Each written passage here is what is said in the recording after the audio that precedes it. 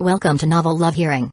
Get ready for heart-pounding action, thrilling adventures with fresh and unique elements, a touch of romance, and a dash of harem. Everything you're craving is right here. We're excited to have you join us on this journey. So come along to Novel Love Hearing, we're waiting for you. As a small favor, please consider sharing Novel Love Hearing with your friends, family, in YouTube comments, on Discord, Reddit, or anywhere else you hang out online. Happy listening, and enjoy the ride, containing his irritation. But, as a last resort, he sent a photo of the place, betting that was just being annoying on purpose. Before he could insist, Hueco turned to him, curious. Hey, can you at least tell me your name? Ryan smiled wryly and tilted his head slightly. Oh? My name? Before he could answer, a figure appeared beside him suddenly. What's going on? Appeared, looking around with an expression of mild disinterest. Gito raised an eyebrow, crossing his arms. Teleportation technique? Gojo, in turn, adjusted his glasses and analyzed the girl with a more attentive look. That's weird. Why don't I feel any cursed energy? Ryan kept his smile as he casually placed his hand on Yuno's shoulder. We'll probably run into each other again. So we can have this chat some other time. Then, he leaned slightly and murmured in Yuno's ear, get us out of here before this gets any more boring. Yuno grumbled, crossing her arms with an irritated look. Why do I still bother taking you everywhere as if I were your personal driver? As she spoke, Gojo pointed a finger at her, his tone curious and full of interest. Hey, you in pink. What technique was that? Ryan sighed and, without changing his expression, whispered again to Yuno, seriously, don't answer. Just ditch. Yuno let out a slight growl, crossing her arms impatiently. Your luck, I didn't like his face. In the next instant, the scenery around them changed abruptly. They were now in front of Yuno's house. Now the payment, she said, casting an inquisitive look. What was going on? Ryan looked around, taking a deep breath before replying with a half-smile. I didn't know you were so curious. Yuno clicked her tongue, impatient. It's the least you can do after bothering me just to take you from one side to the other, idiot. Ryan sighed, already feeling the headache that came from dealing with her. Damn.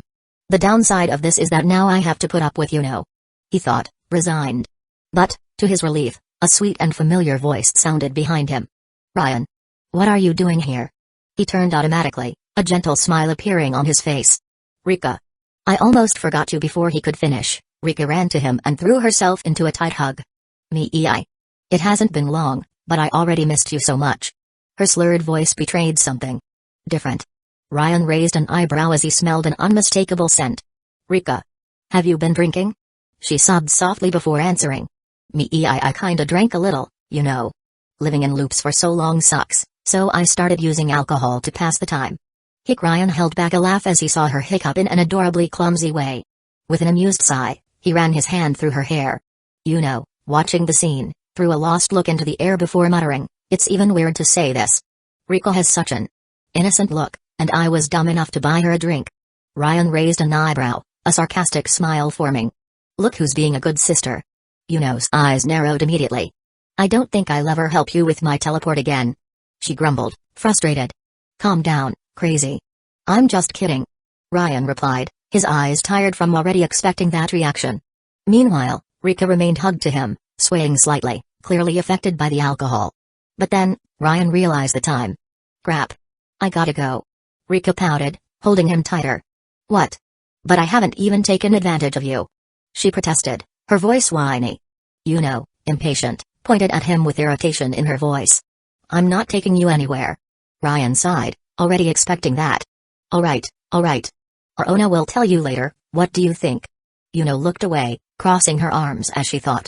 Rika smiled at her and, with an even cuter tone, pleaded, forgive him please. Yuno sighed heavily, defeated. Fine. She replied reluctantly. Ryan smiled, running his fingers through Rika's hair. Your cuteness is a weapon of war. Then, he looked up, reflecting. Time to finish the encounter with the Russian girl.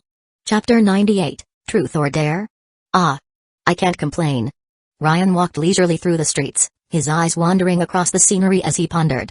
The problem was simple, he didn't have a photo of Ali's house, and Yuno had never been there before to help him with a teleport. This meant he would have to reach his destination the old-fashioned way, following the path he remembered. Not long now. And the prize upon arrival is worth it. He could already see Ali's building in the distance.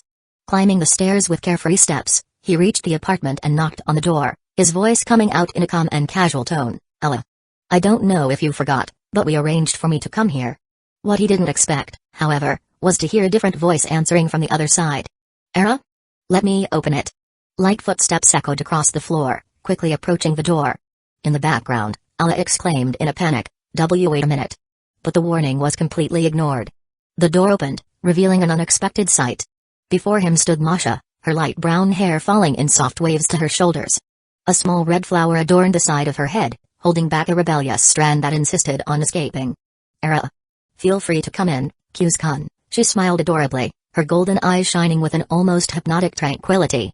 Her fair skin had a delicate appearance, and the serene aura she exuded seemed to belong to someone who lived eternally in a dream. The loose pink sweatshirt covered her body snugly, the long sleeves almost hiding her hands. Underneath, a short white pair of shorts revealed her slender legs. It was at this moment that Ryan had a sudden realization. Crap. I forgot Ala lives with her sister. Before he could react, Masha put a hand to her chest and smiled politely. Era. Now that I realize it, despite having already kind of met, I never formally introduced myself. She tilted her head slightly, maintaining that angelic smile. I'm Mariam Kailevnikaju, Ala-chan's older sister and student council secretary. She closed her eyes with such serenity that Ryan felt his heart waver for a moment. Nice to meet you. And then, his thoughts took on a life of their own. Okay, I want fuck both sisters. Masha blinked, confused, as if she had felt something strange in the air. But before she could question him, nice to meet you, Kaju-senpai. Ryan went back in time. Masha, unaware of the brief alternate reality he had erased, held his hands with a sweet expression. Just call me Masha. Any friend of Ala-chan is my friend too. Her sweetness was almost overwhelming. Ryan, once again, failed to keep his thoughts under control. I want to be the lover of both. Masha blinked, tilting her head with a curious expression. Era? Lover? Ryan smiled wryly, approaching slightly. Yes. You're so pure that it makes me want to corrupt you. Her golden eyes widened slightly. What? That's so, and if that's the case, I'll call you Masha-senpai. Ryan replied with a light and carefree look, because, in the end, he had already gone back in time. And what never happened will never be remembered. Masha looked directly into Ryan's eyes, her smile carrying an innocent and mischievous touch at the same time. You woo, it's a pleasure to meet you. She stopped suddenly. Her golden eyes sparkled as if a distant memory had just awakened. Her hand, still holding his, tightened slightly, but not uncomfortably. The touch was warm, welcoming. Ryan tilted his head, curious. Masha-senpai? She remained silent for a brief moment, her lips moving slowly before her voice came out finer, velvety, laden with something different. Kuze-kun. Her intonation was sweet, almost hypnotic. What's your first name? Ryan blinked, a little surprised by the sudden change in tone. It's Masachika. He replied, hesitant. Masha's eyes shone even brighter, as if that information were much more important than he imagined.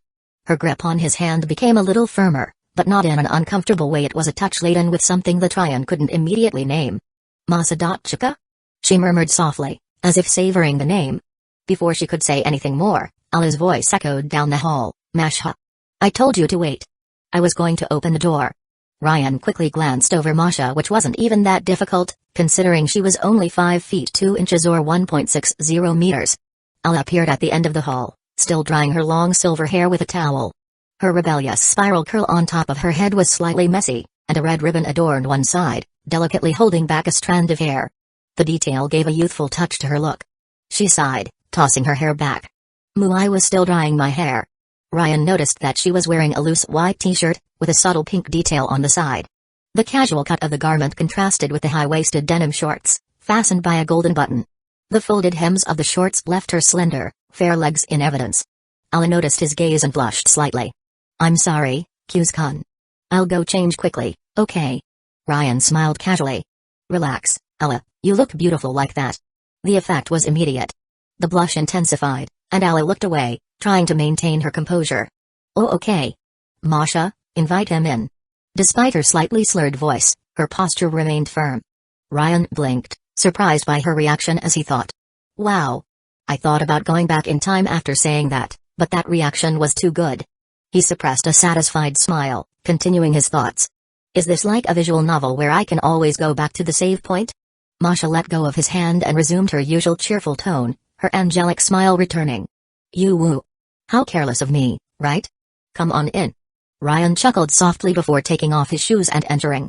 At the end of the hall, Ella was still trying to hide her embarrassment, adjusting her hair unnecessarily. Masha accompanied him to the living room, her lively tone filling the room. When Ella-chan told me that a friend was coming, I ran to buy some things for us to eat together. She gestured with her fingers, her eyes shining with enthusiasm. Ella, who was following closely behind, cleared her throat before adding, with a slightly hesitant tone, "And since I know you like sweets, I asked her to buy some desserts." Ryan looked at her, blinking in surprise. "Ah. You're so cute, Ella. Sweets are really my weakness." He laughed mentally, almost feeling melted inside. "You didn't need to worry about that. In fact, I was the one who slacked off for not bringing anything on the way here." Ella, however, suddenly held his hand, gently pulling him to the sofa. "No, you didn't need to bring anything." She smiled slightly. "After all, you're our guest tonight." Ella carefully placed Ryan on the sofa, as if he were a fragile work of art. Without wasting time, she ran to the kitchen, her feet barely touching the floor, and returned carrying a small treasure, the sweets that Masha had bought and some more treats that she herself kept for special occasions. Upon seeing the delicacies, Ryan couldn't help but give a genuine smile, which lit up his face like a ray of sunshine on a cloudy day. As Ryan admired the treats with shining eyes, Masha, on the other side of the room, let out a light and mischievous giggle, yet still adorably cute. "But I also have some ideas to make everything more fun," she said, her melodious voice echoing like a wind chime. Ryan and Ella turned at the same time, curious, to find Masha holding a deck of Uno cards in her hands, a mischievous grin plastered on her face. "Let's play a little before we eat, what do you think?" she proposed, shaking the deck as if it were a magic wand about to cast a spell. Ryan smiled, his eyes twinkling with a mixture of fun and challenge. "So you want to play some games? How about a truth or dare?" "Only a little different," he began, his voice full of enthusiasm. "In this case, whoever loses the game has to answer the winner's question, and second place decides whether they want a truth or a dare." Ella tilted her head to the side, her hair swaying gently, while an expression of mild concern crossed her face. "Why am I afraid to participate in this?" she murmured, her voice almost a whisper, as if trying to convince herself that everything was just an innocent joke. Ryan looked at her, a relaxed smile on his lips. "Huh? It's just a game of Uno, Ella." Ella replied in a soft voice, almost as if she were sharing a dangerous secret. "Yeah. Only Masha is really good at Uno." Ryan then turned his gaze back to Masha, who was now sporting a gentle, almost angelic smile. But there was something in that smile that made Ryan feel a slight shiver run down his spine. He thought to himself, as a shadow of doubt crossed his mind, "Well, I'm going to abuse my power now." Chapter 99, I love this new life, and with that, I won. Ryan spoke presumptuously, placing the last card on the table with a dramatic flourish. It was nothing more, nothing less than a +4. That's not fair. You cheated, Kuze-kun. Masha protested, covering her face with her hands in an exaggeratedly cute way, feigning a whimper. Sniff, sniff. On the other side, Ella was sprawled on the sofa, her expression defeated. Her voice was filled with resignation. "Just go ahead, Masha. Choose whether you want truth or dare." "And Kuze-kun?" She got up and looked at him with bright eyes, making an expression like an abandoned puppy. "Be gentle with me, okay?" Ryan grinned, amused. "Wow, you accepted your defeat quickly, huh?" But, internally, his thoughts were different. "Man. I had to go back in time like 4 times to get a good hand. Good thing I can do this to get the best ending, hee hee." Masha pouted, pondering. "Should I ask for truth?" Meanwhile, Ryan nibbled on a candy, equally thoughtful. "Should I go easy?" Masha clapped her hands lightly, her angelic smile illuminating her face. "Okay. I'll follow Ella-chan's lead and choose a dare." Her lively tone and cuteness were almost disconcerting. Ella clenched her fist theatrically, sighing. "Masha, you're such an adorable sister." Ryan chewed on another piece of his candy, reflecting. "What will the limit be here?" Heh. Ella noticed Ryan's gaze and felt a shiver run down her spine. What are you thinking, Kuze-kun?" He shrugged, his expression impassive. "Relax, Ella. You guys gave me the power to choose, now I'm just pondering what I can do with it." Masha giggled softly, covering her mouth with her hand. Her velvety voice came soon after, "Be careful what you ask for, huh? So you don't regret it later." Her intonation was so sweet and gentle that it felt like a caress on the ears. Ella, already as red as a tomato, stood up suddenly, tripping over her own words. I'm going to the bathroom. I'll be right back." She hurried away, leaving behind a brief silence before Masha and Ryan started laughing at her reaction. Masha rested her arms on the table used for the game, tilting her face slightly in an angelic manner. Her golden eyes fixed on Ryan's. Kuze-kun. How did you meet Ala-chan? Ryan looked up, as if searching his memories. Then, he began to speak naturally. Oh, it was at school. At first, she was really quiet, but I struck up a conversation and we talked a bit. Masha shook her head slightly, dissatisfied. I think it's better to rephrase the question. How did you become so close? Ryan smiled. The memory was sweet, filled with a certain nostalgia. His voice was calm. Well, that's a bit of a longer story. He gestured with his hand before continuing. There was a school event that was about to happen, and Ala was doing her best to make everything perfect. Ryan paused briefly, resting his hands on his knees. But not everyone cares as much as she does. And, in the end, she ended up overloading herself with tasks that weren't even hers. He grinned, looking at Masha. In short, I gave her a little support. But I won't take away Ala's merit. Everything went as it should because she put her heart into it. His eyes turned to the hallway, where Ala had disappeared minutes before. In the end, we had a conversation that brought us even closer. And I asked her to dance. Masha blushed slightly, her eyes sparkling with a touch of admiration. How sweet of you. You really care about other people's feelings, don't you? She got up and walked to Ryan's side, sitting close to him. It even sounds like a romantic novel, you know. Masha's golden eyes met Ryan's, and, for a brief moment, he felt something different. A small quickening in his chest.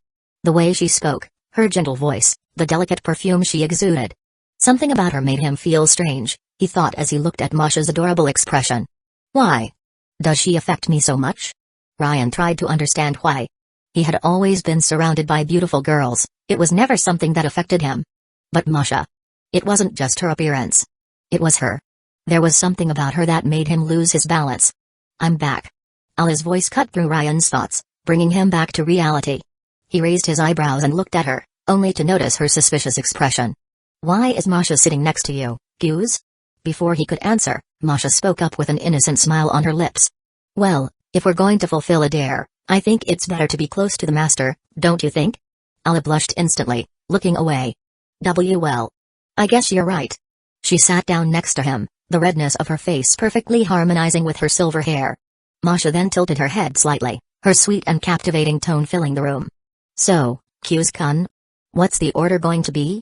After all, you were the winner of the game, right? Ryan closed his eyes, taking a deep breath as if he were about to make the most important decision of his life while thinking. Okay. This is a decisive moment. I could say any atrocity and simply go back in time, but that would hurt my pride as a man. I want to be accurate, direct and practical. He opened his eyes, determined. I want you two to give me a kiss. The statement came out firm and direct, casting silence in the room. For Ryan, time seemed to stretch out infinitely. Okay. Maybe that was a bit much, Ryan thought before being interrupted. Okay. Masha's sweet and gentle voice cut through his thoughts like a hot knife through butter. Ryan turned to her, blinking a few times, a clumsy smile plastered on his face. Wait a minute. Okay? Masha continued to smile innocently, gesturing with her little finger in the air. It's just a little kiss on the cheek, isn't it? There's nothing wrong with that, right, Ala-chan? Ryan felt his heart accelerate, celebrating internally. I only wanted silver. But I found gold. Thank you, God. Or whoever is above that. Ala, in turn, was completely flushed, her heart beating at a rhythm that probably broke some laws of physics. Her voice came out trembling, drawn out, A. She clasped her fingers together, trying to compose herself. Well. If Masha doesn't see any problems. Ryan raised his eyebrows, feeling victory approaching as he spoke internally. We won, family. Masha rested her hands on the floor, her gentle smile containing a subtly presumptuous touch, as if she were enjoying the situation. Look forward, Kuze-kun. Ella, her voice still timid, murmured as she shrugged her shoulders in an adorably nervous way, and no funny business, okay? Ryan obeyed, looking forward, the smile growing on his face as a solitary thought echoed in his mind, I love this new life. In a calm voice, Ryan smiled before speaking, you can rest assured. I am more than satisfied with my prize in Masha giggled softly, moving closer to him. Her sweet and gentle tone brushed Ryan's ears like a caress. Okay then. Here goes. She leaned slightly, resting her hand on his shoulder before placing a delicate kiss on his cheek. The soft touch of her lips was clear, and Ryan felt the gentle warmth that remained on his skin. Ella, noticing her sister's quick action, widened her eyes and reacted on impulse. Hey. She leaned over abruptly, throwing part of her weight against Ryan. He felt, with disconcerting clarity, the soft touch of Alice's breasts pressing against his chest. And then came the kiss. It was different. Alice's lips were moister, while Masha's seemed plumper and softer. He noticed these differences immediately, which only made the moment even more surreal. Alice half opened her eyes, thinking to herself, oh okay. I think that's enough, but then she noticed something. Masha still kept her lips on Ryan's cheek, her hand on his shoulder now lightly caressing the fabric of his clothes. Alice felt a strange shiver down her spine. Moved by impulse, she leaned even further over Ryan, relaxing completely against him. Her breasts now pressed against his chest more obviously, while her warm breath brushed his skin. Seconds passed. Slow, intense. When they finally moved away, Alice was so red that she seemed about to explode, while Masha, always impeccable, displayed a sweet and unwavering smile. But Ryan noticed the slight blush that spread across her ears. Silence took over the room. The situation was so unexpected that no one really knew how to react. And it was in this vacuum that Ryan's intrusive thoughts found space. Without realizing it, his hands began to move, slowly sliding behind the two girls. He was about to wrap them in a hug, when a melodic and annoying sound exploded from his pocket. Hunya! Alice let out a startled squeak, shuddering as if she had received a shock. Masha looked at his pocket, where the cell phone screen glowed, and commented calmly, I think you'd better answer it, don't you? Ryan pulled the cell phone out of his pocket while thinking, exasperated, damn Gensai. I'm sure it's him. Alice blinked, noticing something strange. Wait. His hands were where?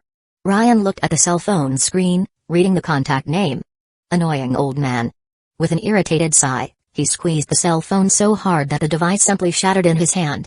Masha and Alice were startled by the sound, but, in an instant, Ryan went back slightly in time, pulling the cell phone out of his pocket again as if nothing had happened. Sorry. It's my grandfather. Masha smiled gently, closing her eyes. Don't worry, you can answer it. Ryan answered the call, huffing as he brought the phone to his ear. Gensai's voice came from the other side of the line, full of curiosity. Am I interrupting something? Ryan opened his mouth to answer, and for a brief moment, let slip the genuine thought that echoed in his mind. Yes, I was almost fucking two beautiful Russian girls when you interrupted me. What? Both sisters screamed, shocked. But before they could react, Ryan went back slightly in time, blinked, and replied with all the politeness in the world, you can speak, Gensai. Alice and Masha continued to look at him, confused, but without understanding exactly why. Chapter 100, I slept with Masachika. My god. We really do this. Yuki murmured to herself, her eyes fixed on the pack of birth control pills. One pill was missing. Just one. Enough to prevent the little Ryan from starting to grow inside her. She sighed, still feeling the warmth in her body and the remnants of what had happened hours ago. She had returned home after sharing a forbidden moment with Ryan, but no matter how much she wanted to prolong that feeling, there were still obligations to fulfill at the Suao mansion. Yuki climbed the stairs slowly, as if floating in her own thoughts. Honestly, I can still feel his warmth inside me. She gently bit her lips as she remembered the intimate moments they had shared. The touch, the muffled moans, the heat of their bodies merging, Ryan's member stirring everything inside her. Each memory made her body heat up again, a latent desire rekindling. Lost in this daydream, she stood still in the middle of the staircase, nibbling on her lower lip as she felt the excitement growing. Until a tired voice interrupted her immersion. Ah. Yuki? You're still awake? In an instinctive reflex, Yuki hid the pill faster than she had ever hidden anything in her life. Mom. Is something wrong? She tried to disguise, but her voice trembled slightly. Yumi Suwa was standing by the staircase, leaning on the railing. Her eyes showed exhaustion, and her voice carried an unusual hesitation. Yuki-san. Are you and Masachika-san still close? Yuki's heart skipped a beat. Am I and Unii-chan close? Well. Immediately, flashes of memory invaded her. The sound of Ryan's thighs slapping against her butt. Her body arched under his. The smug little smile he gave as he marked her as his, the feeling of her womb being filled with his seed. Her eyes widened for a second. You're not close? Yumi asked again, her voice now filled with melancholy. Yuki swallowed hard before recomposing herself. We are. We're very close. She replied too quickly. Yumi shrugged slightly, as if a weight had been slightly lifted. Her voice sounded a bit softer, that's good to hear. Yuki smiled gently, but inside, her mind was still spinning around the memories of her night with Ryan. Damn. I got a little wet just remembering. She took a deep breath and, before more treacherous thoughts could take over, asked in a calm and velvety tone, did something happen to him? Nothing. Don't worry about me. Yumi replied quickly, avoiding eye contact and forcing a smile. You have a Chinese class now, don't you? Yuki tilted her head slightly. Yes, online. Yumi nodded, clasping her hands in front of her body. Good luck. This time, her voice seemed a bit firmer. Thank you. Yuki replied with a warm smile before continuing up the stairs. But then, at the last second, her mother called her again. Yuki. She turned, curious. Yumi's eyes were shining, carrying a silent weight. I'm sorry. She said hesitantly. The apology caught Yuki completely by surprise. For a moment, she remained still, trying to understand the reason behind those words. But before she could ask anything, Yumi turned on her heels and walked away down the hallway, ending the matter there. Yuki watched her mother's silhouette disappear, her chest slightly tight. Yuki climbed the last steps and walked down the hallway to her room. As soon as she opened the door, she found Ayano standing there waiting for her, her hands clasped in front of her body, the impeccable posture of a true maid awaiting orders. Yuki smiled slightly as she closed the door behind her. Ayano. Yes, Yuki-sama? Ayano replied promptly. Yuki took a step forward, her playful tone contrasting with her serious expression. Let me hug you for a second. As you wish. Ayano accepted without hesitation. Without wasting time, Yuki approached and hugged her tightly. Ayano. Yes, Yuki-sama. Do you swear your loyalty to me? She asked in a theatrically dramatic tone. I swear, Yuki-sama. Ayano replied without hesitation, her voice firm and determined. Yuki gently pushed her away, placing her hand on the maid's chest, as if about to perform a solemn ritual. Then swear by your heart that you will forever keep everything I am about to tell you. Ayano remained serious, like a soldier about to take an oath of life or death. I offer my heart, Yuki-sama. Yuki sighed dramatically before throwing herself on the bed with a long uk. I'm so glad I can count on you as a friend. She exclaimed, stretching her arms. You will be my personal diary. Ayano nodded. As you wish, Yuki-sama. But then, Yuki narrowed her eyes, adopting a huskier and more whispering tone. You really swear you'll keep it a secret, don't you? I wouldn't tell even under torture, even if they kidnapped me and okay, I think I'm convinced. Yuki quickly cut her off, waving her hand. She took a deep breath before sitting up, sliding her hand into the pocket of her pajamas and pulling out a small blister pack of pills. Without saying a word, she held it up for Ayano to see. The silence that followed was almost palpable. Ayano looked at the pills and immediately noticed that one was missing. Yuki-sama. Her voice was calm but carried something Yuki couldn't decipher. Did you take the missing one? Yuki laughed nervously, an awkward smile dancing on her lips. Yes, it was me. Ayano remained still for a second before asking, her eyebrow slightly raised. Yuki-sama, do you know what this pill is for? Did you take it by mistake, thinking it was for a headache, and now you're worried about what will happen? Yuki took a deep breath. She didn't want to hesitate, or she might end up regretting saying it. I needed to take it after sleeping with Masachika. Ayano's body froze instantly. Her eyes widened, her hands still delicately clasped in front of her dress, but now with no reaction. Ayano? Yuki called, a bit apprehensive. Ayano blinked slowly, as if trying to process. Yuki-sama. I just had a hallucination and didn't understand what you said. Could you repeat it? Yuki tightened her grip on the blister pack, narrowing her eyes. You really won't tell anyone, will you? I swear by my heart. Great. Yuki took a deep breath and blurted out all at once, as if getting rid of a weight. I slept with Masachika. Ayano completely locked up this time. Her eyes widened even more, her entire body seemed to go into shock. Yuki watched the reaction and couldn't help a small smile, raising an eyebrow. I think it was too much for her. She murmured to herself, amused by the maid's absolute shock. Without worrying too much, she threw herself back on the bed and stared at the ceiling, a dreamy smile taking over her face. Naya. What could he be doing right now? She grabbed a plushie from beside her, holding it up high as she imagined Ryan's face on it. Hee. Could he be touching himself thinking about me? She spoke, her voice mischievous along with her smile. Damn you Gen-C-E-E-E-I.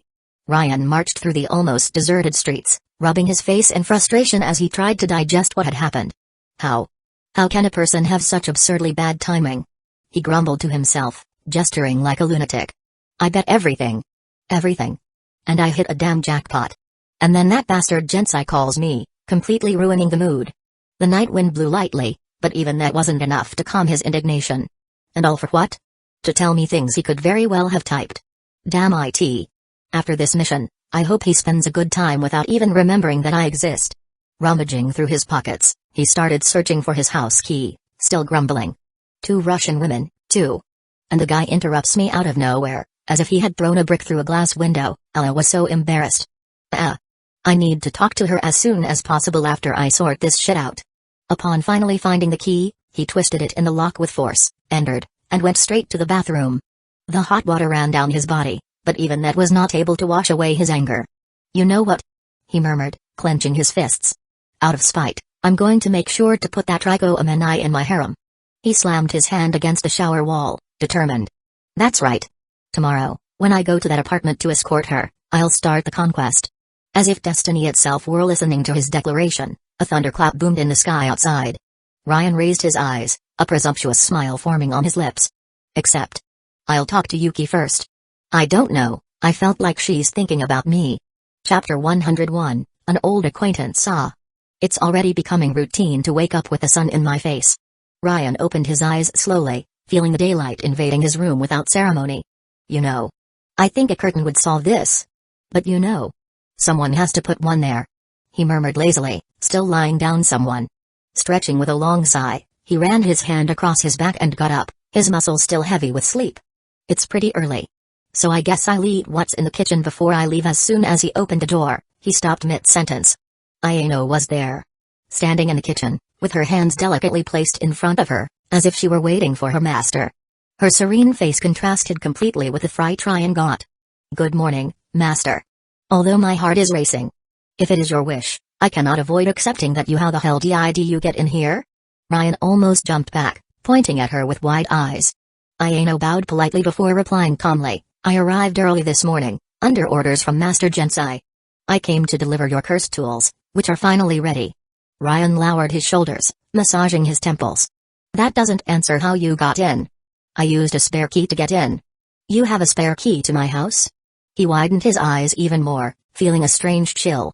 Ayano, however, simply pointed delicately to the table, which was completely set. I prepared your breakfast to optimize your time before the mission, master. Ryan narrowed his eyes. Why do I feel like you're dodging the subject? Before he could pressure her, a strong aroma of freshly brewed coffee reached his nose. He took a deep breath, feeling his stomach rumble. You know what? I'm going to play dumb. Only because I just woke up and I'm too lazy to question this now. He walked to the table and sat down with a heavy sigh. Ayano served his coffee with almost ceremonial precision and was preparing to spread jelly on the bread when Ryan held her wrist with a firm but gentle touch. Ayano, it's an order. Sit down and have coffee with me. No acting like a maid now, just like a normal girl. His eyes were still half open with sleep, but the husky tone of his voice gave a different weight to the words. Ayano blinked, hesitant. If it is an order, I will have to comply. She gave a subtle bow before sliding into the chair next to him, adjusting her dress with precision. While Ryan prepared his own bread, carefully placing the scrambled eggs, he broke the silence. So, you said the weapons or tools, whatever you guys call them, are ready. Where did you put them? Ayano pointed to the living room sofa. They're over there. Ryan looked over his shoulder and chuckled softly. It's even funny to imagine you, in those clothes, carrying something that's almost your size. He let out a laugh through his nose, still chewing. Ayano maintained her impeccable posture as she spoke calmly. Master Gensai analyzed your behavior on the day he introduced you to the weapons and the Jujutsu world. Ryan shot her a curious look, chewing slowly. I knew that old man was studying me. So what did he came up with? He noticed that you chose the weapons with the least amount of cursed energy. He didn't give me details, but I noticed that he reduced the energy in them even more. I suppose it's to make it easier for you to control them. Ryan leaned back in his chair, twirling the cup between his fingers. Man. Gensai really deserves the title of family leader, huh? Ayano leaned slightly, curious. I know it's not my business. But why did you choose the weapons that way? Ryan sighed and clicked his tongue. It's a long story. And honestly, too lazy to explain now. He took another bite of his bread, chewing slowly. After a last sip of coffee, he got up and stretched his arms. I'm going to go now, Ayano. I need time to prepare. Ayano simply nodded, watching him as he left. The smell of coffee still filled the kitchen, but, in the background, Ayano discreetly looked at Ryan's cup, where a little of the hot liquid still remained. Ryan picked up the sword on the sofa and raised it in the air, analyzing the size of the blade with a skeptical expression. Damn. How am I going to walk around with this? Ayano approached, maintaining her impeccable posture, and replied in a professorial tone, you can store it. Ryan gave her an ironic look. Oh, sure, because it obviously fits in my pocket. Ayano ignored the sarcasm and picked up a bracelet that was also part of his order, holding it up for him to see. Just put it here. Ryan raised an eyebrow. Isn't it a bit tight? The moment the words left his mouth, he felt an immediate discomfort. Wow. That sounded weird. Ayano, oblivious to the path Ryan's thoughts had taken, replied naturally, it will fit when you put it on. Ryan closed his eyes for a brief moment, feeling his thoughts go straight to questionable territory. I don't know. I think Yuki is contaminating me. I'm starting to think like her. Shaking his head to clear away the distractions, he positioned the sword close to the bracelet. To his surprise, the blade slid smoothly into the accessory and disappeared completely. He blinked, impressed. What? It actually worked? Ayano maintained her composure as she explained, this tool has an inventory that expands according to the user's cursed energy. It is useful for storing other items and, in addition, has its own hidden blade. Ryan picked up the bracelet and adjusted it on his arm, observing the design. Really? It looks like the hidden blade from Assassin's Creed. Only with a very interesting upgrade. Ayano began to question, but Ryan interrupted her without ceremony. Like I said, I'm going now. He started walking towards the room, but stopped at the door and turned his face to her. I'm just going to change clothes. Feel free to leave. Ayano put her hands together in front of her dress and replied with a soft but determined tone, I will stay to perform the household chores of the master's house. Ryan looked around, analyzing the state of his home. Yeah. I guess I won't refuse. Saying this, he entered the room and closed the door. After a few minutes, he came out again, opening the door with a confident movement. Look, just don't overdo it. I'd rather you take care of Yuki. Ayano, who was cleaning the table, turned around when she heard his voice, but her words died before they could come out. She stopped abruptly, her eyes wide as she stared at him. Ryan was wearing an impeccably cut beige overcoat, its long panels floating slightly as he moved. Under the overcoat, he wore a fitted black vest that contrasted with the impeccable white shirt, whose high collar was adorned with an elegant tie and a bluish brooch that gleamed subtly in the ambient light. The white pants, aligned and well-pressed, harmonized with the ensemble, while the polished brown shoes completed the look. He exuded an air of casual sophistication, as if each piece had been chosen to balance charm and mystery. He gestured slightly with his hands as he spoke, unaware of the effect it caused. You know, after seeing the amount of crap that exists in this world, I got a little worried about the people I care about. So I want you to help me make sure they don't get hurt. Ayano continued to look him up and down, her gaze wavering between surprise and something she couldn't quite name. There was something mesmerizing about the way he dressed and carried himself, as if he were a character straight out of an aristocratic story.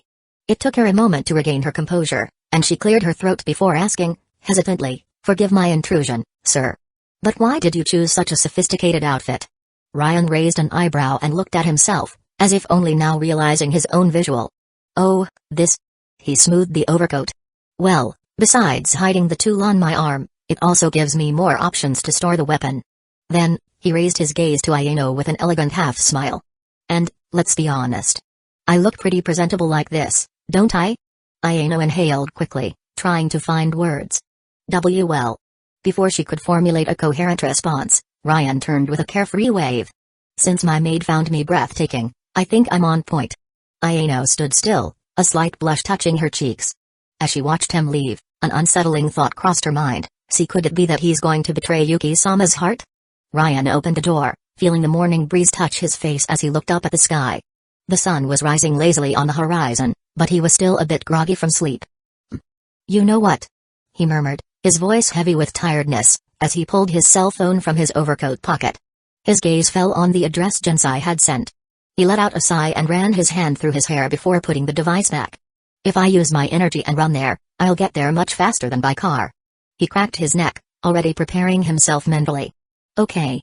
This will save me some cash. With an agile leap, he climbed straight to the roof and started running, crossing the buildings with impressive speed.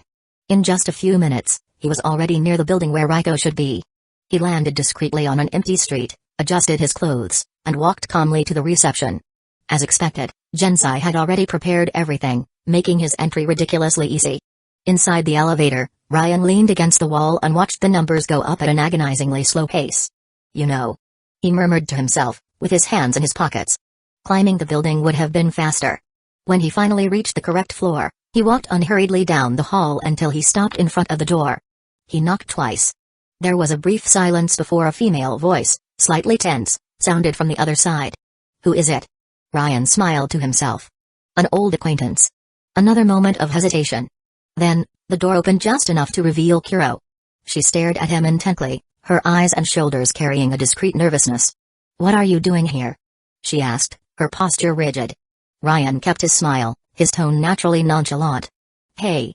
I said we'd meet soon, didn't I? Kuro didn't relax. You didn't answer my question. If you came to make jokes, you can get lost. Ryan raised his hands slightly in a casual gesture, tilting his head with false regret. At a glance, he looked inside the apartment and noticed Gojo sprawled on the sofa, completely relaxed. Hey, I wasn't that bad the last time we met. He commented, feigning indignation. In fact, if I remember correctly, I was the one who saved that girl. Reiko, right? Kuro didn't waver, maintaining her firm posture. Yes. But right after, you disappeared without answering any of our questions. How can I trust you? Before she could continue, the ringtone of her cell phone interrupted her speech. Ryan noticed the way her expression changed immediately. You better answer it, right? He commented sarcastically. It might be important. Kuro picked up the cell phone without taking her eyes off him. Yes. She answered, her voice professional. But, upon hearing the response from the other side of the line, her eyes widened slightly. What? There was a tense silence as she absorbed the information. Her gaze flicked between the phone and Ryan, as if trying to process something. When the call ended, she simply replied with a short and dry, yes. Hanging up the phone, she continued to stare at Ryan, who simply smiled to himself, satisfied. Look, it's going to sound presumptuous on my part, but if I had to guess, I'd say you just got informed that I was sent by the Misato clan to provide support in escorting the Star Plasma vessel. Kuro's eyes narrowed. I don't remember you. How can? Ryan shrugged. Families have so many branches, don't they? I guess I wasn't invited to the same family dinners as you. His sarcastic tone only made her expression close even more. Before Kuro could retort, Gojo's carefree voice came from inside the apartment. Let him in, Kuro. We need to talk to him. And, you can rest assured. The confidence in his tone was almost annoying. Me and Gito are strong. Ryan tilted his head slightly, analyzing the way Gojo spoke. If they're boring questions, I don't know if I'll answer. Kuro sighed, clearly displeased, but opened the door. Ryan entered calmly, offering her a slight bow in a gesture of forced politeness. On the sofa, Gojo was sprawled with the typical expression of someone who didn't care about absolutely anything. Near the window, Gito watched the movement in silence. Next to Gojo, Reiko smiled and waved at Ryan, seeming more friendly than her guardian. Ryan raised his hand in a casual gesture of peace. See? Our reunion was pretty quick, wasn't it? Before he could continue with another provocation, Kuro crossed her arms and, in a firm tone, cut the relaxed atmosphere. Before we proceed, could you tell me your name? Ryan smiled to himself, taking a few seconds before answering, thinking quickly. Man. It feels so good to be able to introduce myself with this name. The smirk widened, and he tilted his head slightly. Ryan. He made a dramatic pause. Ryan ghosting. Chapter 102, Did I overdo it? Ryan stood still, pointing at himself with a smug grin. What a strange name. Gojo commented, his voice dripping with sarcasm. Ryan furrowed his brows, his expression twisting into a slight frown. And what the heck is wrong with my name?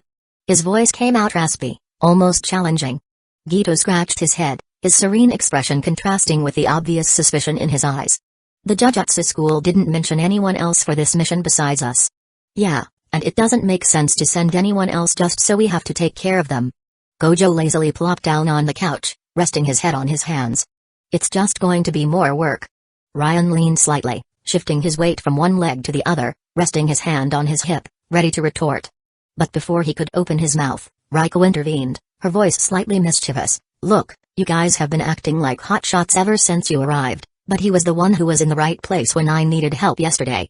She crossed her arms, puffing out her cheeks in protest. Ryan let out a sigh, glancing at the sorcerers. If you think I'm going to be a dead weight, you've got another thing coming. You two just seem. He took a closer look at Gojo, who maintained a relaxed expression. Actually, you just seem like a complete idiot. Gojo chuckled softly, waving his hand dismissively. Dude. Ha ha ha. You really have no idea what you're getting yourself into, do you? He pointed at Ryan, a smug grin plastered on his face. I guess you didn't get the memo. I'm Satoru Gojo, from the Gojo clan. You might be a bit lost, but I'm the current wielder of the Six Eyes and I was also born with the Limitless. Ryan raised an eyebrow, feigning an air of epiphany. Oh, I get it now. Just another one of those guys who love to brag. I've met plenty of them. In the end, most of them die because of their own arrogance. Gojo exchanged a playful glance with Gito, as if mocking Ryan's statement. Then, he flashed a mischievous grin and continued, his voice dripping with irony. Ah, I see. So you're Ryan ghosting. Curious, because it seems I'm the one who's uninformed. After all, a sorcerer so powerful that he was sent to protect Master Tenjin's vessel. You must be at least special grade, right? Raiko sighed, exhausted by the back and forth banter. Can you guys stop bickering? If you want to fight, do it outside. Kuro, standing beside Ryan, maintained her suspicious gaze. We just want to know more about him, Miss Raiko. Nothing else. Ryan winked at Raiko with a sly smile. Whether I'm special grade or not, it doesn't really matter. What matters is that I'm here, and we're going to have to put up with each other. Gito, who had been leaning against the wall until then, moved slightly away and crossed his arms. You're right. We're going to have to deal with your presence. But at the very least, we need to know what you can do. After all, if you die, it's going to be a pain to fill out the report. Gojo interrupted with a sarcastic tone. Ryan raised an eyebrow, thinking to himself, dude, I rewind time. Which makes me, basically, immortal and the master of destiny. But you guys don't need to know that. He then sighed. You don't need to worry about me. It's that simple. Gito maintained his serious expression. If that's the case, then I'll do you a favor and quickly explain what I can do. He unfolded his arms and continued, I manipulate curses. Any cursed spirit that I exorcise becomes mine. I absorb them, store them, and use them whenever I want. It's like having an invisible army ready to destroy anyone who gets in my way. Gito leaned back against the wall and stared intently at Ryan, his voice incisive. And you? Are you going to decide to tell us what you can do? Gito's analytical gaze was evident. He was studying Ryan. And Ryan, of course, noticed. Ryan was silent for a few seconds before answering, his voice laced with seriousness. I can exorcise curses with a weapon. The silence that followed was deafening. Then, Gojo started laughing, covering his face with his hand, his shoulders shaking with the growing laughter. Ryan sighed, thinking to himself, right. Maybe that doesn't sound so impressive. Let's try something else. He rewound time, going back to the moment before he gave his answer. This time, he rephrased, I can turn any weapon into a special weapon, channeling cursed energy into it. As he spoke, he thought, well, it's not exactly cursed energy. But I hope it's convincing enough. Before he could finish his train of thought, Gojo had the same reaction. His laughter echoed through the room as he slapped his leg, as if he had heard the funniest joke in the world. Ryan clenched his fists. Damn it, you guys are so annoying. Out of patience, he once again rewound time. This time, he would be direct. I can see 10 seconds into the future. His voice came out firm, laced with confidence. Gojo tilted his head, a provocative glint in his eyes. Oh, a seer? Well, that's not that impressive. After all, not many people can have good Akira. After all, not many people can have good accuracy. Ryan interrupted him, repeating exactly what he was going to say. Gojo raised an eyebrow. He was about to reply, but, the moment he opened his mouth, he and Ryan spoke together. Dude, are you serious? A flash of irritation crossed Gojo's face. He tried again. Okay, maybe you can really. Okay, maybe you can really. Ryan repeated every word he said in perfect sync. Gojo's expression darkened, his eyebrow twitching. Okay, can you stop doing that? Okay, can you stop doing that? Okay, I'm already convinced. Okay, I'm already convinced. The room fell silent. Ryan looked away, relieved. Damn it, finally. I had to keep going back in time just to know what this white-haired idiot was going to say. Well, I kind of showed my true power, but he'll never know. After all, he can't remember the time I erase. Gito, who had been watching everything calmly, finally spoke up. His voice was calm, almost contemplative. Now it makes sense. You're probably here to prevent surprise attacks from the enemy. Gojo crossed his arms, his arrogance plastered on his face. Yeah, except the enemy wouldn't be able to corner us. Raiko rolled her eyes and clicked her tongue. Alright, Gojo. Now it's your turn to explain your power. You're the most cocky one here, so go ahead, genius, explain. Gojo grinned, adjusting his glasses with a nonchalant flick. Raiko. I have many abilities. The ones I've already mentioned are the Limitless and the Six Eyes. But. He stood up, his chest puffed with confidence. One of the coolest ones is the Infinity. With relaxed steps, he walked over to Gito and held out his hand. It's pretty simple to explain. There's an infinite space between me and anything that tries to touch me. The closer it gets, the slower it moves, until it never reaches me. It's like trying to touch the horizon. Gito tried to reach Gojo's hand. But no matter how hard he tried, his hand never reached his. Ryan let out a nasal laugh, laced with sarcasm. Damn. It just looks like he's pretending. Gojo chuckled smugly as he walked over to Ryan, gesturing provocatively. Yeah, I know, hard to believe. So go ahead, try it yourself. He got even closer, placing his hands behind his back and leaning slightly forward. Here, you can try to punch me. You don't have to hold back. Ryan lowered his shoulders, letting out a sigh filled with boredom. Dude. This seems kind of pathetic, don't you think? Gojo maintained his smug tone, a challenging smile on his lips. Relax, you don't have to be scared. Ryan raised an eyebrow, analyzing his confident expression as he thought. Honestly, this guy's face makes me want to punch him so badly. Are you sure? I have a heavy hand. His voice sounded more serious now. Gojo puffed out his chest, overflowing with confidence. Go ahead. You won't even be able to touch me anyway, Ryan sighed, clenching his fist as he focused his energy. Let's see. I hope I don't punch an invisible barrier. Gojo grinned arrogantly. Technically, you won't even be able. The unthinkable happened. The sharp sound of shattering glass echoed through the room. Gito, standing near the windows, widened his eyes as he heard the crash of shards scattering across the floor. The world seemed to slow down for a moment, and, in slow motion, he saw Gojo being thrown out of the building. The thud came the next instant. Kuro reacted quickly, shielding Hueco from the flying glass while the girl let out a small yelp. Ryan remained still, watching Gojo fly out the 13th floor window. In a low voice, he muttered to himself, damn. Did I overdo it? Chapter 103, My Name in History. 5 minutes passed. The building was plunged into an uncomfortable silence as Gita remained standing, staring intently at the shattered window. The door opened slowly, creaking slightly. Satoru Gojo entered. His clothes were crumpled and torn, his white hair already naturally disheveled now looked like a nest of chaos. But what was most striking were his eyes. The blue shone intensely, oscillating between incredulity and pure disbelief. He stared at Ryan, his eyes wide, and his voice came out slowly, how? Gito kept his eyes narrowed. Hueco, sitting on the sofa, struggled to hold back laughter, covering her mouth with her hand. Ryan, in turn, was still in the same position, with his fist raised, trying to process what had happened while he thought. I didn't put all that force into the punch. His mind replayed the previous moment in a fast-paced cycle. The instant my fist approached him, it was as if the speed of my hand had increased uncontrollably. The force was so great that my entire arm is aching from trying to slow down the attraction. The thoughts were interrupted when Gojo pointed at him, his voice stronger and full of indignation. How? How did you do that? Gito sighed, adjusting his bangs with a nonchalant gesture. Satoru, what's with this little show? Did you deactivate the Mugen at the last minute just to mess with this newbie? Look at the mess you've made. I didn't deactivate it. Gojo interrupted, his voice laden with something that rarely appeared, seriousness. His eyes never left Ryan. The laughter that Hueco had been holding back escaped completely. PFFFFT. Oh man, you were so full of yourself and you got a slap from Ryan. Ha ha ha ha. She bent her body forward, holding her belly, laughing shamelessly.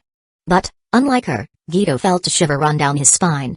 He blinked a few times and repeated, in a much more serious tone, you didn't deactivate the Mugen? Ryan realized that the situation had escalated in an unfavorable way as he thought while his gaze ran through everyone's expressions. Damn. I think I've screwed up big time. Okay, I think it's time to go back in time and pretend nothing happened. But before he could even consider that, you're simply amazing. Gojo took a step forward, a wide and intense smile forming on his face. His eyes sparkled, a prismatic blue that reflected like polished jewels. Ryan frowned. This thing of yours called Mugen. He began, crossing his arms and keeping his gaze sharp. From what I remember, you said it slows everything down infinitely when they try to hit you. In other words, it works by inverting the force to the extreme, creating the illusion that something never reaches you. Like trying to touch the horizon. Gojo nodded slowly, still studying Ryan. But you. He completed, narrowing his eyes. Instead of that, you accelerated.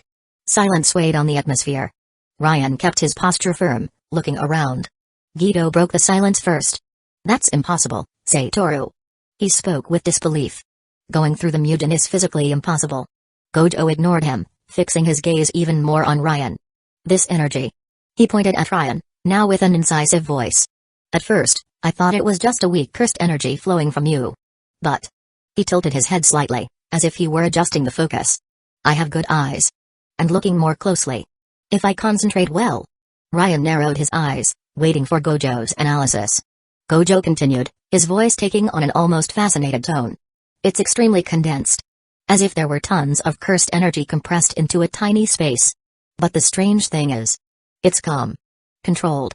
Creating the false sensation that it's almost insignificant. Ryan absorbed that analysis while his mind fell into an epiphany. Ah. I get it. Gensai, you old rascal. Is this your plan? The penny dropped at once. You want me to have a strong and feared name in the world. But not for creating fear or making enemies with the strongest. No. You want. He looked away, his reasoning closing perfectly. You want me to write my name in history and have the respect of the most powerful. Gojo smiled even more, his eyes shining as if they were in front of an inexplicable phenomenon. What is this, huh? His animation grew. Tell me, what energy is this? The more I try to understand with my eyes, the more unbelievable it becomes. Gito took a step forward, gesturing with his hands. What the hell is going on, Satoru? I'm still trying to process the fact that this guy went through your Mugen and you come up with this talk about condensed energy? Before Gojo could answer, Raiko crossed her arms and let go, with a sarcastic tone. Ah, I've already understood everything. Gito turned to her, frowning. Really? So tell me, genius. Raiko opened a smile and shrugged. The white-haired heartthrob had never taken a punch in his life and called himself the strongest for it. Then came the black-haired heartthrob, punched him, and now he's there, with his little legs trembling. Gito closed his eyes for a second, massaging his temple. You didn't understand a damn thing, girl. Ryan watched attentively the scene before him, his thoughts running wild, but for now, he decided not to rush. Okay. I don't need to go back in time. At least, not now. Let's see how far this world can take me. Wow, I sounded like Rika now. Before he could continue his reasoning, Gojo's lively voice cut through his reverie, full of excitement. Come on. Don't leave me in suspense. He tilted his body slightly forward, his eyes shining in expectation. What energy is this? I promise to tell you everything you want in return. Ryan blinked, surprised by Gojo's reaction. It was strange to see the so-called strongest so enthusiastic, almost like a child in front of a new toy. Gito, on the other hand, did not hide his shock. His expression was a mixture of incredulity and irritation as he gestured towards Gojo. What the hell is going on, Satoru?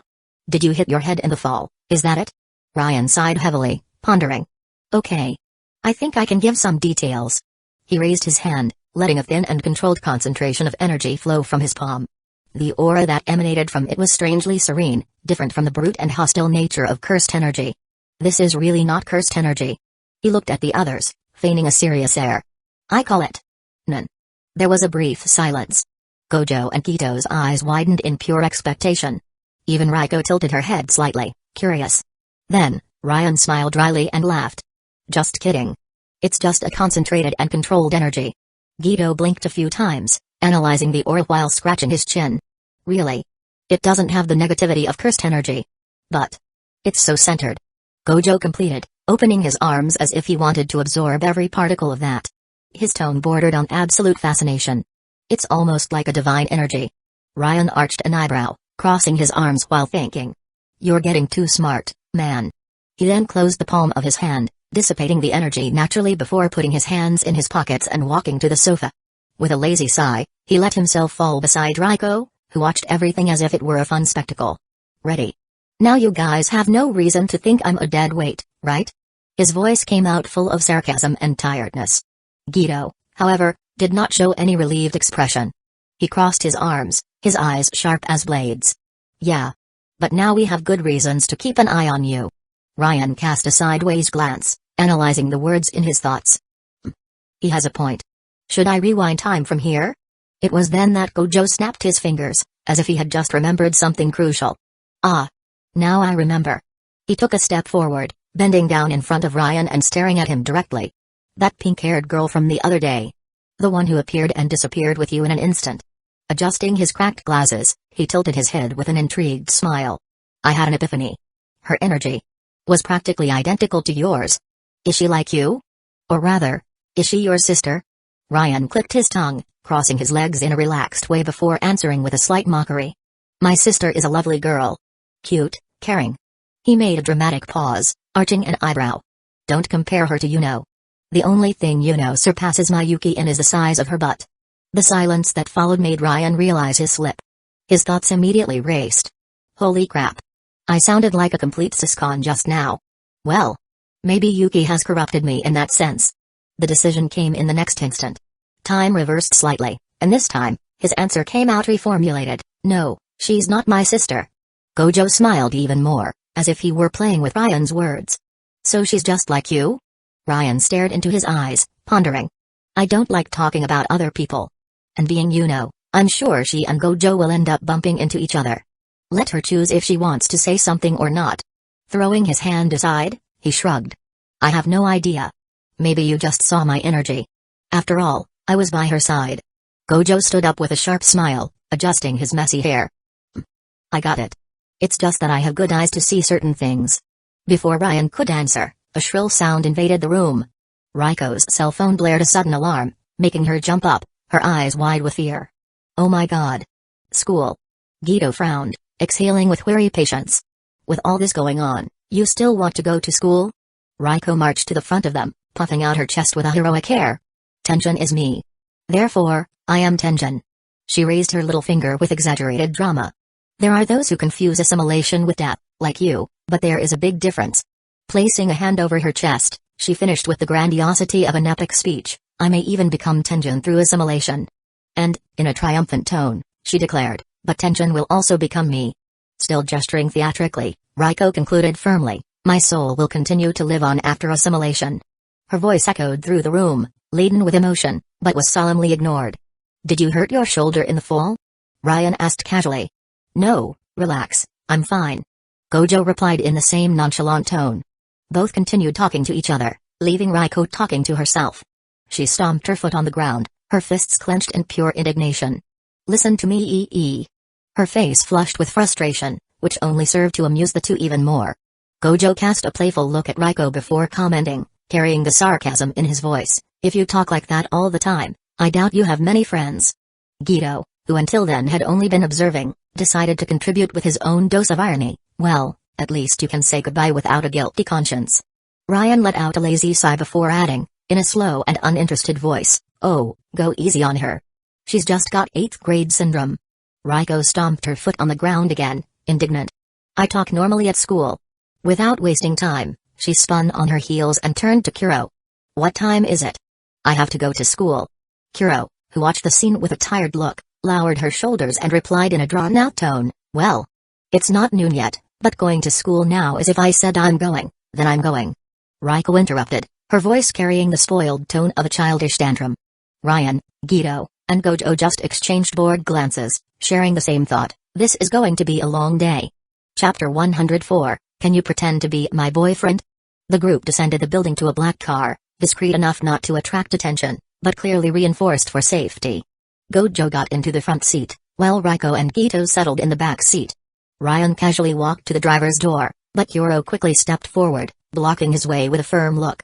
Stay in the back. Ryan didn't hesitate. His gaze turned cold and expressionless as his voice sounded low, yet loaded with intensity. I drive. Kuro raised an eyebrow, incredulous. You don't even have the ag. Ryan tilted his head slightly, his gaze plunging into the shadows of his own countenance. I drive. There was a brief silence. Kuro felt an involuntary chill as he stared into those dark eyes, as if for a moment he had glimpsed something he shouldn't have. I hope you really know how to drive, he murmured, giving in to the oppressive atmosphere. Without saying anything else, Ryan got into the car, adjusted the seat and fastened his seatbelt. As he started the engine, he casually asked, what's the address of the school? After a few seconds of hesitation, Kuro typed the location into the GPS. With a soft rumble of the engine, the car began to move through the streets of Tokyo. The journey went smoothly, marked only by a few jokes between Ryan and Gojo. Raiko, in turn, didn't miss the opportunity to continue teasing the punch Gojo had taken earlier. The traffic was slow, and when the car stopped at a signal that would take a while to open, Ryan's cell phone vibrated in his overcoat pocket. He picked it up unhurriedly, reading the name on the screen in a low voice, Ella.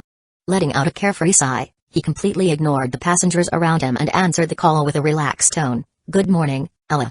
I thought you wouldn't call so early. I was going to stay curled up under the covers after what we did last night. The effect was immediate. Gojo, who was leaning against the car door, let his arm slide down and turned to Ryan, his eyes wide with pure surprise. Guido adjusted his bangs, casting a sideways glance with a slightly suspicious expression. Hueco, on the other hand, gave an indignant squeal. What? On the other side of the line, Ella choked on her own words before replying in a nervous and embarrassed tone. What? You saying that makes it sound like it was something much worse than a kiss on the cheek. Unfortunately for Ella, Ryan's cell phone was not on speakerphone.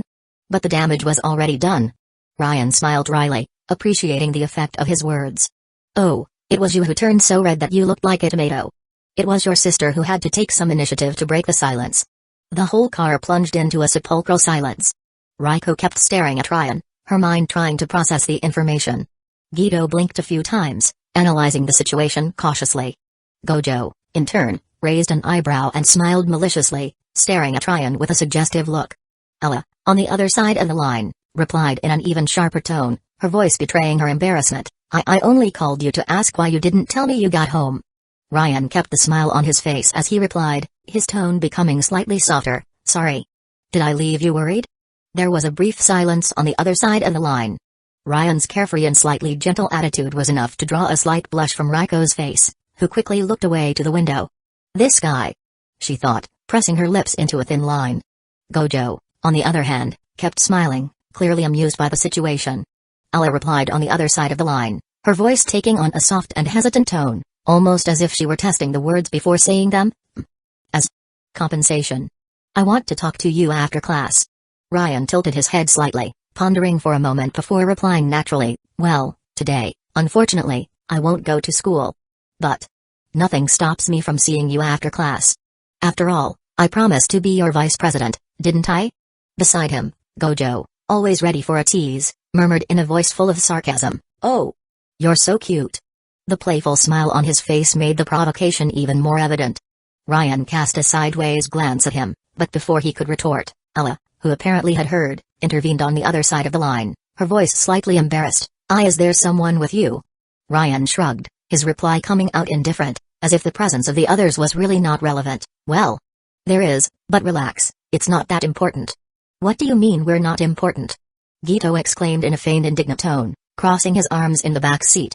On the other side of the line, Ella hesitated for a moment, her voice coming out lower, as if she were afraid of bothering. Well. Then we can talk after class, right? Ryan smiled slightly, keeping the carefree tone. Deal. See you later. On the other side of the line, Ella let out an adorable yoo-woo before hanging up, clearly happy with the answer. It was enough for Gojo to finally drop his joke, his voice full of exaggerated dramatization. Man, I think we have the last romantic alive right here. Hueco, who until then had been watching in silence, leaned slightly forward, resting her hand on the back of Ryan's seat, curiosity evident in her expression. Is she your girlfriend? Ryan turned his head slightly, casting an intrigued look at her before replying with a suggestive smile. Why the question? Is it something that interests you? Hueco's eyes widened before she threw herself back in the seat, crossing her arms and looking away to the window, her face flushed. And no. Of course not. Humphed. Gojo, laughing discreetly in the front seat, leaned back lazily before warning, wake up, the signal opened. Ryan accelerated the car, a wry smile appearing on his face as he casually murmured, have you ever stopped to think how comical it is that we're riding in a car? Guido let out a restrained laugh, shaking his head. It really has a comic tone. After a few minutes, they finally arrived at the school. Ryan analyzed the detailed architecture of the building and the uniforms of the students passing by, immediately noticing the religious atmosphere impregnated in the place. As soon as the car stopped, Gojo got out first, stretching with a theatrical exaggeration before announcing, Guido and I are going to take a tour around the perimeter. Quick thing, just to check. Are you coming, Ryan? Ryan pondered for a moment, but before he could answer, he felt a slight tug on his overcoat. He raised an eyebrow and looked down, finding Hueco with an expression that mixed hesitation and determination. He said nothing, just watched her, noticing that she wanted to tell him something. Letting out a small sigh, he replied calmly, you guys are strong, aren't you? You can do this without me. Gojo shrugged, accepting the answer without questioning, and followed Guido, leaving Ryan, Kuro and Hueco behind. The girl hesitated for a moment, as if gathering courage to speak. When she finally broke the silence, her voice came out low, loaded with a slight embarrassment. You know, I want to ask you a little thing, but... She looked away at Kuro, who was staring at her with a sharp look, clearly suspicious. Rukongai smiled dryly before tilting her head slightly and saying with a playful but determined tone, "If you'll excuse me, Kuro." Kuro pressed her lips together, letting out a small sigh before giving in. "I hope it's nothing absurd." She made a formal bow and stepped away, leaving the two alone. As soon as they were alone, Rukongai completely changed her posture. Her voice became lively, but still carried a touch of shyness as she called for him, "Ryan." He crossed his arms, maintaining a neutral expression, but clearly waiting for what was to come. Rukongai took a deep breath before blurting out, "Can you pretend to be my boyfriend in this time I have left before assimilation?" The silence that followed was almost palpable. Ryan stood motionless for a full moment, his eyes analyzing the girl in front of him as if to make sure he had heard correctly.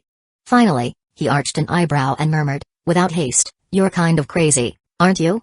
Rukongai lowered her shoulders a little, her tone becoming more hesitant. "So? You can't?" Ryan closed his eyes for a moment, taking a hand to his chin as he considered. "I haven't denied anything yet." Rukonai's eyes sparkled instantly, her smile growing in expectation. Ryan took that moment to observe her better.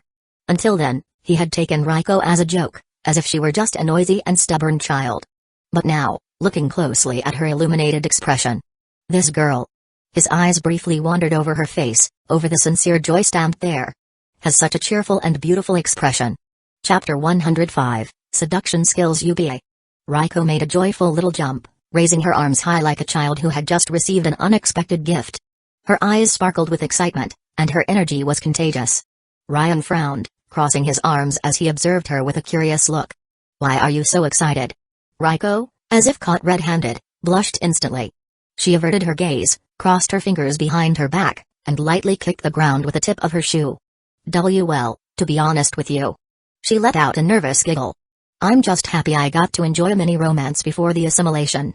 Even if it's just pretend, Her smile was small but genuine. Ryan tilted his head slightly, placing one hand on his waist while running the other through his hair nonchalantly. "The way you're talking. It sounds like you were afraid you'd die without ever having kissed anyone." Rukonai's eyes widened as she stomped her foot on the ground, visibly embarrassed. Her words came out jumbled, almost tripping over themselves. "Come on. I'm being cute here. Yes. I wanted to experience what it's like to be in a couple, even if just once." She pouted adorably, twisting a strand of hair around her finger. "And my friends are always talking about their boyfriends." Her voice trailed off at the end, as if admitting a shameful secret. Ryan let out a light, teasing laugh. "Ah. I see." He winked, exaggeratedly fixing his hair as if playing a role. "So, until your assimilation, I'm Ryan Gosting, Rukongai Amenai's boyfriend. We love each other so much and are already planning a vacation in the Bahamas." Rukonai's eyes widened before she covered her mouth with her hand, laughing. "You don't have to go that far, silly." Before they could continue, a familiar voice interrupted them. "Hey, Rukongai. Class is about to start." The unexpected presence made Rukongai jump in place, clearly surprised. Hey. I'm on my way to class, hee." Rukonai's friend stopped beside her, but her eyes quickly shifted to Ryan, analyzing him from head to toe. Wow. Her voice carried a mix of curiosity and awe. "Who is he? He doesn't look old enough to be a teacher. But he's dressed too differently to be a student." Ryan remained silent, observing with a slight smirk, his hands comfortably in his coat pockets. His analytical gaze evaluated the situation, but before he could say anything, Rukongai made her move. With a mischievous glint in her eyes, she clung to Ryan's arm, squeezing it lightly as she raised her chin with a smug expression. "Oops, I forgot to mention him to you, my bad." Her voice took on a deliberately melodramatic tone as she threw a mischievous glance at Ryan. "He's my boyfriend." The reaction was immediate. Her friend froze, blinking repeatedly as if trying to process the information. Then, like a sudden explosion, "Rukongai, USLY girl. Since when do you date a hunk like that?" Ryan stifled a laugh but, without missing a beat, lowered his voice and assumed a more seductive expression. With a smooth and confident movement, he slid an arm around Rukonai's waist, pulling her slightly closer as he spoke with a husky, provocative tone. "Pleasure to meet you." He paused deliberately, leaning a bit closer to Rukonai's friend. "I came to personally escort my dear Rukongai today. You know how busy Tokyo is." His eyes shifted to Rukonai with a teasing gleam. "And I don't like the idea of my beautiful Rukonai wandering around alone." Rukonai felt her heart race so hard that she feared others might hear it. Her body tensed for a brief moment, and only one thought echoed desperately in her mind, damn. Don't do that. I live in fairy tales. But trying to maintain her composure, she took a deep breath and responded confidently, "Thank you, Ryan." She stepped back slightly, regaining her composure. "I need to go now, I can't be late." Ryan seized the moment to add a final touch.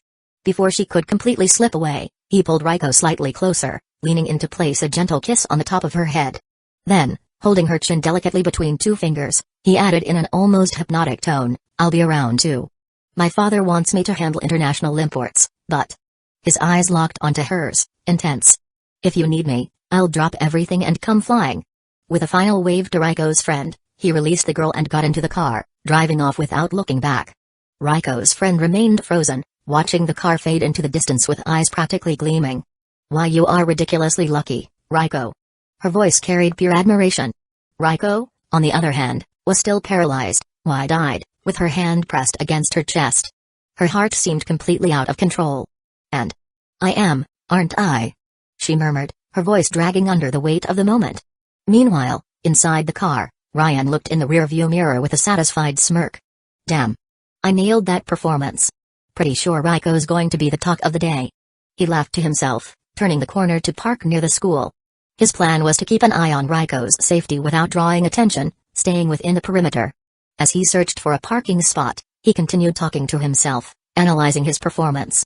"I've always had good seduction skills. But I think I'm getting even better. Have I reached the level to seduce a girl like my Sakurajima?" For a moment, he was thoughtful until something suddenly clicked in his mind. Wait. His eyes widened slightly. "My Sakura."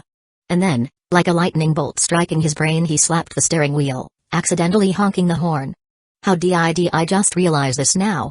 As the realization dawned on him, Ryan felt a shock run down his spine. "Hold on," he muttered to himself, his eyes wide with disbelief and frustration. "I just didn't remember that my Sakurajima was the my Sakurajima." Without hesitation, he reached into his pocket, yanked out his phone, and scrolled through his contacts. Her name was already saved there. With a quick tap, he brought the phone to his ear, barely noticing his heart racing. In another part of the city, Mai Sakurajima stood in the supermarket line, holding a grocery bag against her hip. Her foot tapped impatiently on the floor as she clicked her tongue in frustration. "Hey. I want to pay. Can't you see me?" Her voice sounded somewhat whiny at the end, filled with irritation and fatigue. No response. Not even a glance. It was as if she didn't exist. She let out a heavy sigh, her shoulders dropping. It had to happen now. Is no one going to? The vibration of her phone interrupted her rant, making her jump slightly in surprise. Who the hell is calling me now?" she muttered, pulling out the device with a furrowed brow. Upon seeing the name on the screen, she was momentarily surprised. "Ryan, the crazy guy who can see me when no one else can." She tilted her head slightly, glancing sideways at the cashier, who continued to stare into space, completely oblivious to her presence. Taking a deep breath, she answered the call with a slightly irritated tone. "Why are you calling me out of nowhere?" On the other end, Ryan spoke quickly, as if he were about to solve a life-or-death mystery. "Hey, are you my Sakurajima? The actress?" Mai blinked, pulling the phone away from her ear for a brief second before staring at it incredulously. "Huh? Are you or aren't you?" He sounded almost like a relentless investigator pressing a witness. Mai rolled her eyes, sighing. "You called just to ask me that?" She glanced sideways at the cashier, who still wasn't noticing her. "TSK, yes, it's me. You just realize that now?" Before she could continue her complaint, she risked another glance at the cashier and suddenly noticed something different. "Hello. You can place your items on the conveyor belt." The cashier's polite voice sounded completely unexpected. The world seemed to stop for a second. Mai's eyes widened slightly, her mouth parting in a mix of shock and confusion. "What?" her thought echoed in her mind. "She can see me now." She blinked a few times, as if trying to confirm that it was real. "Are you grocery shopping?" Ryan asked, his tone now more curious than urgent. Still stunned, Mai placed the basket on the counter, feeling the cashier's gaze on her as her thoughts echoed. Just by talking to him. Did my presence return to normal? Mai? Ryan's voice pulled her back to reality. Without hesitation, her words escaped before she could think twice. "Can we meet?" Her voice was softer, almost like a restrained request. On the other end of the line, Ryan scratched his head, pretending to hesitate while secretly feeling amused. "Look. I'm kind of in high demand today." He paused dramatically, a sly smile forming. "But maybe tomorrow?" Mai murmured in agreement, her tone gaining a hint of sweetness as she finished checking out. "What time?" Ryan asked, scanning his surroundings, alert for any sign of Gojo or Gito. This time, Mai's response was firmer, more direct. Time doesn't matter. Just call me, and I'll come. Ryan raised an eyebrow, impressed as his thoughts whispered. Yeah. My charm game is definitely on point. With a smirk and a serious tone, he replied, all right. Morning sounds good. Deal. Her voice held no hesitation. Please, don't keep me waiting. And then, she hung up. Ryan let out a sigh, putting his phone back in his pocket. Well. He murmured to himself, crossing his arms. That was interesting. Chapter 106. The calm was over. Ryan remained staring at his cell phone for a few seconds, turning the device between his fingers as a low laugh escaped his lips. I already found her absurdly sexy since the day I saw her as a bunny girl. He murmured to himself, a playful glint in his eyes. Now that I know she's the Masachika, I think an internal fetish has just awakened within me. He barely finished the sentence and looked away, noticing Gojo and Gito approaching. The pair walked at a leisurely pace, Gojo ahead, waving from afar with his characteristic smile. Hey there, Ryan. Gojo's lively voice cut through the air, filled with his usual confidence. Ryan raised his hand in a casual gesture, responding in a calm voice. Hey. The two approached, and Gito was the first to speak, his serene tone contrasting with Gojo's expansive energy. I left some Shinigamis taking care of Hueco, and Satoru and I took a walk around the block. The perimeter is safe. Gojo nodded in agreement before adding, puffing out his chest with playful arrogance. With us here, Hueco is the most well-protected person in the world. He gestured exaggeratedly, as if it were obvious. Ryan smiled wryly, but inside, his presumption was even greater. In reality, he thought to himself. With me here, she is the most protected person in the world. After all. He closed his eyes for a moment, reflecting, and then turned, his voice coming out more serious and calculating. I think it's better if we stay inside the school. You know, just in case something happens. Gito chuckled lightly, his tone slightly mocking. Yeah, you're right, but I think it's unlikely to happen. Without further ado, they headed inside the school, walking through the silent corridors until they reached the pool area. The place was empty, perfect for them to talk while waiting for Hueco's classes to finish. Time passed slowly and monotonously, until a few hours later, Gojo was leaning on the edge of the pool, fiddling with his cell phone while kicking the water with his tip of the shoe. His impatient tone echoed through the room as he spoke to someone on the phone. It would be much safer to go to Jujutsu High School now. He complained, puffing, frustration evident in his voice. Next to him, Gito had a tired expression, while Ryan remained seated near Kuro, watching the scene without much involvement. The drawn-out voice of the man on the other side of the line echoed through Gojo's cell phone. As much as I want to, they are orders from Tenjin-sama. Gojo rolled his eyes and clicked his tongue, his impatience growing. The man continued, relentless, he said, to fulfill all of Hueco's demands. The call ended abruptly, leaving Gojo even more irritated. TSK. He grumbled, spinning the cell phone in his hands with an air of dissatisfaction. Ryan, who until then had only been watching the scene, let a comment escape naturally, his tone full of sarcasm. Come on. Why the hell do you have a flip phone? Gojo turned immediately, the frustration still clear in his voice. I find it simpler to use, and that's it. He replied, almost as if he were defending himself. And let's face it, Hueco is the epitome of a spoiled brat. Gito sighed, his voice sounding more serious and calm in comparison. Don't be like that, Satoru.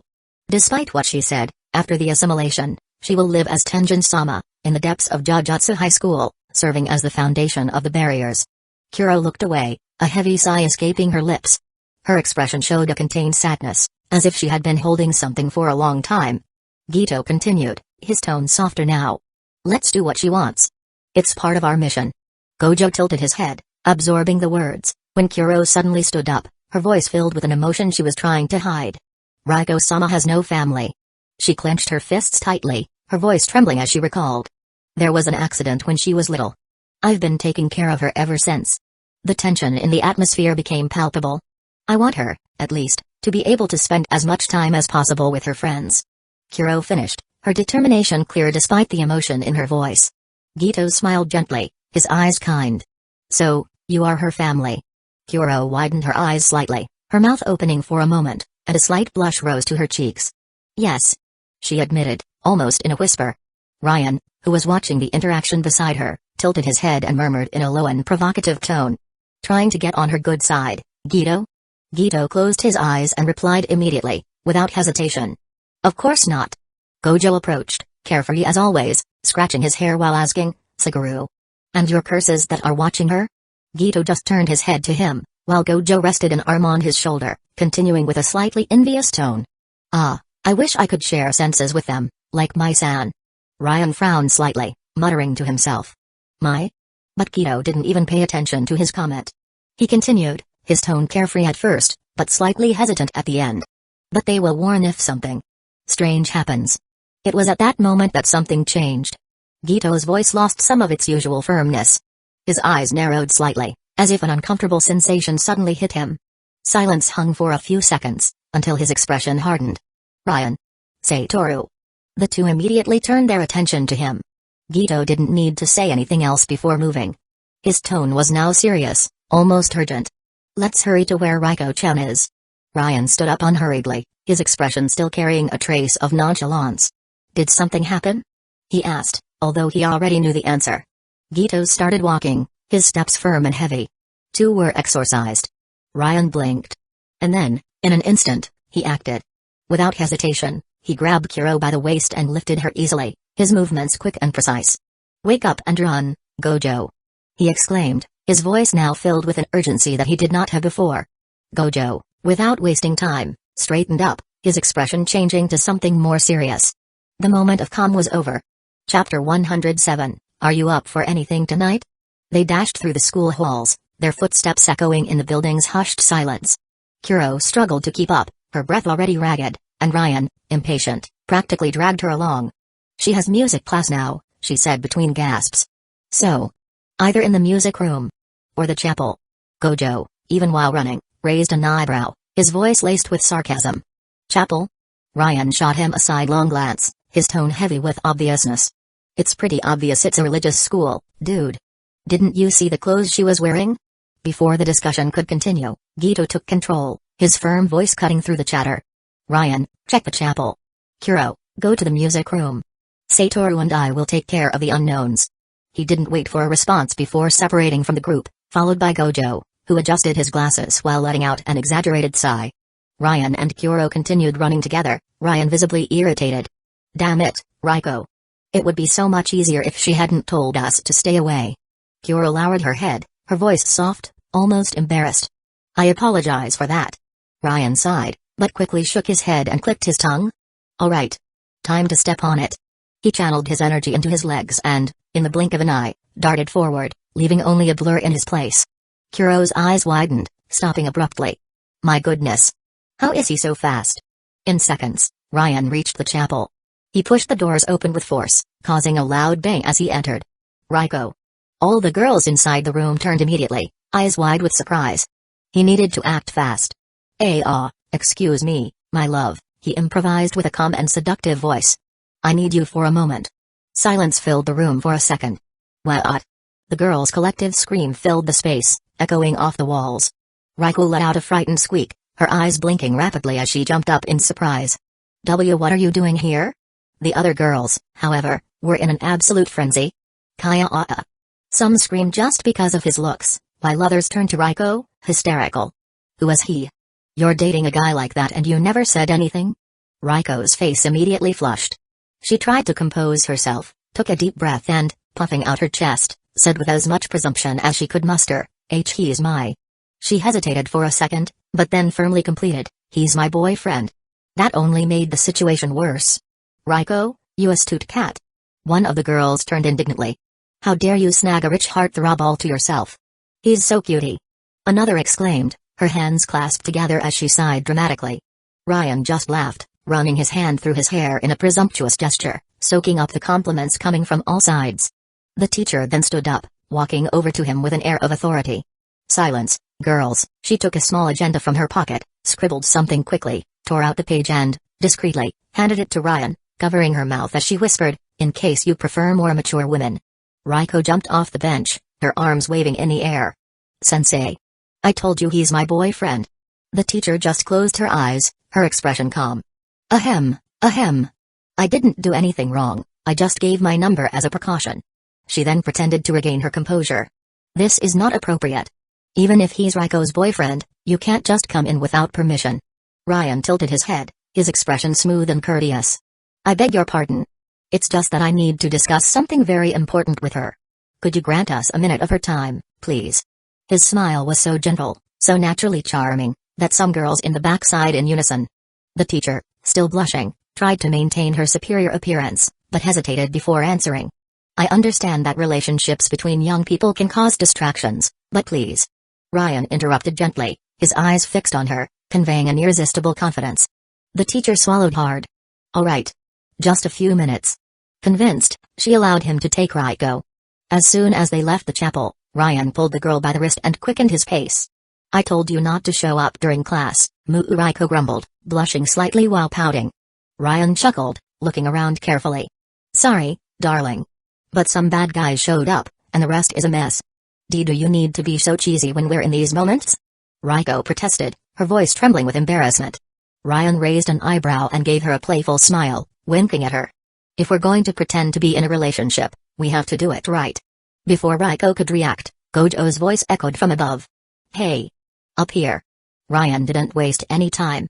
In an agile movement, he lifted Hueco into his arms, carrying her as if she were a princess. Hold on tight. Hueco let out a surprised squeak the moment Ryan jumped, until they landed smoothly on the roof, where Gojo was waiting for them. Look at that, someone's been working on their leg muscles, Gojo commented, sporting a smug grin. I could very well carry her using my powers, but I'll let your chivalry shine for a bit. He turned away nonchalantly, already starting to run. Let's go to Jujutsu school. I imagine Hueco doesn't want to involve her friends in this mess. Without hesitation, Ryan followed Gojo, leaping between buildings with ease. But, in the middle of the journey, something interrupted the group's tranquility. A bizarre figure appeared before them. The man wore a shopping bag over his head, with a poorly cut hole in the eye region.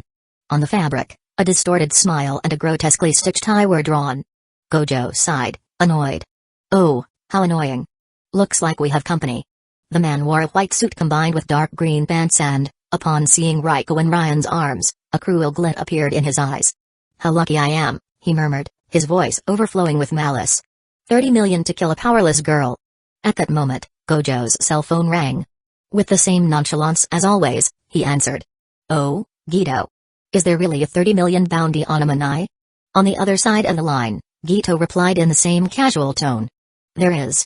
It was posted on an underworld website, one of those that only curse masters access. Ryan raised an eyebrow and gave Hueco a playful look. Not bad, huh, sweetie? You're worth a fortune. Hueco blushed instantly, her eyes widening. That's not good at all. Ryan ignored her panic and turned to Gojo. By the way, what the heck is a curse master? Gojo glanced at him sideways, a smile playing on his lips. A bit uninformed, huh, buddy? Studying is good for you, you know. Ryan frowned, his tone laced with sarcasm. It's just that I prefer to spend my time on other things. He winked at Hueco, who looked away, blushing even more. Gojo, always cheerful, began to explain while keeping an eye on the enemy, who was now multiplying around them. Curse masters are sorcerers without affiliation. Basically, mercenaries who sell their services to the highest bidder. Ryan shrugged. Oh. I guess I can understand with this short explanation. Gojo cracked his shoulder, a glint of challenge appearing in his eyes. Leave this one to me. You landed a hard blow on my ego back at the building. So I guess I'll have to show off a bit. He opened his arms in an exaggerated gesture, as if he were about to put on a show. Hueco, still in Ryan's arms, began to count the enemies around them. 2, 3, 4. They're all identical. Are they Shinigami? Gojo grinned, shaking his head. No. They're clones. At the same moment, two of them lunged at him. But before they could attack, Gojo pulled both of them towards him and made them collide brutally against each other. Ryan had to duck quickly to avoid being hit by the flying bodies. Damn it, pay attention. Gojo, however, just smiled. I think you're the one who should be paying attention. The real enemy took advantage of the distraction to order his clones to attack Gojo, but the blows simply stopped before touching him. It was as if there was an invisible barrier preventing any contact. Gojo shot a smug look over his shoulder at Ryan. See? That's how it's supposed to work. The enemy yelled, frustrated. What the hell? Is there some kind of barrier around him? Gojo sighed, taking off his glasses and grinning arrogantly. It's a Mugen. Seems like people have been skipping classes lately. He then began to explain his technique in detail, as if he were giving a lecture to a group of students. Ryan narrowed his eyes, his tone laced with mockery. Why is this idiot explaining how his power works like that, out of the blue? Rukongai put her hand on her chin, thoughtful. From what I know, when a sorcerer explains their ability, it ends up getting stronger. It's called a binding vow. Ryan sighed, bored. What a convenient concept. And convenient for the author of the novel too. Novel? Rukongai blinked, confused. Nothing, just talking to myself. Meanwhile, Gojo continued to play with the enemy, like a cat toying with a mouse. Rukongai, on the other hand, twirled her hair around her fingers, her voice a little hesitant. See, changing the subject. Ryan turned his face to her, waiting. She took a deep breath, mustering courage. Are you up for anything tonight? Chapter 108, What Could Go Wrong, Right? Ryan raised his eyes to the sky, looking thoughtful. Well, I have to meet Ali later this afternoon. But I don't think it will take that long. He then looked back at her with a sly smile. If it's later at night, I'm definitely free. Raiko's eyes sparkled with excitement. She clenched her fists, gathering all her determination before asking, her voice coming out in a thread of courage. Well. What do you think of? You know. Ryan completed, in a carefree voice. Going out to spend some time together? She blushed, but took a deep breath and nodded quickly. Why yes.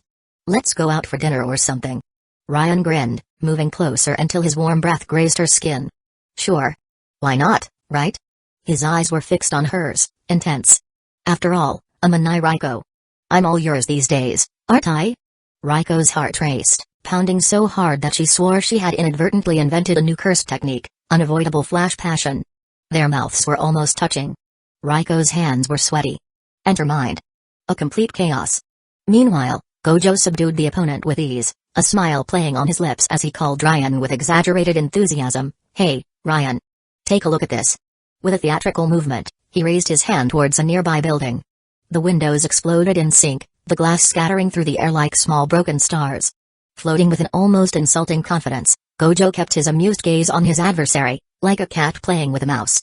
Next is the unlimited divergence. He murmured, his voice loaded with anticipation.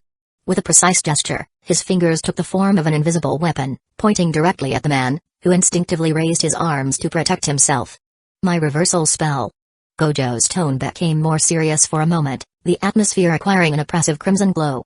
The tension in the air almost vibrated. Red. The man held his breath. The space around seemed to hesitate, as if reality itself awaited the inevitable explosion.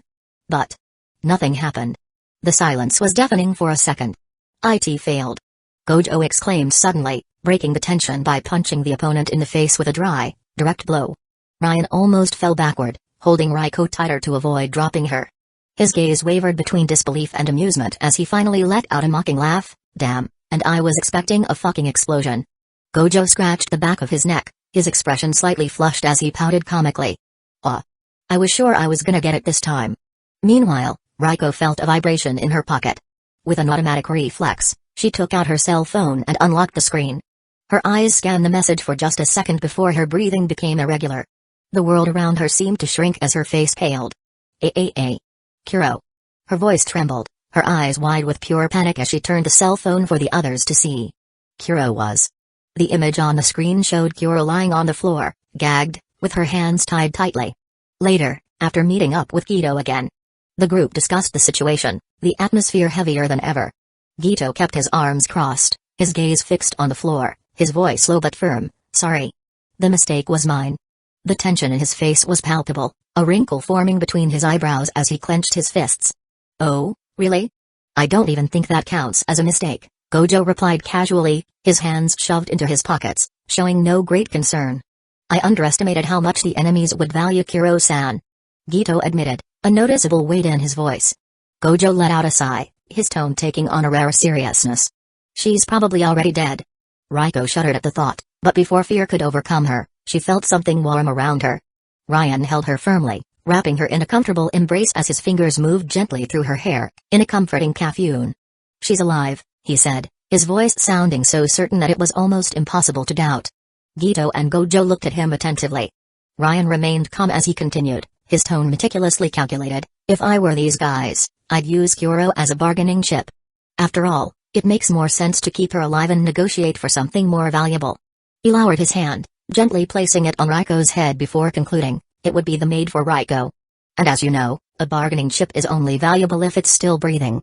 Gojo tilted his head slightly, thoughtful. After a moment, he gestured casually. You've got a point. In the end, we're at an advantage. Amanai, who is their ultimate target, is still with us. Ryan sighed, closing his eyes for a moment as he thought. There's a possibility of going back in time and saving Kuro, but... His voice became slightly lower as he looked at Reiko out of the corner of his eye, noticing her eyes tearing up. I want to keep the events so far. And besides, rescuing Kuro won't be difficult. His eyes turned to Gito, taking on a firm and determined tone, like Satoru said, we're at an advantage. Let's use it to our advantage. Ryan wiped away a lone tear that rolled down Reiko's face before smiling at her, trying to bring some lightness to the situation. We're going to save Kuro. After all. His smile grew a little wider as he looked into her eyes. You still have a lot to say to her, don't you? Reiko was silent for a few moments, absorbing his words. Her gaze sparkled slightly before a small smile began to form. She nodded, determined. Yes. With a new wave of energy and resolution, the two raised their fists together. Let's save Kuro. Gojo watched them for a second before raising his fist as well, a carefree smile on his face. That's it. Gito, on the other hand, let out a deep sigh, looking at the scene before him. Wow. They seem to share the same neuron. Meanwhile, Reiko cast a discreet glance at Ryan, her smile taking on a softer, almost secret tone. Ryan. She thought, feeling an unexpected warmth in her chest. He managed to give me hope even now. He's really cool. In the end, it was easier than they expected. The invasion of the place where Kuro was imprisoned was almost anticlimactic. Gojo, always eager to show off his abilities, especially in front of Ryan, decided to turn the mission into a private spectacle. The enemies didn't even have time to react before being crushed like insects under his overwhelming force. The sound of dry blows and muffled screams echoed through the corridors. In the next instant, the last barrier was effortlessly shattered. The door swung open violently, revealing Kuro tied up inside the dark room. Kuro. Reiko ran to her without hesitation, her tears already welling up before she even reached her. As soon as she untied her, she threw herself into her arms, hugging her tightly as if trying to make up for the absence of seconds ago. Ryan, standing at the entrance, watched the scene with his hands in his pockets, averting his gaze from the destruction around him. See? It was easier than hitting a roadside dummy. Gojo casually interrupted, scratching his ear with feigned boredom. Kuro, now free, stood up slowly, her muscles tense from the long immobilization. She lowered her head, her voice coming out restrained and embarrassed. I'm sorry. I let myself before she could finish. Ryan raised his hand, cutting her off in the middle of the sentence. It was nothing, he said, his tone casual but with an undeniable weight of certainty. The important thing is that you're okay. Without waiting for an answer, he turned and began to walk away, his footsteps echoing across the cold floor. Okay, this is my cue to take a little trip. I have some things to take care of. But, just as he was about to step through the door, he stopped abruptly. With a calculated step back, he turned his face, a playful smile appearing on his lips. Ah, and Reiko. His voice carried a suggestive, almost provocative tone. Our promise still stands. He finished with a wink. Gojo, who had until then been distracted analyzing the wreckage of the fight, frowned. His gaze shifted between Ryan and Reiko, trying to grasp the connection between those words. What promise? Kuro stepped forward, her voice stumbling slightly, still affected by the recent events. Reiko, however, just smiled slightly, holding Kuro in a more comforting embrace. Right. It's still up. She replied, returning the wink. Ryan needed nothing more. He nodded slightly and left, disappearing into the dark corridor as his mind was already processing the next steps. Okay. Tonight is going to be interesting. Next task, find the My Russian girl. Then, a date with a girl who has a 30 million bounty on her head. What could go wrong, right? Chapter 109, do you remember last night? Ryan drove through the streets of Tokyo as the sky turned reddish hues, reflecting the city lights like a sea of pulsating neon. The car engine vibrated in harmony with the hypnotic rhythm of Kavinsky, Night Call, his favorite song, echoing softly through the interior of the vehicle. He was relaxed, one hand on the wheel and the other resting on the door, when he felt his cell phone vibrate in his pocket. He sighed, tilting his head slightly to the side. It's wrong to use your cell phone while driving. He murmured to himself, a wry smile appearing on his lips. But if that's the case, I'm already all wrong for driving without a license. With an agile movement, he pulled out his cell phone and swiped the screen to see the message. Kuro, you little scamp. You took OFF with Miss Reiko's car.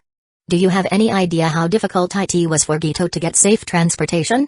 Ryan let out a smug chuckle and recorded an audio message, his tone full of provocation. Relax, Kuro-san.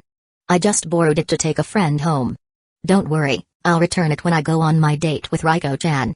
He sent the audio and smiled to himself, already anticipating the inevitable indignant response. And, as expected, Kuro immediately began typing. Kuro, date? What are you thinking of doing with Reiko? Even though it was just a simple message, Ryan could practically hear Kuro's scandalized voice, imagining his expression of frustration and embarrassment. Even more pleased, he chuckled softly as he put his cell phone on silent. Kuro will have to remain curious for a moment. It was then that his eyes caught Ala leaving school, as dazzling as ever. Her long silver hair shimmered in the afternoon light, and her blue eyes wandered restlessly around, searching for him.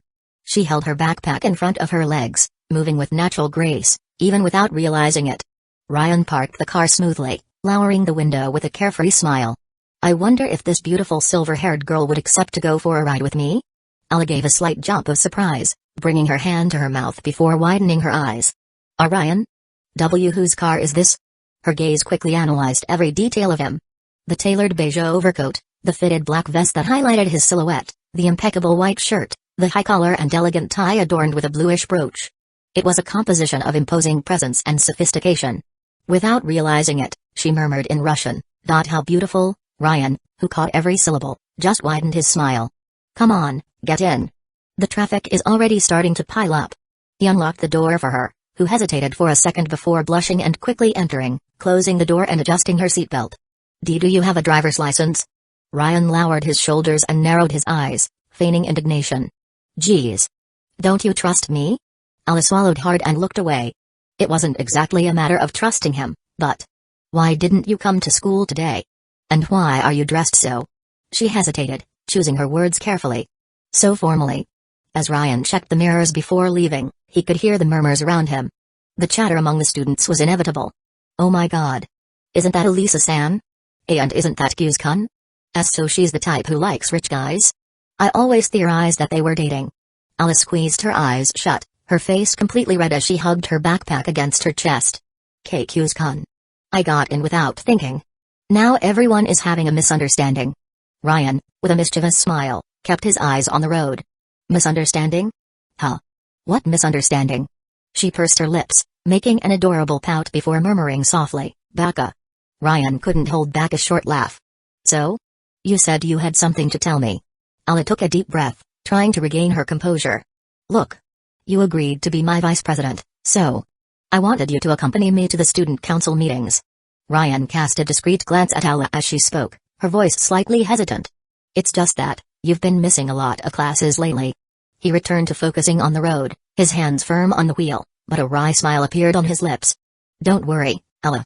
I said I'd help you become president of the student council, didn't I? And that's what I'm going to do. He raised a finger, emphasizing his next sentence, his voice full of carefree confidence. You're going to make it. Not because of me, but because you're amazing. The most I'll do is give you a little support. And about the classes, you don't need to worry about that either. All these absences are being explained in the director's office, and I'm paying for it with homework. As he said this, he slightly shifted his gaze out the window, his thoughts flowing with a touch of irony. In reality, I'm not doing anything. But technically it's not a lie that the school is helping me, thanks to Gensai's influence. And, let's be honest, I'm saving everyone's skin, which is still work. Ala became shy, her voice coming out in an almost trembling tone. Thank you. Kuze-kun. Ryan noticed how she glanced at him sideways, only to quickly look away, as if she were afraid of being caught in the act. She fidgeted with her legs, and sometimes bit her lower lip, an involuntary gesture that revealed her growing anxiety. He smiled smugly, the provocative tone in his voice. Do you remember last night? Ala let out an embarrassed squeak, almost an adorable mew, her face exploding in a reddish hue that contrasted perfectly with her silver hair and blue eyes. Hanya. She covered part of her face with her hands, shaking her head in embarrassed denial. And no need to remind me of that. Ryan chuckled softly, the amusement evident in the mischievous glint in his eyes. Why not? In my opinion, it's something to be remembered. His sly smile only made Ala look away even more, her cheeks puffed out in a frustrated pout. Mushi was silent for a moment, before murmuring, her voice filled with a touch of cute frustration, What are we, blockhead? You're making me fall in love and I don't even know what to do. The sentence came in Russian. Ryan blinked, surprised, as he quickly processed the words. His heart gave a slight stumble. Damn it. Should he show that he understood Russian? This could completely change the dynamic between them. He took a deep breath, his gaze taking on an unusual seriousness. Ella. Chapter 110, Go all the way deep in her, Ryan. The tone of his voice made her look at him immediately, surprised, her big, bright eyes yearning for the next words. I was thinking. Behind his confident expression, he also felt a certain anxiety. But, as always, he knew how to mask it perfectly. It's been a year since we met. And we've gotten a lot closer in these last few days, don't you think? Ella's eyes widened, her heart racing like an uncontrolled drum. Her mind began to spin in chaotic thoughts. What is he going to say? Ryan parked the car slowly, making sure he could look directly into her eyes. The atmosphere inside the car became denser, charged with an almost palpable tension. What do you really think about me? His eyes narrowed slightly, his tone deeper and more introspective. You speak in Russian at times. And I don't understand what you're saying. Sometimes, it seems like you're commenting on important things. Ella blinked a few times, biting her lip as she tried to organize her thoughts. Ryan, in turn, was immersed in his own dilemmas. It's not the time to bring Ella into my world. She's innocent. She has a normal life, far from the supernatural. He closed his eyes for a brief second, letting out a restrained sigh as he continued in his thoughts. Who knows when? I'll feel more powerful than that strange goddess I encountered in Hinamizawa. That way, I'll know I can keep Ella out of danger. Even in this crazy world. It. Ella tried to speak, but seemed frozen. Ryan started the car again, his tone regaining its usual provocative confidence. You know. I think I'll learn Russian to understand what you're saying. Ella's ears turned red instantly. With an almost automatic gesture, she pulled her backpack to cover part of her face, as if it could hide her overwhelming embarrassment. Do you do that? Then you'll be able to understand when I say I love you. She murmured in Russian. Ryan felt an unexpected warmth in his chest. His fingers tightened slightly on the steering wheel, an almost imperceptible gesture, but full of emotion. His mind was divided into two opposite sides. A dark and mocking voice whispered inside him, see? She's literally admitting she loves you. Go all the way deep in her, Ryan. But then, a second voice, more serene and rational, emerged. No, Ryan Gosting. You need to contain yourself. Don't make the same mistakes of the past. For a moment, his mind spun between the two extremes. Damn. I don't know whether to listen to the top or the bottom head. Before he could say anything, he realized that they had already arrived at Ella's destination. Time had passed faster than he imagined. He stopped the car in front of the apartment, returning to his carefree expression as he spoke. Well, by car, this way is much shorter. Ella took a deep breath, regaining her beautiful smile before turning to Ryan. Thank you for bringing me home. She opened the car door, but hesitated for a moment when she noticed an elderly lady standing at the entrance of the building. It was Hannah, the neighbor from the apartment next door. Her gaze was gentle, and her voice, though weak with age, carried a comforting warmth. Ah. Elisa-chan. You arrived earlier today. Ella smiled sweetly. Hello, Mrs. Hannah. How are you? The old lady glanced at the car, finding Ryan sitting in the driver's seat. He waved with a polite and warm smile. The old woman's eyes widened slightly, and her expression gained a nostalgic touch. Oh, my. Elisa-chan, you have a very handsome boyfriend. She let out a soft laugh. He reminds me of my husband when he was young. Ah, how handsome he was. Ella froze instantly, her eyes wide, her mouth slightly open, while a subtle tremor ran through her legs. Her face took on an intense reddish hue, unable to formulate a coherent response. Mrs. Hannah approached the car, placing her hands on the door with a playful but sincere look. Be gentle with her, young man. Elisa is a beautiful girl and seems strong and independent, but, deep down, she is still just a sweet woman who is discovering the world. Ryan closed his eyes for a moment and tilted his head slightly, responding with a courteous tone, but full of natural charm. Of course, Obasan. I know Ella is the most delicate flower anyone could find. I would never forgive myself if I stained a single petal of this flower. Ella's heart leaped, beating at a frenetic pace. She turned abruptly, murmuring in a trembling and embarrassed voice, Kuzku-an. Before she could recover, a new voice emerged. Era? Ella-chan? Masachika-kun? It was Masha, who had just come out of the gate. Her eyes widened slightly when she saw Ryan, but she soon regained her composure, approaching with her usual elegant posture. Mrs. Hannah smiled at the arrival of Ella's sister. Your sister is very lucky, Maria-chan. This boy has the eyes of a knight, I can see that clearly. Masha looked at Ryan in the car, blushing slightly before regaining her sweet and controlled tone. What a surprise to see you driving, Masachika-kun. And still being a gentleman and bringing Ella-chan home. She approached her sister, enveloping her in a warm and protective embrace. Ella, on the other hand, froze completely. Masachika-kun? Since when does she call him that? She thought to herself, confused and suspicious. Ryan, maintaining his carefree tone, replied, she wanted to talk to me about the student council elections, so I managed to come to her.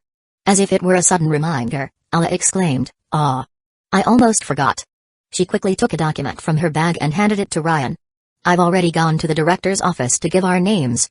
You just need to sign this paper and everything will be fine." Ryan took the papers, looking at them with a wry smile. In his mind, an ironic thought formed, soon. I'll be signing our wedding papers. Soon. He opened the glove compartment and took out a pen, signing the document as he spoke. "So, I won't go tomorrow either. Is it okay if you deliver it for me?" Ella put her hand to her chin, pondering. "Another day without you at school?" Her gaze took on a melancholy tone before she sighed. "I think I can deliver it for you, but when are you going back to classes normally?" Ryan smiled reassuringly. "Soon. I just need to resolve some last things, and I can spend the days with you in class and during breaks." Ella looked away, blushing slightly. Be quick about it. You don't want a report card full of absences, do you?" She spun on her heels and took Mrs. Hannah by the arm. "Come on, Hannah-san. I'll escort you to the elevator." As she walked away with the elderly woman, Masha stood beside the car, watching Ella disappear into the building. She smiled gently before covering her mouth with her hand. "Ella is very excited about you two running together for student council president." Ryan looked at her, his expression becoming a little more playful. "It's something very important to her, isn't it?"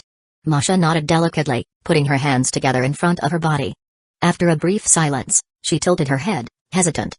"You don't want to come in?" "Masachika-kun?" Ryan raised an eyebrow, surprised by the invitation. "Look, I was tempted to accept, but unfortunately I need to go somewhere else." Masha gave a wry smile, a curious glint in her eyes. "Ah. I understand." She looked away for a second before looking back at him. "You know, I wanted to ask you for a little help. As you know, I'm the student council secretary, and they asked me to catalog the new clubs this year. Would you mind I accept?" Ryan replied before she even finished the sentence. Masha's eyes twinkled slightly, and an almost imperceptible blush appeared on her cheeks. However, she soon smiled gently, with a subtle touch of mischief. "You accepted quickly." Ryan chuckled lightly. "You think I would refuse?" Masha put her hands behind her back, shrugging her shoulders charmingly. "Then, as soon as you can, let's do it." She was undeniably adorable. Ryan nodded, watching as she took a few steps back before waving goodbye. He started the car, rolling up the windows as he muttered to himself, exasperated, "Okay, the world needs to give me credit for being able to contain myself in the face of so much cuteness from these waifus." He sighed, turning on the air conditioning, and adjusted his hands on the steering wheel. "Now, it's time for the date with Reiko-chan." Chapter 111, This Destiny is Not What She Desires. The night had already fallen. Ryan quickly stopped by his house, took a shower, and touched up his perfume. He kept the overcoat on a necessity, not just for style, but to conceal the weapon and the bracelet he wore. The long, dark blue overcoat fit perfectly over his broad shoulders, falling with calculated elegance. The heavy fabric reinforced his firm and unwavering posture, complemented by the discreet shimmer of an expensive gold watch. Underneath, a black turtleneck sweater hugged his torso, giving him a sophisticated and mysterious air. The contrast with the caramel trousers created an unexpected balance, a subtle detail that exuded confidence and attention to detail. Leaving the house, he grabbed his cell phone and called Reiko. The answer came almost instantly, surprising him. "Looks like someone's pretty eager." His voice carried a light teasing, a playful tone that didn't go unnoticed. On the other side, Reiko's voice sounded thin, as if she were assimilating the reality of what she was about to do. Still, she tried to maintain her composure. "When I become Tenjin-sama, I won't have time for these casualities." "So, you have been selected to be my first stand." She paused briefly, as if needing to catch her breath before completing. "Last date." Ryan opened the car door, a smile playing on his lips. "It's an honor." His reply was laden with irony, as if he didn't take her words so seriously. Reiko, on the other hand, seemed radiant. Ryan could imagine her animated smile as she retorted, "Since you know it's an honor, you better hurry up. I'm already all dressed up and waiting at the apartment from earlier. You wouldn't leave a girl as amazing as me waiting for her first date, would you?" The roar of the engine echoed from the other side of the line, accompanied by the sudden sound of tires burning against the asphalt. "Don't worry, I'll be there in 10 minutes." Ryan spoke with an amused presumption before hanging up. He put the phone in his pocket, glancing briefly at the car's dashboard. "Well, I guess nothing bad will happen," he murmured, but his gaze soon shifted, carrying a slightly serious expression. "I just want a quiet date. I think Reiko deserves that." When he reached his destination, he parked the car and got out with the same usual confidence. He adjusted his overcoat, checked his watch, and glanced at the time with a satisfied smile. It was only 9 minutes. He walked towards the entrance, chest puffed out, without hesitation. Going out with beautiful women was routine for him, and this date shouldn't be any different. However, upon opening the door, he immediately came face to face with Kuro holding a mop, her expression tense. There's no way this is going to work. The way she held the mop made it clear she was ready for combat. Ryan raised an eyebrow, analyzing the scene with slight disbelief. "What? I chose my clothes so carefully." "I'm not talking about that," Kuro shouted, frustrated. Before Ryan could respond, another voice interjected. "Relax, Kuro. It's just a silly date." Gojo appeared behind her, a carefree smile on his face. "You don't want Reiko to become Tenjin-sama without enjoying this part of adolescence, do you?" Beside him, Gito kept his hands in his pockets, his expression indifferent. "It's too dangerous." Kuro crossed her arms, her voice laden with concern. "Both Ryan and the people after Reiko." Ryan tilted his head, blinking as if lost. "Me? Dangerous?" Gito finally spoke, his voice always calm and thoughtful. "Gojo and I will go too. That way, security will be more than guaranteed." Ryan raised his hand in an immediate gesture of refusal. "No way. Reiko wants a date for two." Gojo smiled faintly, clearly amused by the boy's confidence. "Can you handle taking care of her alone?" Ryan adjusted his overcoat subtly, his gaze sharp. "I crossed that Mugen thing when you were sure it was impossible. Want to doubt my abilities again?" Gito, though still suspicious, grumbled. "I don't know. As Kuro said, you're dangerous too." Ryan frowned, crossing his arms. "You're treating me like a weirdo, you know." He sighed, gesturing with his hand. "Have you forgotten I'm a contractor for your family?" He glanced at Kuro, who hesitated for a brief moment. "Or, do you think your family would hire an assassin?" Gojo laughed, opening his arms playfully. "What if we stay about 200 meters away? That way, you have privacy and 250 meters. Just to be sure." Reiko's voice cut through the conversation, immediately attracting Ryan's attention. He turned to the elevator hallway and finally saw her. Reiko's dark blue hair fluttered lightly, long and silky like the starless night. Her eyes shone a vivid blue, reflecting a serene sweetness mixed with an enigmatic touch. Her delicate face, with soft and well-defined features, shaped a subtly captivating expression. She walked slowly, her sweet, soft voice filling the environment. "Sorry for the delay, I needed to go upstairs to get my purse." She smiled charmingly, illuminating everything around her. "So, how do I look?" Reiko twirled gracefully, revealing her choice of attire. Her dress, a deep, luxurious red, hugged her body elegantly. The short, wavy sleeves left her shoulders exposed, highlighting her soft, white skin. On her chest, a blue rose adorned the fabric, a small contrast that further emphasized the sophistication of the attire. The waist was marked by a fitted black corset, accentuating her silhouette with aristocratic refinement. She was, without a doubt, a vision. A rare flower that would only bloom under the light of a distant moon. Ryan blinked, searching for words for a moment, until he finally spoke, his voice light, almost reverent. "You look like you stepped out of a fairy tale." Reiko blushed slightly, her delicate hand resting on her chest as her voice came out in a soft murmur, almost hesitant, "Thank you." The shy blush tinged even the tips of her ears, a subtle but incredibly captivating detail. Ryan smiled naturally, stepping towards her with firm, calculated steps, his gaze carrying an almost theatrical confidence. He extended his hand to her, palm up, and bowed slightly in a gesture of impeccable chivalry. "So, would this beautiful young lady grant me the honor of accompanying her to a dinner worthy of her beauty, a gala restaurant perhaps?" His voice was smooth, engaging, with a hint of playfulness hidden beneath the exaggerated formality. Reiko blinked a few times, seeming surprised by the tone he had adopted, before looking away, hesitant. "Why, you know, those places are usually very expensive and I..." Ryan, however, didn't let her finish. In a fluid motion, he took her hand lightly and bowed in an elegant curtsy. "Dressed like this, it would be a crime not to take you to a place that lives up to it." Then, he leaned in a little closer, murmuring in her ear in a voice laden with amusement, "Not to mention that I like the old movie charm those places have." He pulled away, winking at her casually. Ruiko smiled, a genuine smile that further illuminated her delicate features. She covered her mouth gently with her other hand, laughing lightly before saying sweetly, "I'll leave my knight in your hands." Ryan felt his heart skip a beat, but didn't show it. Instead, he intertwined his arm with hers, leading her naturally. "You need to be back before 11 p.m. Kuro's firm voice made them stop, as if she were a mother giving strict instructions to her daughter before her first outing. Gojo, ever carefree, put his hands behind his head and smiled broadly. "Look, Amanai, your first chance to come home late and get scolded. A rite of passage." Kuro spun on her heels and pointed her finger at Gojo, her face flushed with frustration. "Don't encourage that kind of behavior." She paused, her gaze becoming more serious as she turned to Ruiko. "You know the situation she's in." Ryan placed one hand over his chest in a solemn gesture, his voice taking on a lower, more respectful tone. "Don't worry. I promise to take care of her with my..."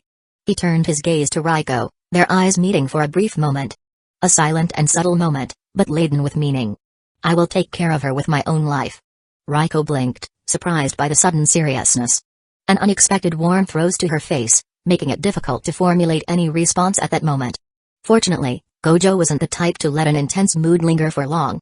"All right, let's get going, because the night is young." He spun on his heels and headed for the door, completely at ease. Gito sighed, sinking his hands into his coat pockets as he followed. "We'll be right behind you." 250 meters away. He looked over his shoulder, his tone carrying a subtle warning. "If something goes wrong, we'll send a signal. You grab Ruiko and leave immediately." Ryan didn't answer immediately, just gently squeezed Ruiko's arm against his, guiding her to the car. Like a true gentleman, he opened the door for her, allowing her to enter first. Soon, they arrived at one of Tokyo's most luxurious restaurants. Ruiko couldn't hide her amazement, her eyes shining as she observed the elegant cars parked and the sophisticated entrance to the place. But then, she turned to Ryan, a look of slight concern forming on her face. "Why, this isn't going to be too expensive for you, is it?" Ryan smiled faintly as he opened the door for her. "Relax. Money is no object." Inwardly, however, he thought wryly, "Gensai will have to figure out how to pay my expenses." As they got out of the car, Ryan kept his arm entwined with Ruiko's, guiding her across the red carpet at the entrance. She seemed a little awkward, but didn't try to pull away, just followed his lead. As they passed the luxury cars, Ruiko murmured, still impressed, "How did you get a reservation at a place like this?" Ryan shrugged casually. "Ruiko. It's your first date. I spared no effort to make it unforgettable." She stared at him, surprised by the unexpectedly sincere response. Her blue eyes shone under the elegant lights of the place, reflecting something that made Ryan's heart beat a little faster. Upon reaching the reception, they were led to a table by the window, which overlooked a beautiful grove filled with roses illuminated by small hanging lamps. An almost ethereal setting. Once they were seated, Ryan poured himself a glass of wine, bringing it to his lips with a relaxed air. Ruiko raised an eyebrow, crossing her arms on the table. Are you old enough to drink?" He smirked, swirling the liquid in the glass before answering, "I'm not old enough to drive either." He winked at her, provocatively. Ruiko laughed awkwardly, shaking her head. "Ah. Now I realize that we're not exactly normal." Ryan, still smiling, poured some into her glass and gently pushed it towards her. Ruiko's eyes widened, shaking her hands rapidly. I don't drink." Ryan raised an eyebrow, amused. "Ruiko. You have, what? 48 hours left? Do you really think a sip of wine is going to make a difference?" She hesitated, biting her lower lip as she pondered the absurd logic of it. Finally, she sighed and took the glass, taking a small sip. Ryan watched, curious. "So? What do you think?" Ruiko frowned slightly, looking at the reddish liquid inside the glass as if trying to decipher it. "It's sweet and bitter at the same time. A taste that seems bad, but somehow, it's good too." Ryan leaned back in his chair, crossing his arms with an amused smile. "Look at you. Philosophizing about a sip of wine." Ruiko laughed, closing her eyes for a moment. But when she opened them again, her smile faltered a little. She looked away, her ears blushing subtly as she murmured, "Thank you for letting me experience these things before I fulfill my destiny." The melancholic tone in her voice made Ryan's smile diminish slightly. He lowered his gaze for a brief moment, the weight of her words settling in his mind. It's clear that this destiny is not what she desires. Time unfolded at a pleasant pace. Between sips of wine and precise forkfuls, Ryan and Ruiko enjoyed the sophisticated dishes they had ordered. Each one was an experience in itself, delicate textures, refined seasonings, flavors that melted in the mouth. Were the prices absurd? Certainly. But at least the luxury was justified on the palate. Conversations flowed naturally, oscillating between trivialities and deeper themes. Rukongai talked about her favorite hobbies with genuine enthusiasm, and Ryan listened attentively, absorbing every little nuance of her lively voice. Amidst occasional laughter, the conversation eventually took a more serious turn. Fears, insecurities, small confessions that hid behind well-trained smiles. Ryan watched Rukongai as she spoke, his expression softening as he perceived the vulnerability hidden in her words. But, in a moment of distraction, his gaze drifted to the wide window beside him. The scenery outside was too calm. Strange. He leaned back slightly in his chair, his fingers drumming against the stem of the wine glass as a thought crossed his mind with irony. Wow. It's really quiet. I swore we'd have at least 3 crazies trying to kill Rukongai by now. The suspicious silence bothered him, but for now, there was no reason to spoil the mood. Across town, the calm was just an illusion. Gojo and Kito were lying on the roof of a nearby building, watching the movement below with the disinterest of someone watching a boring movie. The night breeze swayed their hair slightly, but nothing there seemed worthy of their attention. Gojo yawned, stretching lazily before speaking, his voice drawn out by boredom. I've already taken care of about 12 idiots who thought it was a good idea to come close. Kito, who was sitting with his elbows resting on his knees, sighed, sharing the same discouragement. At least they were weak enough not to disturb Ryan and Rukongai. He glanced at the horizon, as if hoping something more interesting would emerge. This is too easy. Gojo chuckled, tilting his head back, his glasses reflecting the distant city lights. Yeah. But hey, don't complain. Every now and then, a quiet dinner is deserved, right? Chapter 112, You're also a fan of Bikomiki? Night fell quietly, but carried a weight in the air. The vibrant lights of Tokyo twinkled like a sea of artificial stars, reflecting on the asphalt wet with the first drops of the light drizzle that began to fall. The sound of cars filled the environment, creating a constant turban melody, while the thick clouds concealed the moon, as if silently observing the unfolding of events. At the top of a building near the chic restaurant, Kuro watched the place attentively, binoculars firmly in hand. Beside her, Gojo and Kito did what they knew best, not taking the situation seriously. Aren't they taking too long to get out of there? Kuro grumbled, her eyes fixed on the inside of the establishment. Kito, lying on the security wall that prevented idiots from plummeting from the top of the building, waved his arm lazily outward, his voice filled with boredom. It's a date, Kuro. They must be exchanging sweet words and discreet pickup lines. Gojo completed, without even raising his head, doing push-ups as if he were in the middle of any workout. Kuro sighed, visibly losing patience, but chose to ignore them. Her attention returned to the couple, and her expression suddenly softened. They are leaving. The little scream escaped before she could contain it. However, her voice soon reduced to a murmur charged with emotion. Lady Rukongai is so smiley. She squeezed the binoculars against her eyes, trying to capture every detail. Rukonai's lips curved in such a genuine way, her eyes sparkled in such a pure way. I've never seen her like this before. Her voice sounded almost like a whisper to herself. So radiant. Gojo, who until then had been stretching lazily, smiled with amusement and approached. Look, I'll tell you, Ryan is really good, huh? I bet the next stop is a love hoot. The binoculars flew towards his head. Gojo didn't even move. The object stopped in midair, floating in front of him. He caught the binoculars in the air with a provocative smile. What's wrong, Kuro? Don't tell me you're one of those mothers who panic when their little daughter starts dating? His tone was loaded with sarcasm. Kuro turned abruptly, her cheeks tinged with red. She's not old enough for these things. Still lying down, Kito decided to tease as well. Well, technically, she isn't. Kuro cut him off before he could finish, her voice exploding in pure indignation. Meanwhile, outside the restaurant, Ryan walked with Rukongai, their arms intertwined naturally. She laughed softly at his stories, the melodious sound of her voice filling the space between them. Rukonai's smile had something mesmerizing, pure, genuine and contagious.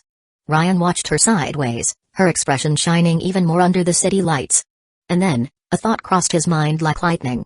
Even knowing her for such a short time, this smile can become precious to me. Without haste, he opened the car door for her. Rukongai held his hand gently as she got in, giving him a playful look. How polite you are. Her smile was thin and graceful, charged with a subtle sweetness.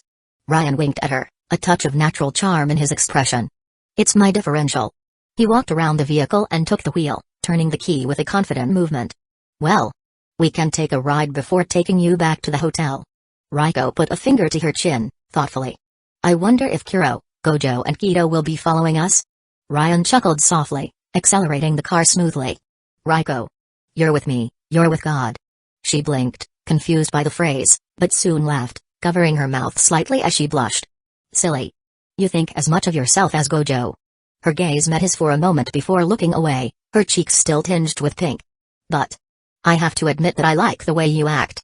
At the top of the building, the tranquility was short-lived. They're leaving. Kuro pointed to the car, her eyes shining with a mixture of anxiety and determination. So let's go too. Gita rose lazily and, without hesitation, threw himself off the top of the building. Gojo walked to Kuro, placing a carefree hand on her shoulder. Let's go for a walk, couple stalker. Don't call me that. Kuro exclaimed, indignant, as Gojo made her levitate effortlessly before jumping with her. The city stretched out before them like an ocean of lights, each neon pulsing against the wet asphalt, reflecting in the shop windows and the polished body of Ryan's car. The night was alive, charged with a unique vibration, mixing the roar of the engine with the soft music playing at a low volume. Ryan drove with carefree calmness, while Hueco, leaning against the door, watched the scenery passing before her, her curious eyes shining with the reflection of the city lights. The night wind blew gently through the small crack in the window, slightly ruffling her loose hair. It was then that something on the avenue caught her attention. Hey, what's going on there, Ryan? She asked, slightly frowning as she lowered the window for a better view. Ryan glanced quickly at the commotion ahead. Something in that scene seemed familiar, something that ignited an instinct in his memory.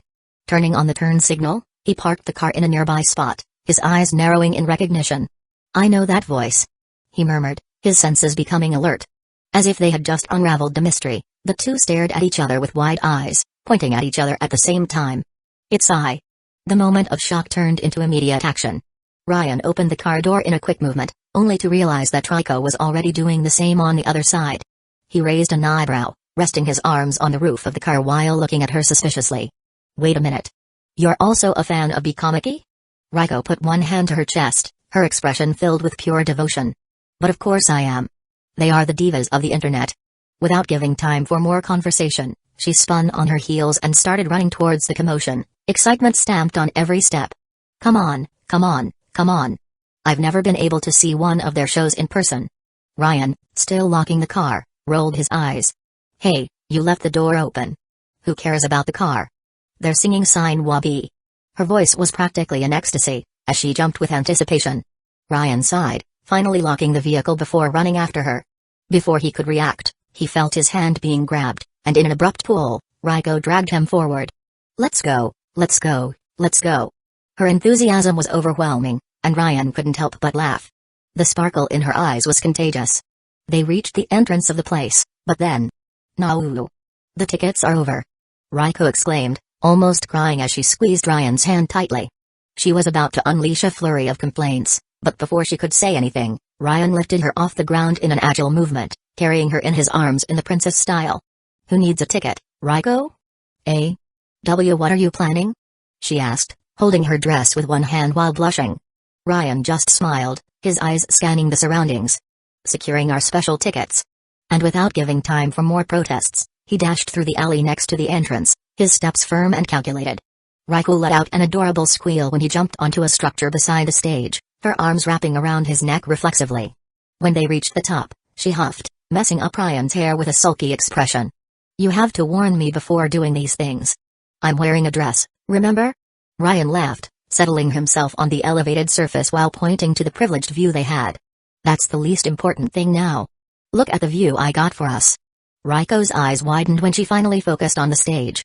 There, right in front of her, eyes shone under the spotlights, her voice resonating like a mesmerizing melody as the chorus of Sign Wabi began. Ryan put her down gently, but she didn't even notice she was completely mesmerized. Without hesitation, she ran to the edge of the structure, her expression filled with emotion.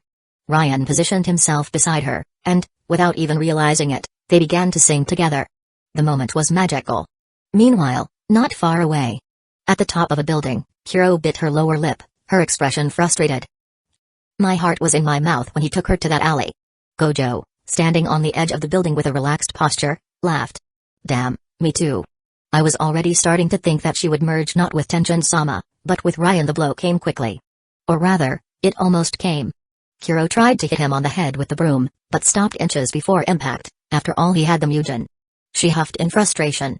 "Stop saying those things," she exclaimed, her face slightly flushed. Gojo just laughed, throwing his head back with amusement. The night went on its course, but one thing was certain: that moment would be etched in their memories. Chapter 113. It is in chaos that opportunities arise. The door closed behind Ryan with a muffled click, and he let out a long sigh, feeling the weight of the evening spread across his shoulders. The house was silent, bathed only in the dim light of the lamp in the corner of the room. Without haste, he took off his overcoat and hung it on the coat rack, his fingers sliding over the fabric as his mind still processed the unexpected events of the night. Going to Ai's show out of the blue. Definitely wasn't in my plans, he murmured to himself as he walked down the hallway. But Masachika's memories make me really like her.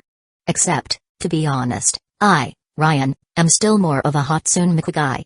He let out a light laugh, a breath of nostalgia hitting him as he began to unbutton his vest.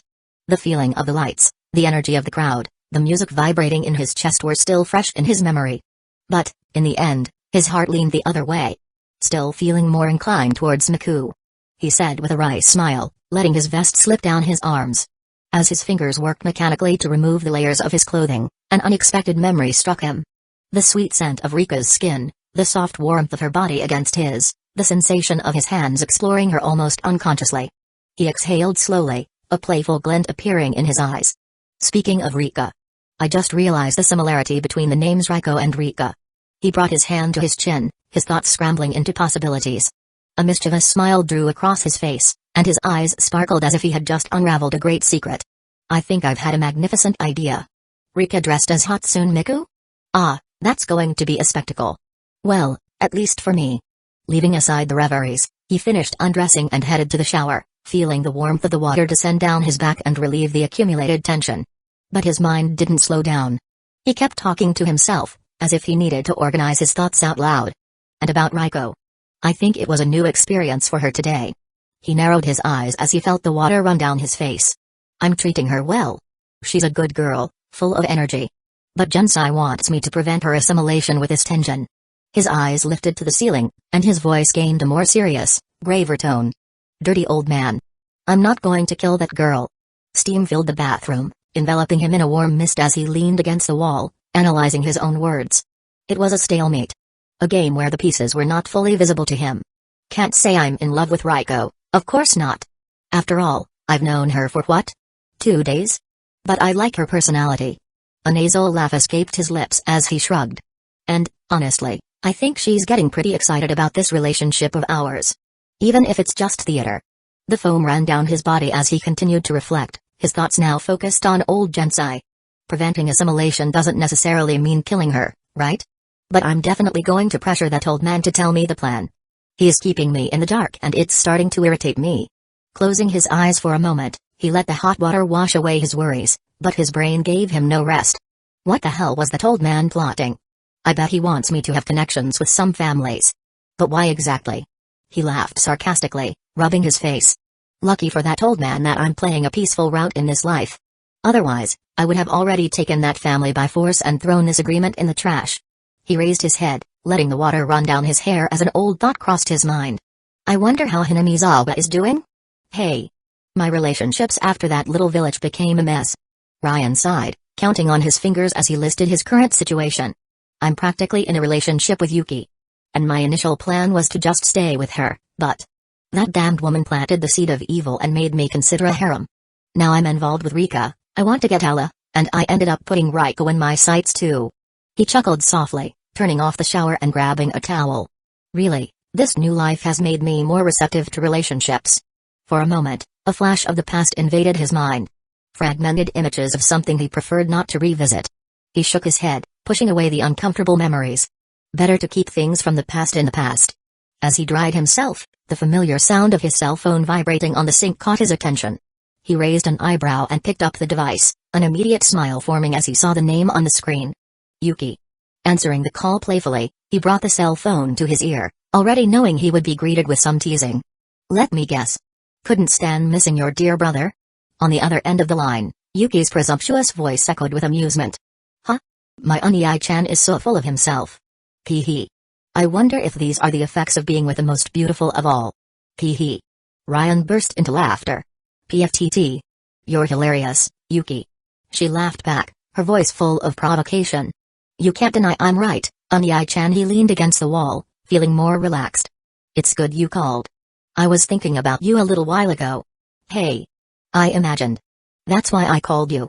Even without seeing her, Ryan could practically visualize the smug little smile on her face. But then, her tone shifted to something more curious. By the way, why haven't you been going to school, Unai-chan? People are starting to notice. Ryan tilted his head, pondering. It's a bit complicated to explain. Is it something supernatural? She asked, excited. He sighed. Yeah. And it kind of involves old man Gensai. Yuki was silent for a second before exclaiming in surprise. What? Grandpa. Ryan shrugged. Yeah, the old man Gensai. On the other end of the line, Yuki seemed genuinely surprised. Wow. Grandpa has connections to supernatural things? I wasn't expecting that. Ryan chuckled softly. Yeah. Discovering more things every day. But then, Yuki became thoughtful. Could that be why he's been acting strange lately? Ryan frowned. Strange? He began to theorize various possibilities in his mind, but Yuki's answer was something he didn't expect. Yes. He's been smiling. Silence hung for a moment. Ryan widened his eyes slightly before letting out a dry laugh. Damn. That's weird. And worrying. Yuki let out a fun laugh on the other end of the line, and as Ryan listened to the sweet intonation of her voice, the cell phone screen flashed with a new call. He rolled his eyes, already imagining who it was. Speaking of the devil. He murmured, letting out an exasperated sigh. Yuki, with her mischievous voice, giggled softly. You can answer it, I'll be with you soon, Unai-chan. Ryan smirked, adopting a more provocative tone. Ah. I hope it's soon. I want to do certain little things with you, you know. Yuki giggled maliciously. Unai, you pervert. Hi. She paused briefly, then softened her voice, loading it with a sweeter, more comforting tone. Good night, Unai-chan. I love you. Before Ryan could respond, the call was ended, leaving him with a half-smile. That girl. He sighed, letting the smile slowly disappear. His gaze turned to the cell phone screen, still indicating the insistent call. Okay. Now let's deal with the old idiot. He answered, activating the speakerphone as he walked to the bedroom. Speak, Gensai.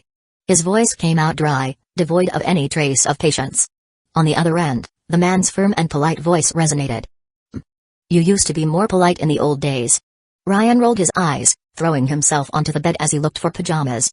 It's just that I'm not in the mood for all that usual cordiality. Get on with it, tell me why you called. Are you doing well in your mission? Gensai asked, his voice loaded with an analytical tone. Ryan paused for a moment, narrowing his eyes at the cell phone screen. What? TSK. How the hell am I supposed to know? You didn't tell me what the plan is.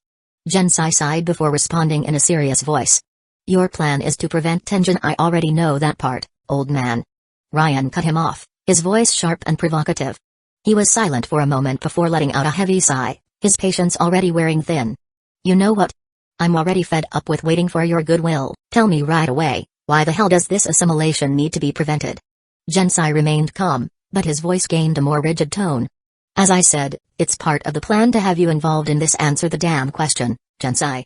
Ryan interrupted again, his voice now loaded with threat. Don't try to play the powerful old man.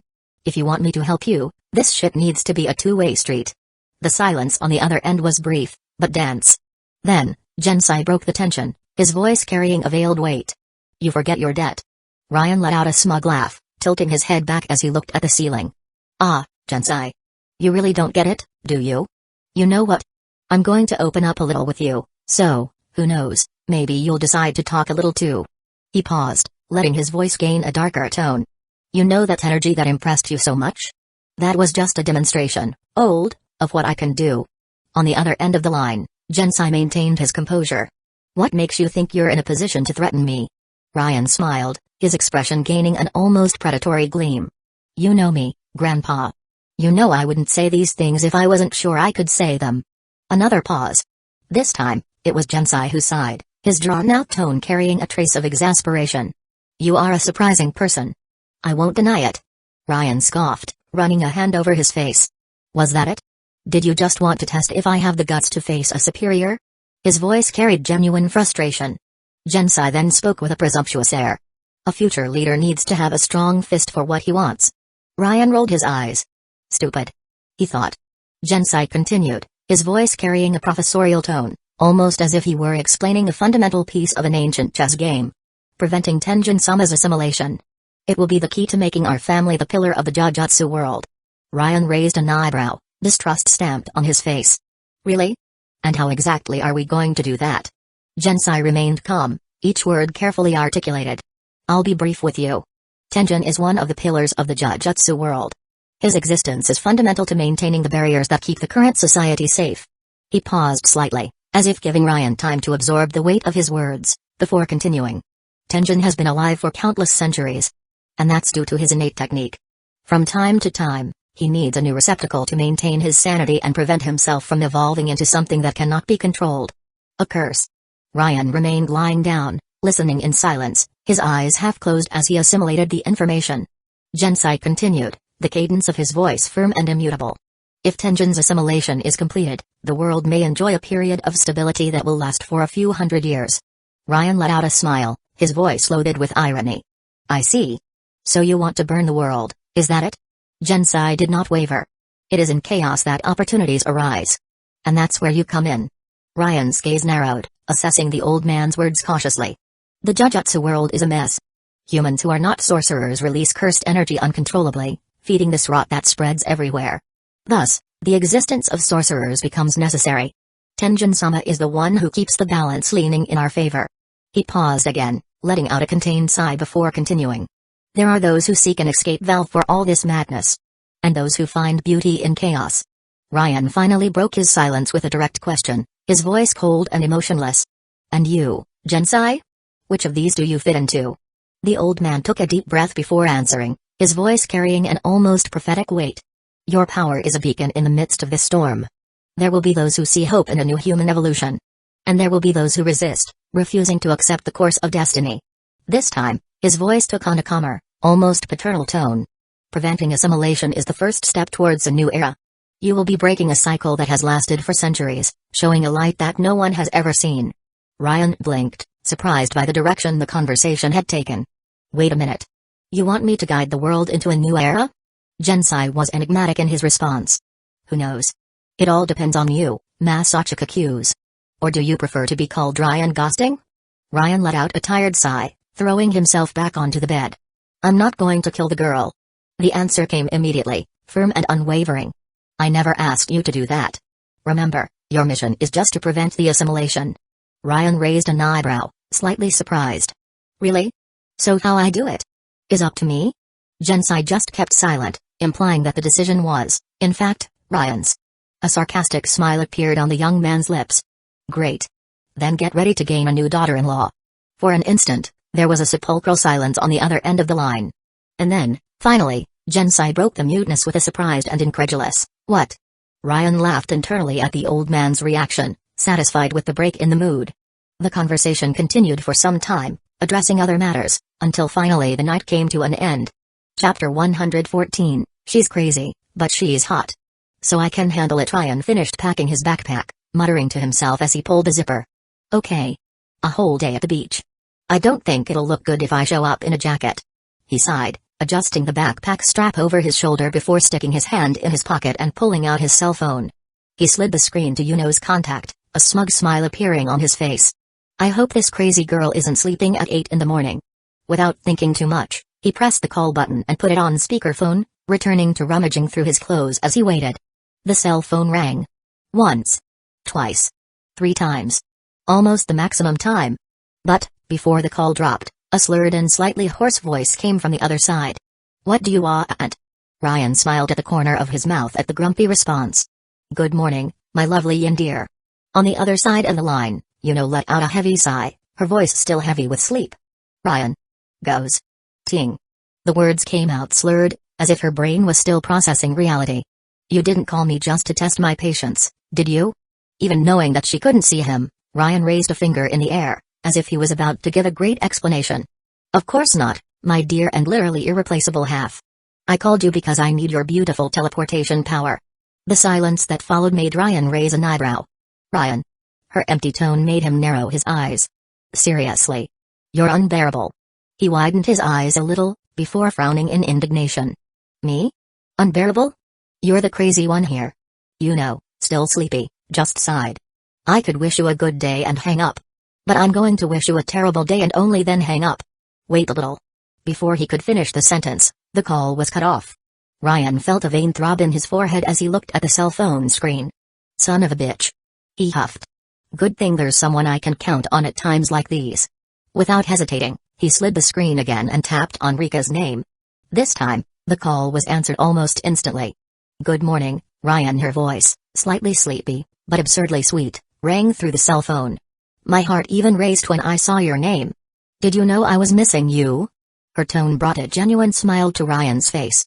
I miss you too, my mini Miku. Would you forgive me if I said I called you to ask for a favor? Rika let out a small, animated sound, her voice full of sweetness. I won't mind if you invite me to play a game at your house again. Ryan made his voice softer. Rika. I don't even need to invite you. You know that. On the other side, Rika smiled, feeling her heart warm. Okay, you convinced me, you master of words. Ryan chuckled softly, enjoying the cute way she spoke. Can you use your adorable cuteness to convince Yuno to teleport me to a place? I'm kind of on a mission and I need her to take me there. Rika, who was sitting on the bed, pulled the strap of her pajamas as she got up. Okay. I'll go to her room. You're precious, my mini Miku. Rika giggled softly, touching her own chest lightly. Am I? Hee hee. You can count on me. Yuno will be there in a few moments. She hung up, leaving Ryan waiting. He threw himself on the living room sofa, his backpack beside him, and stared at the clock on the wall. Damn it, Yuno. Don't make things late for me. Anxiety began to rise a little. He closed his eyes for a moment, letting out a long sigh before throwing his head back. If she doesn't want to take me, I'll have to go back in time to last night and board the plane with them. Silence hung in the air before he opened a small, cynical smile. Or if I don't want to mess with the timeline, I'll have to run under this damn sun. As soon as Ryan finished speaking, the air around him rippled slightly, and in the blink of an eye, Yuno appeared before him. Her sulky expression matched her furrowed brow, and, to his surprise, she was wearing something strangely cute. Her eyes were half closed, still heavy with sleep, while her irritation-filled voice cut through the silence. Just tell me where you want to go. Ryan raised an eyebrow and then let a malicious smile form at the corner of his lips. What a lovely surprise, Yuno. That pajama looks perfect on your sexy little body. The exaggeratedly sarcastic and ironic tone made a small muscle in her eyebrow twitch. The girl was before him wearing light pink pajamas, adorned with small flowers and red ribbons. The light fabric fell over her body in a comfortable way, the thin straps leaving her shoulders exposed, while a delicate cord at the waist accentuated her silhouette in an almost innocent way if it weren't for the owner of the outfit. Yuno's eyes flashed with a mixture of irritation and embarrassment, while her lips curled into a discreet snarl. You bastard! She exclaimed, clenching her fists at her sides. How dare you send the sweet and adorable Rika to wake me up, using that infinite cuteness against me? Ryan crossed his arms, watching with interest as her long pink hair, still a little messy from sleep, slid over her shoulders, framing her slightly flushed face. He didn't answer immediately. He just stood there, analyzing, as if savoring her frustration. Are you listening to me, Ryan? His silence seemed to irritate her even more. Yuno took a deep breath, her teeth clenching slightly.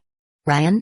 He blinked a few times, then, with the calm of someone who was enjoying himself, commented, Now that I see you without a bra, I realize your breasts are actually quite big. The air grew heavy. Yuno's fist trembled slightly at her side, as if she were preparing to punch him straight in the face. Ryan smiled inwardly. He loved messing with someone who had such a short fuse. But, to his surprise, Yuno lowered her fist, crossing her arms and looking away. Pervert. Ryan blinked, confused. What did you call me? Pervert, she repeated, giving him an indifferent look. But if you want, I can add a few more points, like human trash or enemy of women. He stared at her for a moment, then pointed a finger at her, indignant. Who are you? The real Yuno would try to kill me, not increase the sexual tension. She clicked her tongue, impatient. TSK. Our agreement doesn't allow me to rip your head off. At least not until the day I can finally kill you. Her eyes narrowed, and a cold smile appeared at the corner of her lips as she pointed a finger back at him. Don't worry.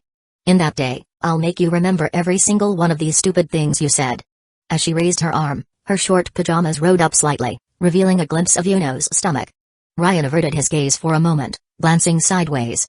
Yeah, it's still Yuno. He thought, analyzing. This damn girl has such a defined stomach. I really want to lick it. Yuno furrowed her brow, and her gaze lost some of its brightness, taking on an air of pure disgust. You know. When you think too much about me, I can hear everything, right? Her voice was filled with disdain. You degenerate. Ryan let out a small laugh, running his hand over his chin. Ah. I almost forgot about that detail. In the next instant, a malicious idea popped into his mind. If she could hear his thoughts. He closed his eyes and began to imagine. He imagined throwing her against a wall, pressing his body against hers, feeling the heat, the skin, the trembling of her lips as he took her forcefully. He imagined her moans, muffled by each thrust, her fingers digging into his back, her pink hair disheveled by the obscene act as he made her lose her composure. The sound of their heavy breathing, the small spasms, the moans that turned into muffled screams as he went deeper, harder, until he marked her hot, tight interior. Stop imagining these things. The slap came fast and direct against Ryan's face. But weak? He opened his eyes, finding Yuno's face slightly flushed. Her hand still rested against his cheek, hesitant, as if not even she knew why she hadn't put more force into the blow. But, in the blink of an eye, she pulled her hand back, crossing her arms again and looking away. TSK. You know I only didn't hit you harder because I don't want to deal with the consequences of breaking the contract. Her voice came out firm, but wavered slightly at the end. Ryan smiled, feeling a sweet taste of provocation in the air. Interesting. Yuno growled in response. No. Shut up. He just smiled wider. Ryan put his hand to his face, his eyes widened in a mixture of shock and comic horror. My God. Could it be? My Yin-deer is turning into a tsundere? The idea was absurd, almost profane. Yuno, the personification of danger and obsession, now looking away and hesitating in her blows? The world was really falling apart. Cough, cough. The dry sound of her clearing her throat brought Ryan back to reality. Straightening her posture with a stern look, Yuno regained her usual expression, as if sweeping any trace of embarrassment under the rug. Tell me where you want to go, or I'll go back home and leave you here. Her voice came out firm, with no room for stalling. Ryan raised an eyebrow, but just pulled his cell phone out of his pocket, sliding his fingers across the screen before turning the screen to her. To this place, here. He lifted his gaze from the device, scanning Yuno from head to toe with an analytical and deliberately provocative expression. I think you need to put on different clothes. Yuno sighed, tossing her pink hair to the side, as if the simple act of dealing with him drained her patience. Fine. Wait for me here, I'll go put on some clothes. She turned, already preparing to disappear, but Ryan's gaze naturally slid to her ass. He crossed his arms and commented, nonchalant, and why didn't you do that before you came? The silence that followed was short, but heavy. Then, the answer came, dragged out and loaded with contained irritation, because you woke me up in the middle of my sleep, and I thought it would be somewhere I wouldn't be seen. Ryan narrowed his eyes, a small smile forming at the corner of his mouth. Ah. So I can see you like this, right? Yuno stopped. Slowly, she cast a look over her shoulder. Her eyes, cold as blades, met his with a dangerous glint. Don't push your luck. Ryan. And then, she vanished into thin air. Ryan gave a light clap on his own hands, as if dismissing a resolved issue, before letting out a dramatic sigh. She's crazy, but she's hot. So I can handle it. Chapter 115, What's Wrong with Yuno? Ryan returned to the room, his footsteps echoing lightly on the floor as he walked towards the desk. His wallet was there, tossed carelessly on the wood. He picked it up and slid it into his pocket, letting out a sigh. Amazing that, despite everything, money is still relevant.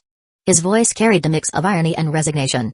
And then, as if out of nowhere, Yuno appeared seated on the bed, her legs bent in a casual manner. All right, idiot. Let's go already. I have an outing with Rika after this. Her rose-colored hair was tied up in 2 long braids adorned with red ribbons, a detail that softened her usually sharp expression. Her eyes, tinged with the same soft tone, reflected the light of the room with a sparkle that oscillated between boredom and impatience. Ryan watched her with the same meticulous gaze as always, mapping every little detail. Her fair skin contrasted with the sporty uniform she had chosen, a white short-sleeved t-shirt with subtle pink details on the edges, molding softly to her slender body. The black skirt, with white stripes on the hem, complemented the look, while her pink socks brought an adorable touch. It was a simple combination. Simple and unfairly cute. Ryan's gaze lingered a little longer than it should have, and Yuno noticed. A blush rose discreetly on her cheeks before she closed her expression in a mix of irritation and embarrassment. Can you stop looking at me like that? Her voice came out in a dry tone, like a dagger being sharpened. Ryan, however, didn't seem willing to give in. He leaned slightly on the back of the chair, crossing his arms while better analyzing the way she was sitting in a sloppy and carefree way, one of her legs bent over the mattress, revealing, at a glance, a piece of her panties striped in black and white. He opened a smug smile. "You're giving me a lot of good views today. Have I done something recently to deserve this treat?"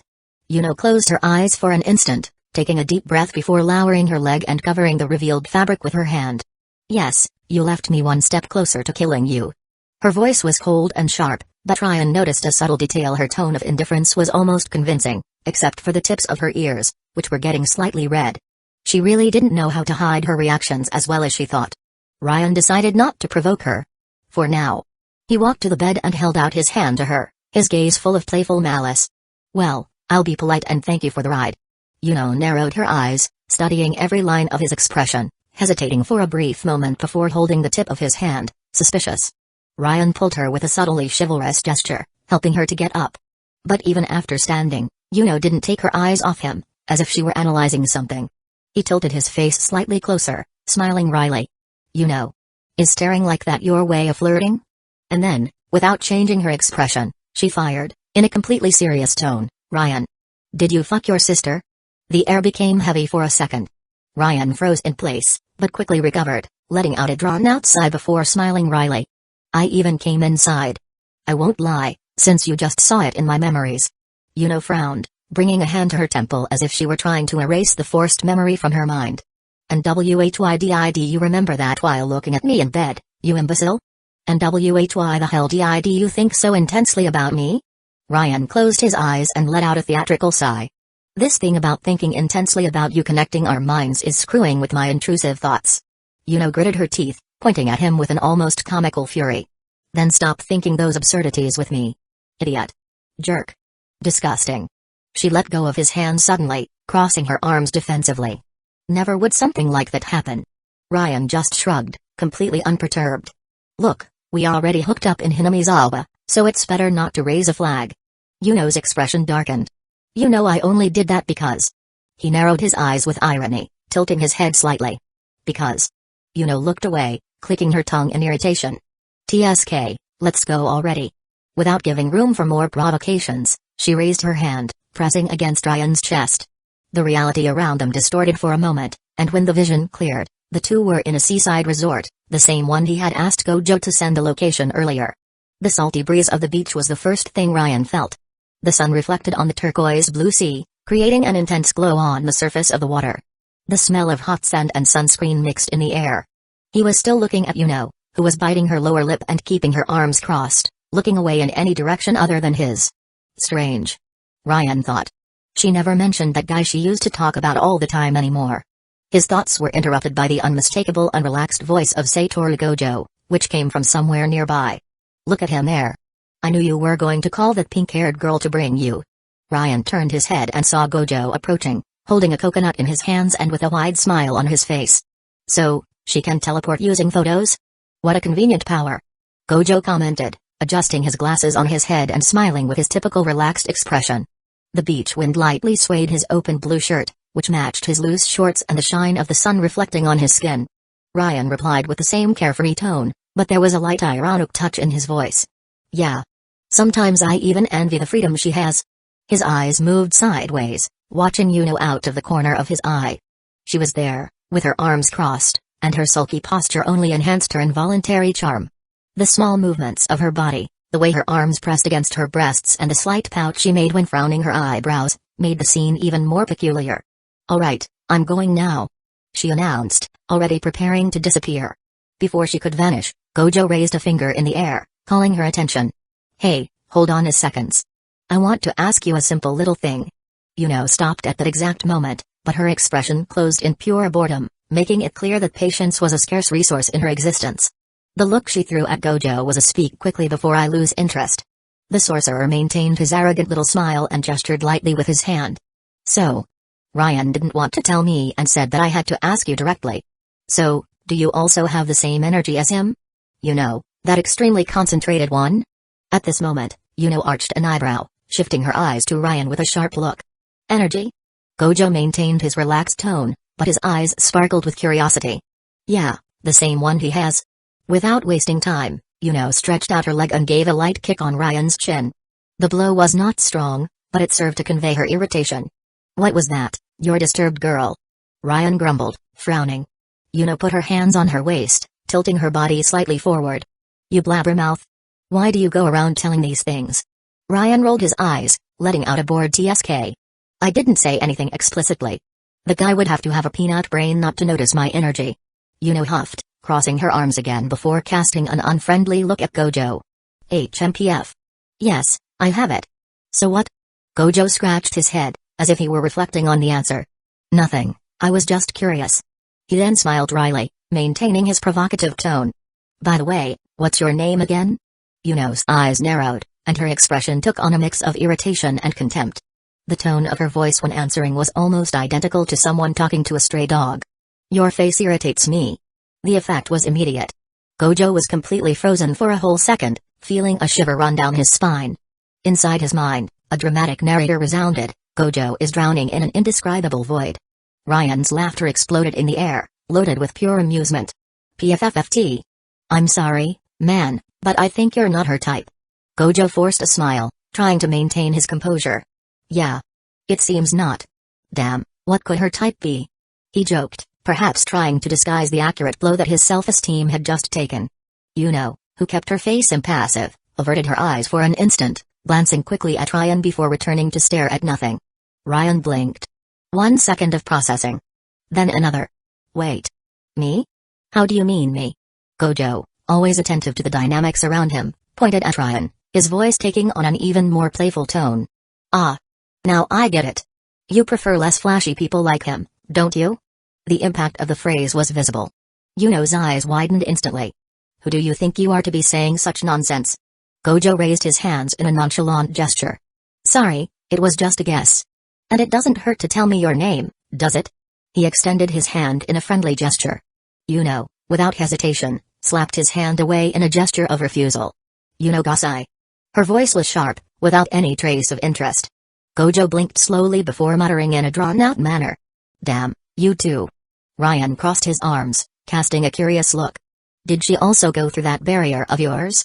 Gojo shook his hand from side to side. Yeah. And her slap hurt more than I expected. Seriously, you guys blow my mind. How is it possible to pass through my Mugen so easily? Yuno shrugged, her voice filled with presumption. Honestly, I have no idea what you're talking about, but anything Ryan does, I can do better. Ryan arched his eyebrow, letting a teasing smile appear at the corner of his lips. Oh? Look who's getting cocky now. Just as the words left his mouth, Aona's familiar and sweet voice echoed in his mind. Ryan-sensei.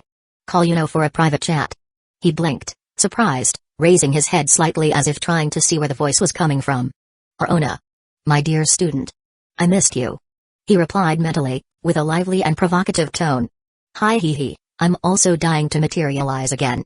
But for now, call Yuno-sensei, I need to talk to you. Without wasting time, Ryan interrupted the almost friendly conversation between Yuno and Gojo, pulling the girl by the waist without ceremony. Gojo, I'll need Yuno for a few minutes. Eh? Yuno let out a muffled squeak as she was pulled by surprise.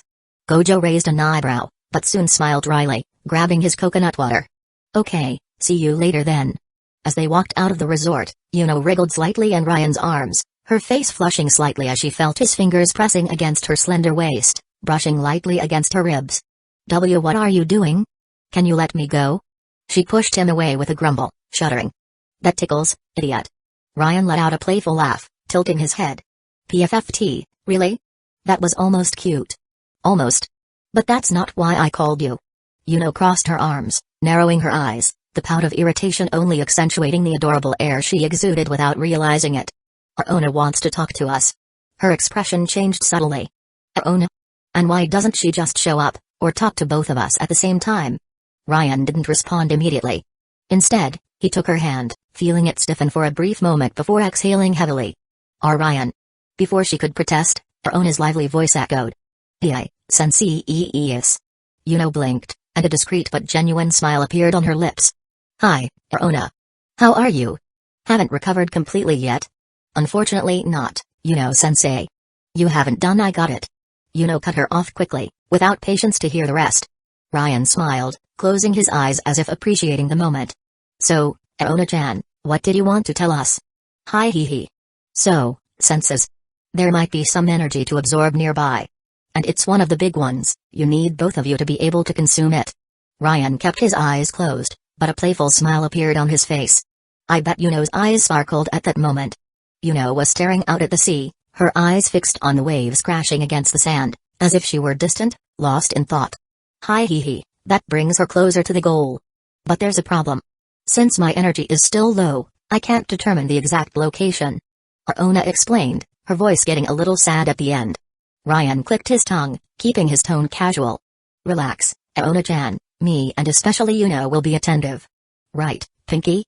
He turned to face her, but his expression changed as he noticed the girl's distant look. Yuno? She took a moment to respond, still watching the waves. Her pink hair swayed gently with the ocean breeze, and when she finally spoke, her voice carried a different tone, almost melancholic. You can search without me. If you find something, send me a picture and I'll come. Ryan frowned, confused. Seriously? I swore you would be crazy to find this right away. Yuno let go of his hand slowly, hesitantly. When she finally raised her eyes to him, her eyes reflected something unusual, a mixture of confusion and uncertainty. I need some time to think about some things. Shock passed over Ryan's face before he could even control it. Seriously? He repeated, almost automatically. Yuno just nodded with a slight movement of her head. Yeah. See you later, Ryan. And then, without further words, she disappeared, leaving only the sound of the waves and a thoughtful Ryan, staring into the void. What's wrong with Yuno? Chapter 116, Does Reiko want tomorrow to be the last day? Ryan watched the sea, the waves breaking against the sand in a calm and steady rhythm. The clear sky reflected the deep blue of the ocean, and the salty breeze gently swayed his hair.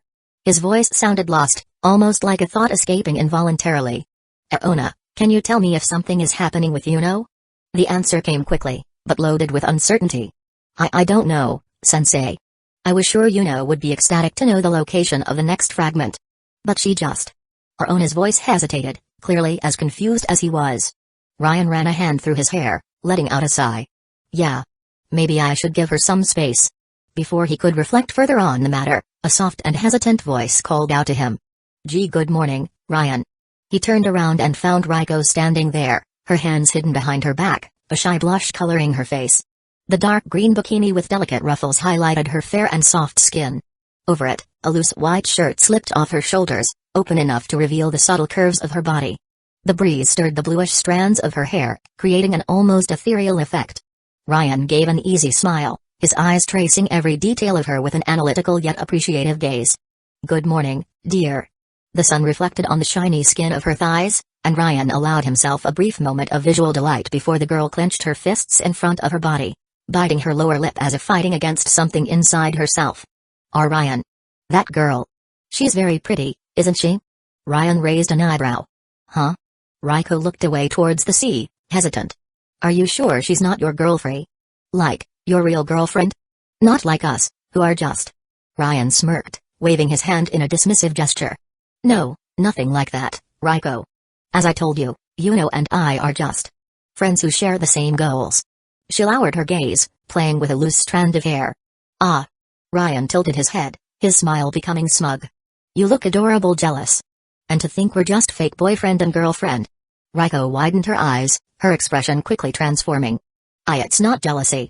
I just don't want to cause you problems just because of... Her voice trailed off, almost a whisper. Just for a whim. Ryan took a step forward, reducing the distance between them. You're not causing any problems. My dear. Reiko's heart skipped a beat, and she pressed her lips into a thin line, feeling vulnerable. Before she could react, Ryan leaned in and sealed her lips in a soft and brief kiss, a fleeting touch that made her hold her breath. She felt the warmth and moisture of the touch, and when he pulled away, her fingers touched her own lips, her eyes shining in a mixture of surprise and emotion. That was my first kiss. She murmured, her voice weak. Ryan blinked, feigning surprise before letting out a playful laugh. It was a pretty simple gesture. So, did you like it? Reiko continued to touch her own lips, a shy smile emerging. It wasn't bad. The moment was abruptly interrupted by a booming voice coming from afar. Hey, you two lovebirds. I just grilled some meat. Reiko jumped in place, turning around quickly. Jigojo-san? Ryan just laughed, wrapping his arm possessively around her waist as he guided her towards the others.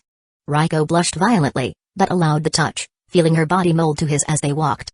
As soon as they approached, Kuro narrowed her eyes and crossed her arms, casting a suspicious glance at Ryan's hands, which were dangerously close to Ryko's modest chest. "Watch that hand, young man."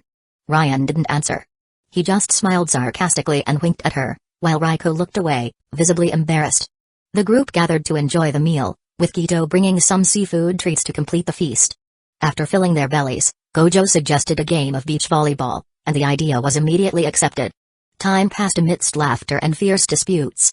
After a few hours, Gojo and Gito decided to go into the sea. Ryan couldn't help but laugh when he saw Gojo floating with a pink buoy in shallow water, while Gito, a little further out, had the posture of a contemplative monk, as if reflecting on the secrets of the universe. But what really captured Ryan's attention was the sight of Ryko, leaning in front of him, her eyes shining with excitement as she called him to dive with her. Kuro watched the scene with a slight smirk, seeming pleased with the girl's vibrant energy. "I need more days like this," Ryan thought, as Ryko took his hand, pulling him into the water with a laugh. The day continued with games and shared stories. Ryan was surprisingly getting along well with Gojo, and despite being surrounded by beautiful waifus, sometimes it was good to have a friend to talk to man. As the sun began to set, tinging the waves with gold, Ryan sat on the sand, letting the warm sea foam touch his feet. A peaceful smile rested on his face. Beside him, Ryko rested her head on his shoulder, her knees hugged against her chest. Her hat swayed gently with the breeze, and her cheeks were slightly flushed from the heat of the day. The contrast between her dark blue hair and the golden glow of the sunset created a scene worthy of being immortalized in a photograph. Ryan sighed, feeling the moment engrave itself in his memory. Days like these were rare and precious. "It's time for us to go to the resort." Kuro's voice sounded firm behind them, carrying a tone of authority reminiscent of a general calling her troops. Ryan sighed heavily, his voice dragging in mock lament. "Geez, Kuro. Ryko and I were having such a cute moment here." Sarcasm dripped from his speech, as clear as the sunlight that was dissipating on the horizon. Ryko pouted adorably, reinforcing the protest. "That's right, Kuro. The sun hasn't even set properly yet." Her expression was that of a child about to lose a candy. Kuro crossed her arms and closed her eyes momentarily, as if already predicting this would happen. "Okay. You can wait for the sunset." She then opened her eyes, narrowed, staring at Ryan with a cutting seriousness. "But I'm going to watch it with you." Ryan raised an eyebrow, observing her for a moment. Internally, a realization occurred to him with a tinge of amusement. Definitely, Kuro is the kind of mother who interrupts things from unfolding. And so, the three of them watched the spectacle of the sun slowly drowning in the ocean, tinging the sky in golden and orange hues before disappearing completely. A brief silence settled between them, laden with the sea wind that made Ryko's hair sway gently. After a while, they followed together back to the resort. Upon arriving, they found Gojo sprawled on a sofa, his legs thrown haphazardly up, holding a book or magazine of some kind. "Look who showed up. I thought you were going to stay out there all night," he said with a smirk, without taking his eyes off his reading. Ryko puffed out a cheek, clearly annoyed by his teasing. "It's not even that late. The sun literally just set." She put her hands on her hips, adding an extra touch of indignation. Which, for Ryan, only made her even more irresistible. In the other corner of the room, Gito was sitting on the floor, tossing an almost empty water bottle up and catching it distractedly. "Go take a shower. You're covered in sand and salt," he said without taking his eyes off the object in his hand. Gojo, always with that mocking tone, completed with a mischievous smile. The shower is one at a time, you know. I don't think Kuro will let you in with Ryko, Ryan. To your misfortune." Before Ryan could retort, Kuro already had a mop in her hands, aiming a sure blow at Gojo's head. But as expected, the blow stopped before hitting him, tilting his head and laughing. "Come on. Do you always carry that around?" Then, his smile widened even more. "Good thing you're not like Ryan, and my Mugen works as it should." Ryan just smirked, preferring not to engage in the albino's game. Ryko sighed, shaking her head, and started walking towards the hallway. "Well, I'm going to shower first." She then stopped for a moment, turning to Ryan with a subtle sparkle in her eyes. "I'll take a little while. I hope you don't mind." Kuro, arms crossed, cast a warning glance at Ryan. He, however, kept his smile and spoke in a gentle tone. "Take as long as you need." She watched him for a moment, then looked away at Ryko, who disappeared down the hallway. There was something in her expression that seemed loaded with an unspoken emotion. Then, in a lower and almost hesitant tone, she called him. "Ryan." He turned his face in her direction, noticing the subtle change in her posture. There was a weight in Kuro's voice that wasn't usually there. You. Aren't you being cruel to Hueco? Ryan's gaze narrowed slightly. What do you mean by that? Kuro sustained his gaze, her eyes seeming to shine under the room's lighting, making her experience these things. Moments that a girl her age idealizes so much. Her voice became heavier, almost trembling. Even knowing that it will all end. It will all end tomorrow. She clenched her fists, and her tone became nasal, as if holding something back inside herself. With each word, her anguish became more evident. Before she could say anything else, Ryan gently placed his hand on her shoulder. Kuro blinked, surprised by the gesture, and met his eyes. There was something there. Something calm, yet unfathomable. Then, he leaned slightly closer to her ear and murmured in a serene but meaningful tone. Does Hueco want tomorrow to be the last day? He stepped back immediately afterwards, without waiting for an answer. He left only those words in the air, hovering like an uncomfortable doubt. Then, without further ado, he walked to the sofa and threw himself down next to Gojo. "Want a reading?" he asked casually, as if nothing had happened. Gojo turned his head slightly to face him and gave a smug smile. "Something you certainly wouldn't understand." The two fell into a relaxed conversation, while Kuro remained there, standing, watching Ryan with a lost expression. Her gaze carried uncertainty and something deeper. An attempt to understand the true meaning of what he had said. Chapter 117, Tomorrow doesn't have to be your last day. Hot steam danced through the bathroom, creating a soft mist that enveloped Hueco as the water cascaded over her shoulders. Her long hair, heavy with water, stuck to her back as she stared at the uninterrupted flow of the shower, her eyes lost in the hypnotic movement of the drops running down the floor. With a deep sigh, she leaned against the cold wall and slowly slid down until she crouched, hugging her own knees. Her voice sounded low, almost a whisper muffled by the noise of the water. Today went by so fast. The echoes of the afternoon still resonated in her mind like fragments of a dream. The carefree laughter, Gojo's mocking eccentricity, Gito's observant and calm gaze, Kuro's ever-protective presence. And Ryan. The light and charming way he treated her, always provocative, always making her heart race. She chuckled softly, a gentle blush tinting her cheeks as she ran her wet fingers through her dark strands of hair. "Ah, Ryan. You're such a fool," she murmured to herself, a silly smile appearing on her lips before softening. "The girl who ends up by your side. She'll be very lucky." Her eyes gleamed with a melancholic hue, a trembling smile lingering there before she lowered her head, murmuring to herself, "Too bad our summer lies nearing its end." Her voice faltered. For an instant, she hesitated, her fingers gently tightening around her own arms in a hug. "Hueco," she spoke to herself, trying to convince herself. "You've spent your whole life waiting for this moment. So, why are you getting sad now?" Meanwhile, in the living room, the conversation was much less sentimental. Ryan and Gojo were exchanging taunts like two children testing each other's limits. "Even without my Mugen, I'd still beat you," Gojo declared confidently, arms crossed and a smug smile on his lips. Ryan, sprawled on the sofa, raised an eyebrow and replied in a voice laden with mocking superiority, "Look, not to brag. But a brat like you could never beat me, you know." Gito, lying lazily on the floor, cast a bored glance at the two and sighed. "Ryan, getting through Mugen is already impressive, but this damn lucky guy was blessed with a ridiculous number of techniques." He threw his head back, staring at the ceiling. "And besides, you shouldn't even be sitting there, covered in sand and salt. Go take a shower, damn it." Ryan just sank further into the sofa, closing his eyes with a carefree smile. "Look, it's not my fault. You saw Hueco saying she'd take forever in that shower, right? And she really is taking forever." Gojo leaned forward, a mischievous glint in his eyes. "Don't change the subject, Ryan.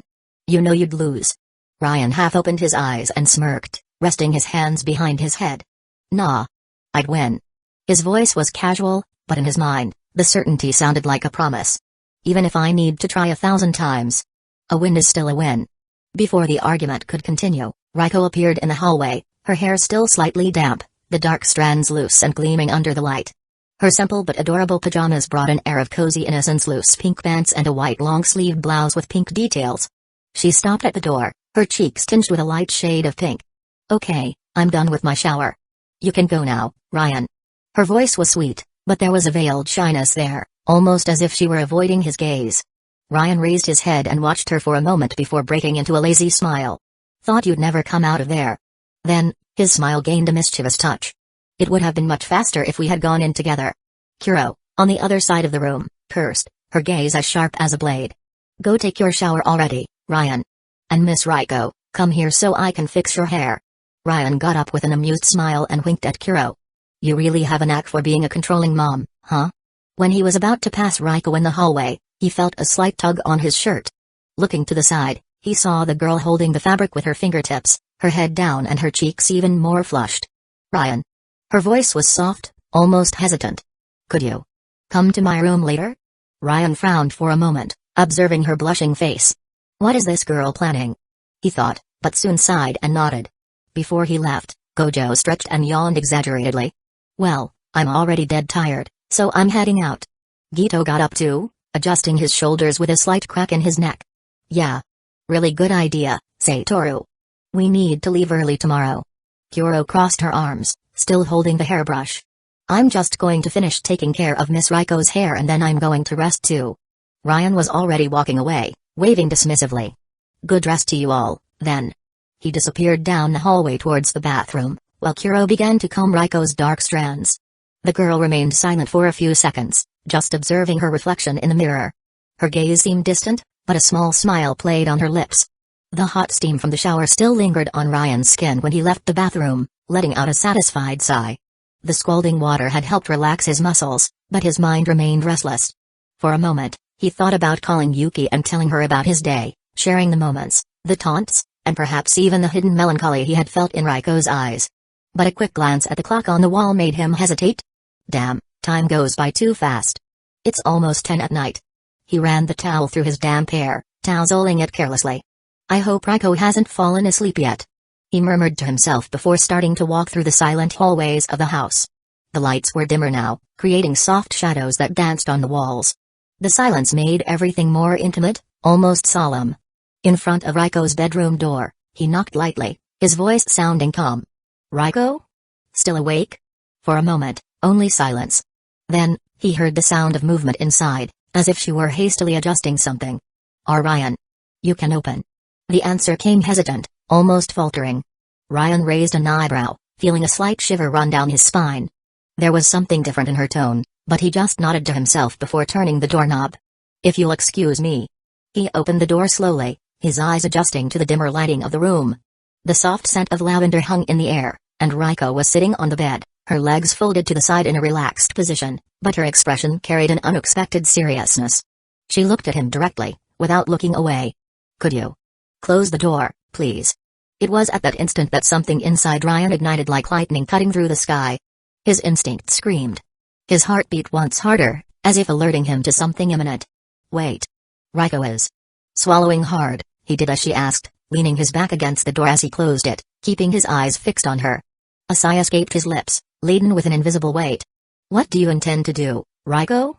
She lowered her gaze for a moment, her fingers lightly sliding through her own hair. Her face gradually flushed, as if the words she carried were too difficult to hold back. You know. Today was a very good day. Maybe one of the happiest I've ever had in my life. Her eyes sparkled with a mixture of nostalgia and something deeper, something that seemed about to overflow. The blush on her cheeks intensified, and her voice came out lower, but firm. And to be honest, the feeling of being your girlfriend, even if just pretend. It felt very good. Ryan felt his throat dry, but remained silent, allowing her to continue. You know. Tomorrow. The weight in those words made him want to interrupt her. He felt a knot forming in his stomach, a bitter premonition that made him want to say something, anything, before it was too late. About that, but Reiko didn't allow it. Her eyes met his, full of a firmness that almost masked the pain behind them. Ryan. I've think too much about this while I was in the shower. She clenched her fists, as if gathering courage to speak was an internal battle. You know. I've lived my whole life for this moment. Her voice trembled, betraying the strength she was trying to build. Ryan saw her shoulders shrink slightly, as if bearing that weight was becoming unbearable. I feel like everything I've lived until now was only for tomorrow to arrive. Her eyes glazed over for an instant, and her breathing quickened. I feel like even my parents were taken to facilitate my acceptance with assimilation with Master Tenjin. Ryan felt his chest tighten as he heard that. There was a raw pain in every word she let slip. He saw the discreet tremor in Reiko's lips, the way she squeezed her own arms as if seeking to hold on to something. But I still accept my destiny. Her eyes met his once more, and for a moment, Ryan saw not the strong and determined girl, but someone who was desperately fighting against the tide. If this is what I was born for. She took a deep breath, trying to steady her voice before completing, but I have my last request for you, Ryan. The air in the room seemed to thicken. Ryan's breathing slowed, as if his own body sensed the gravity of what was to come. Ruko closed her eyes for an instant, then opened them, determined. Ryan. I want you to make me a woman. The silence that followed seemed to last an eternity. Ryan stood still, his expression frozen, as if his mind needed time to process those words. His gaze met hers and, for a brief instant, he saw fear. Fear of his response. Fear that he would reject her. Fear of what it meant. So, finally, he spoke, his voice coming out low, but laden with a deep weight. Ruko. Was this the destiny you wished for, or the only destiny they gave you? She felt her heart race. His words hit her like a gust of cold wind, bringing to the surface something she had been trying to ignore. Her gaze wavered. Ryan. I never had a choice. And then, the tears fell. They silently streamed down her cheeks, beyond her control. She tried to speak, but her voice failed.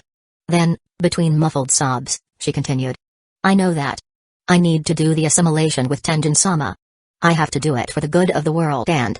She ran a hand over her eyes, trying to wipe away the tears, but they kept falling, treacherous, exposing everything she was trying to bury. I lied to myself. Saying that I will still be myself after all. Ryan took a step forward, his expression now more serious, but with a contained tenderness. Ruko. You don't need to force yourself into this. His face carried something rare, a genuine sadness, a weight he didn't want to see on her shoulders. He knelt before her, looking her in the eyes, his voice soft, but firm. Listen to me, you stubborn little goofball. He took a deep breath before releasing, with complete conviction, tomorrow doesn't have to be your last day. Chapter 118, Feeling Loved. Ruko continued to stare at him, her eyes shining with a mixture of vulnerability and determination. Her breath, ragged and rapid, echoed in the silence of the room, as words escaped her mouth like a sigh laden with emotion. Ryan. Let me pretend that I chose something once in my life. Her voice, drawn out and fragile, broke at the end, as if each syllable carried the weight of all the decisions she never had the chance to make. A stubborn tear escaped, gently gliding down her face, but she didn't wipe it away. It was as if that tear was proof that, for the first time, she was truly feeling, living, choosing. She sighed deeply, as if gathering all the pieces of her courage, and then spoke, with a firmness that contrasted with the tremor in her voice. I didn't cry that much in the bathroom to arrive at a decision for nothing. Her hands trembled slightly, but her gaze was fixed on Ryan, challenging and at the same time begging for understanding. Ryan's eyes widened, surprised not only by the words, but by the intensity of this Ruko he had never seen before. It was as if a curtain had been drawn, revealing a part of her that had always been hidden beneath layers of doubts and fears. He swallowed hard, feeling the weight of that vulnerability she was handing to him. Ruko continued, her voice sulky, but still carrying a sweetness that made Ryan's heart clench. You're going to be my boyfriend until tomorrow, aren't you? There was a mixture of hope and fear in her words, as if she was trying to convince herself that this was real, that she could have this, even if just for one night. Ryan looked away for an instant, as if he needed a second to process all of this. But then, he filled his lungs with air, as if he were preparing to dive into deep waters, and looked back at her directly. Yes. I promised, didn't I? His voice was soft, but firm, as if he was trying to convey that, no matter what happened, he would be there. He had promised. Ruko was determined, sitting on the bed with her legs folded, the warm light of the lamp creating soft shadows on her face and body. The room was enveloped in an almost palpable silence, as if the world outside had disappeared, leaving only the two of them in that intimate and fragile space. She blushed slightly, a cute expression of irritation crossing her face, but there was something more there, something Ryan couldn't name. It was as if she was fighting against herself, against all the insecurities that had kept her trapped for so long. She slowly lifted her shirt, revealing the soft skin of her tummy, which rose and fell with her rapid breathing. The shirt continued to rise, the sound of the fabric folding and her small but firm and perfectly adorable breasts being revealed next, and Ryan felt the air leave his lungs. Her nipples, in a delicate pink hue, seemed inviting under the soft light of the lamp, and he couldn't look away. Every detail of her was a work of art, a combination of innocence and sensuality that left him breathless. I can't add +18 images here on web novel. But if you want to see the beautiful boobies of Ruko, patreon.com/arisnoserif, trust me, they're really cute. In a shy voice, almost a whisper, Ruko looked directly at Ryan and said, so. Take care of me until tomorrow, dummy. There was a sweetness in that word, dummy, that made Ryan smile inwardly, even as his body reacted to the sight of her. It was as if she was trying to maintain some lightness in that situation, as if she needed to hold on to something familiar to not get completely lost in that intensity. Ryan couldn't take his eyes off her. Raiko's slightly curved tummy, her cute belly button, along with her small, adorable breasts, was a sight he couldn't ignore. Her pink nipples seemed to call out to him, and he felt a growing warmth in his body. Every detail of her was tempting, but it was more than that. It was her courage, her vulnerability, the way she was giving herself to him, even if just for one night. He thought, almost involuntarily, damn. She's so hot that I won't even mention how silly it was for her to call me dummy while showing me her breasts. But it was more than just physical attraction. It was something he couldn't explain, something that went beyond words. Ryan sighed deeply, his voice low and laden with a desire he could barely contain, but still trying to maintain a semblance of control. Raiko, are you sure this is what you want? I don't want to take advantage of you in a moment like this.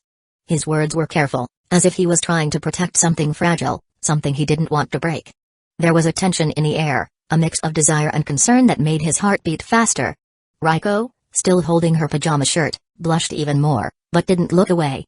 Her breasts swayed slightly, in a way that was both innocent and provocative, as if she was trying to assert herself in that situation. Of course I'm sure. Are you going to leave a girl you're dating waiting with her breasts out? She furrowed her brows as she spoke, trying to maintain a determined expression, but there was a vulnerability in her eyes that Ryan couldn't ignore. Ryan sighed again, as if accepting something inevitable, and then his words came out in a low, almost hoarse tone, but full of intent. Then, I'll make you my woman. The statement was firm, as if he was marking territory, but there was also a promise there, something that went beyond the physical. Raiko's heart raced, and before she could fully process what was happening, Ryan jumped on top of her. He went straight for her left breast, biting with a desire that made Raiko moan loudly, surprised by his intensity. His hand squeezed her right breast, and Raiko felt a shock of pleasure run through her body. Her feet twisted in the bed covers, and she gripped the pillow tightly, as if she needed something to hold on to while the sensations overwhelmed her. Ryan continued to bite and suck her breast, his lips and tongue making circular motions around her small, pink nipple, which, despite everything, was hard and sensitive in his mouth. Raiko began to scream in pleasure, her words coming out in gasps. Ryan.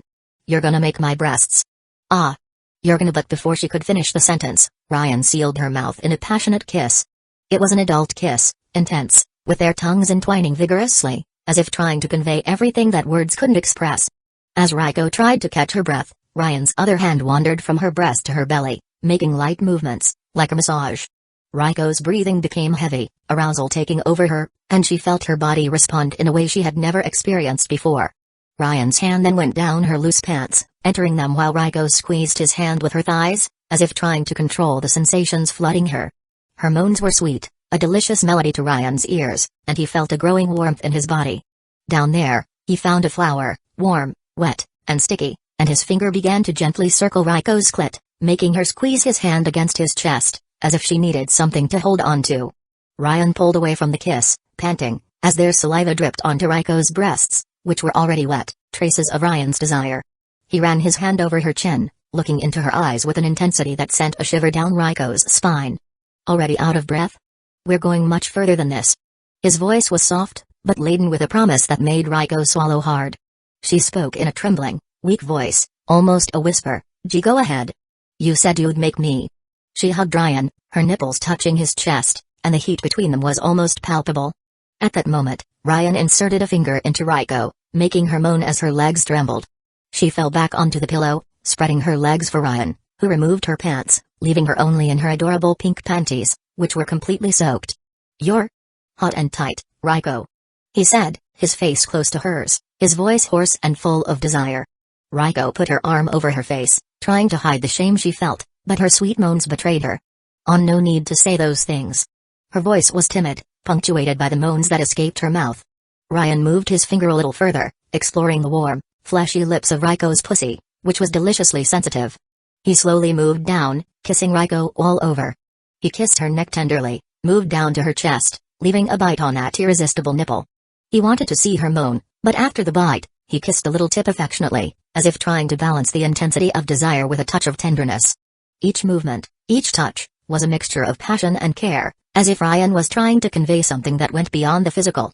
And Raiko, although lost in that whirlwind of sensations, felt that there, in that moment, she was being seen, desired, and, in some way, loved. Chapter 119, My Raiko. Ryan moved down a bit further, his hot, heavy breath coursing through Raiko's body like an electric current. Meanwhile, His other hand worked slowly on her pussy, which was already soaking his fingers, growing hotter and stickier, as if begging for more. Every movement of Ryan's fingers was calculated, as if he were exploring sacred territory, trying to extract every moan, every sigh, every tremor of pleasure she could offer. On Raiko's stomach, he licked her navel in circles, kissing it tenderly, as if worshipping every inch of her body. Raiko was panting, her eyes rolling back as she felt completely surrendered to the pleasure, to the desire Ryan awakened in her. Her mind was in turmoil, but she could only think of one thing: give it to me already. Ryan finally reached Raiko's pussy, which was beautiful, red, and swollen, dripping with pleasure. The intense red mixed with shades of pink was tempting, so soft and inviting, the fleshy lips seemed to call out to him. He leaned in, his hot breath sending shivers down Raiko's spine. Her legs were spread and bent, an irresistible invitation to Ryan. He slowly ran his tongue over her entire pussy, licking it thoroughly, while Raiko let out fragmented moans, covering her mouth with her hand to try to muffle the sounds escaping. Ryan devoted himself to giving her maximum pleasure, licking her clit with dedication while inserting just the tip of his finger inside her. He felt Raiko's tightness and spasms on the tip of his finger, until she squeezed his head with her thighs, one of her hands running to Ryan's hair, gripping it gently while biting her other thumb, trying to hold back the moans that insisted on escaping. I'm coming. She moaned sweetly, her voice trembling, while Ryan felt her firm, delicious thighs press his face against her wet pussy. He didn't stop, continuing until she finished trembling, only then ending with a soft kiss, as if sealing that moment. Ryan knelt in front of Raiko, pulling her closer by the waist. He pulled his member out of his shorts, slapping it against Raiko's stomach, who let out a surprised gasp, her eyes widening as she stared at that part of him that was now her new flesh toy. Her heart was beating so loudly it seemed the whole room could hear it. Almost without thinking, her hand slid to him, stroking him gently, as if exploring something new and fascinating. Raiko was enchanted, her eyes shining with passion and desire, until Ryan spoke in a low, mischievous voice, "Do you want it?" She looked into his eyes, her lips pressed together, still feeling spasms in her flower. She nodded, her voice coming out in a timid whisper, "Why yes." Ryan smiled mischievously, as if savoring every word she said. "Then, ask for it. Like you did when you asked me to take you as mine." Raiko swallowed hard, her heart almost jumping out of her chest, but the desire was stronger than any hesitation. She adjusted herself on the pillow, lifting her legs so Ryan could see her completely, using her hands to spread her ample buttocks, blushing gracefully as she spoke, Do whatever you want with me, Ryan.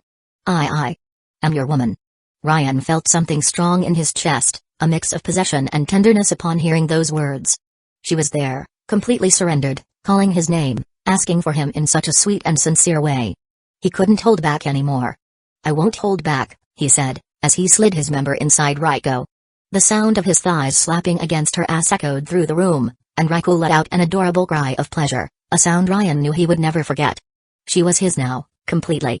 Raiko intertwined her legs around Ryan, locking him in a love lock as she said, between moans, "Go. Mold my insides with your shape." Ryan didn't hesitate. He thrust again, eliciting a loud moan from Raiko, who gripped the pillow tightly, biting her lips from sheer arousal.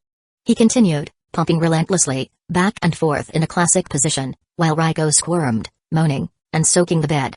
The room was filled with sweet, melodic moans, a symphony of pleasure only they could create. As he thrust with desire, Ryan alternated between kisses and hickeys all over her body, as if wanting to mark every inch as his. After a long while, Ryan grabbed Raiko's hair, looking deeply into her eyes as he said, "I'm almost there." Raiko looked at him, her eyes full of desire and surrender, and said between moans, I want it inside me." Ryan raised his eyebrows, his hips not stopping, each thrust echoing with a slap and a moan from Raiko. "Damn. I won't refuse. I'll fill you with my seeds, Raiko." He hugged her tightly by the waist, speaking as he delivered the final thrust, "Take all of them." Ryan filled Raiko's womb, while she also reached orgasm, screaming in pleasure, her eyes rolling back as she squeezed Ryan against her pussy and body. They stayed there, connected for a few seconds, while Ryan's white liquid dripped from her pussy down to her ass. Raiko, sensitive from the orgasms she had, caressed Ryan's face as she spoke, her voice soft and full of emotion, "Dummy. I love you so much." And then she pulled Ryan into a kiss that carried so much desire and passion that Ryan held her tightly, as if he never wanted to let her go. He pulled his member back slightly and then thrust again, eliciting a strong moan from her, "An." She moaned, looking at him with surprise and desire. "Why you already want again?" Ryan looked at Raiko while massaging her breasts, a mischievous smile on his lips. I want to fuck you until it's time to leave. She blushed, looking away for a moment, but then turned back to him, her lips pressed into a shy smile. I. She hesitated for a second, but then slightly arched her hips, pushing him a bit deeper, and said, I wouldn't mind. But suddenly, hey Ryan, you in there? The door suddenly opened, and Ryan's reaction was almost superhuman. With sharp reflexes, he grabbed the pen next to the lamp, channeling a subtle energy into his hand. In a quick and precise motion, he threw it backward, like a gleaming projectile, aimed at the intruder. The pen cut through the air with a hissing sound, but Gojo, unfazed, didn't even need to move. The object passed close to his shoulder, as if he already knew exactly where it would go. His calm, calculating blue eyes fixed on Ryan's back, who was visibly tense. Luckily, Gojo couldn't see Hueco, who was behind Ryan, her legs firmly wrapped around his waist. Gojo placed his hand on his own shoulder, as blood dripped. Relax. I'm fine. His voice was soft, almost comical, but there was a tone of seriousness behind the words. He closed the door slowly, as if giving Ryan time to compose himself. Ryan. You can finish your mission there, I'll wait at the end of the hallway. Don't worry. The door closed, and the silence that followed was broken only by Ryan and Hueco's heavy breathing. She was completely red-faced, her hands covering her face in a mix of shame and despair. Why did the jerk bust in? Ryan grumbled, still trying to process what had happened. Hueco, with her hands still on her face, murmured, but he noticed we were doing. Her voice was almost inaudible, but Ryan caught the anguish in it. He noticed how she curled up, squeezing her thighs tightly, as if wanting to disappear. Hueco. You're so tight. And warm. Ryan said, trying to lighten the tension with a lighter tone, but his voice still carried a tremor of nervousness. He moved his hips slightly, as if trying to regain control of the situation. She placed her hand on his chest, feeling his racing heart. Let's do it. Really quick. And then you can see what he wants, okay? Her voice was soft, but there was urgency in it, as if she wanted to make the most of every second before the interruption became permanent. Hueco turned around, getting on all fours on the bed, and pulled Ryan's member out. Let's go. Before she didn't finish the sentence. Ryan didn't wait.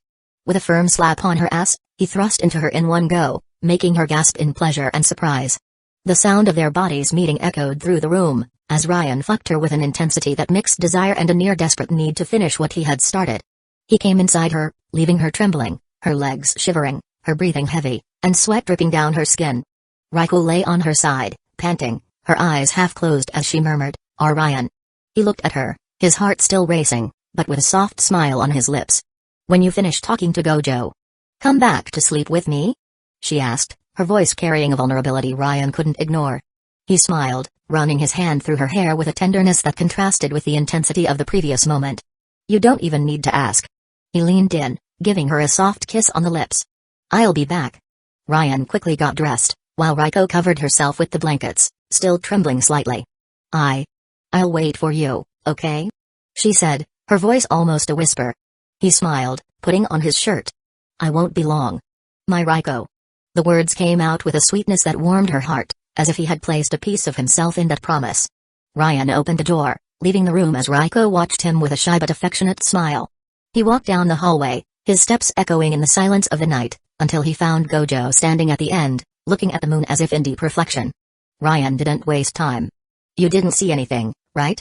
His voice was firm, almost a challenge, but there was a hint of concern behind the words. Gojo turned around, raising his hands in surrender. Of course not. I even closed my eyes. I only saw your back. He said, trying to keep a light tone, but Ryan noticed the slight tremor in his voice, as if he was also trying to convince himself he hadn't seen more than he should have. Ryan narrowed his eyes, studying Gojo for a moment before crossing his arms. Lucky for you it was just that. Gojo sighed, relieved to have escaped a potentially explosive situation. Good thing you aimed for the shoulder, huh? You forgot your energy accelerates in my Mugen? Ryan frowned, as if reliving the moment in his mind. I didn't even think about strength, he admitted, his voice lower now, almost as if talking to himself. For a moment, a thought crossed his mind. Actually, I aim for the head. But I'm better with a weapon in hand. At that moment, Gito approached, his presence calm but carrying a seriousness that made both of them turn. We need to talk about something important, he said, his voice grave and full of purpose. Ryan looked at Gito, curious but with a hint of concern. Well, is it what I'm thinking? He asked, crossing his arms as he awaited the answer that could change everything. Chapter 120, Affection, affection. Perhaps this was the most valuable currency, the most coveted treasure that Yuno had relentlessly sought throughout her life. From the moment of her birth, marked by abandonment, this was the emotion that was most cruelly denied to her. Her biological parents left her in just any orphanage, like an unwanted package, shortly after birth. A cold and definitive act that cast her into a world of uncertainty and loneliness. Yuno had never been a naturally sociable child. Her shyness, her difficulty in forming bonds, isolated her from the other children in the orphanage. She spent long hours in her own world, absorbed in melancholic thoughts, questioning the reason for her abandonment. Like every human being in their early years of life, she yearned for company, for a gaze that lingered in her direction, for affection. Loneliness, like an implacable shadow, was her constant companion, the silent pain that tormented her day after day. Years dragged on like heavy chains, until luck, or was it destiny, decided to intervene in her life. A young couple, their hearts heavy with the impossibility of bearing their own children, adopted her. In that fleeting instant, a spark of hope shone in Yuno's chest. Finally, she thought, I will be loved. She believed that all those dark feelings, like heavy clouds, would be dispelled by the light of family love. Naive illusion. Just as it had been since her birth, life seemed to conspire to make nothing easy for her. Within a few months, the sandcastle of her happy fantasy began to crumble, collapsing under the weight of reality. Her adoptive father's unexpected dismissal plunged the family into a downward spiral. Financial stability vanished like smoke, forcing her father to accept precarious jobs, the famous odd jobs, to try to keep the house afloat. Yuno, with her childlike and grateful soul, would never dare to complain. She finally had a family. Even if the price to pay was enduring endless nights with her stomach rumbling with emptiness, with the piercing pain of hunger gnawing at her from within, her heart would cling to hope. The affection, even if scarce, from her family, should be enough. But her adoptive parents did not seem to share the same idealism. As time passed, her father became increasingly absent, consumed by exhausting work and the bitterness of the situation. Her mother, in turn, began to harbor a silent resentment, a corrosive regret for having adopted her. Over time, guilt, like a slow poison, seeped into the woman's heart, and she began to blame Yuno for everything that went wrong in their lives. The reason her husband didn't come home, the reason for that sudden misery, was her. Eventually, the verbal torments, the cruel words like razors, escalated to physical aggression. The girl, once so full of hope, was thrown into her dark cell, a cold and damp cubicle where sunlight never dared to penetrate. Her mother, with a glacial and distant gaze, only fed her the bare minimum necessary so that the flame of life in Yuno would not be completely extinguished. Those scraps of food, tasteless, without nutrition, could hardly be considered food. Of course, her father, in his rare visits, eventually noticed the degrading situation in which Yuno found herself. But the blind love he felt for his wife, a morbid and possessive passion, was infinitely greater than any trace of empathy or compassion for a mere adopted child. And so, even if he did not torture her in the same cruel and methodical way as her mother, neither mentally nor physically, he remained silent, cowardly inert, without lifting a finger to prevent the girl's suffering. The overwhelming hunger was a constant torture, a daily torment. The piercing pangs in her stomach stole her sleep night after night, turning rest into an unattainable luxury. Depression, like a poisonous vine, spread through her fragile mind, suffocating any trace of hope. The childish fantasies that her parents would one day regret, would free her from that dark prison, would apologize for the cruelties inflicted, that they would return to being the happy family she had so dreamed of, vanished, turning into cold and bitter ashes. Negative feelings, like hungry demons, completely dominated her. What had she done to deserve such cruelty? Was it really all her fault, as her mother incessantly repeated? Until one day, the thin thread of sanity in Yuno snapped. In a lapse of her mother's carelessness, a brief moment of fatal distraction, she managed to reach the cell key, which the woman had accidentally dropped on the dusty floor. That same day, Yuno escaped from her prison. And driven by an obscure and unknown force, with surprising effort for her withered and fragile body, she managed to incapacitate her adoptive parents. With a glacial smile on her lips, she locked them in the same dark and cold cell where she had spent her last months of hell. The cycle of pain and suffering, at that dark moment, seemed to have been completed. Faithful to the cruelty she had witnessed in her parents, Yuno fed them at regular intervals, the minimum so that the flame of life would not be extinguished in their inert bodies. In her confused mind, a distorted desire for justice echoed, that they finally experience the abyss of suffering that she had been forced to face, that they understand the depth of her pain.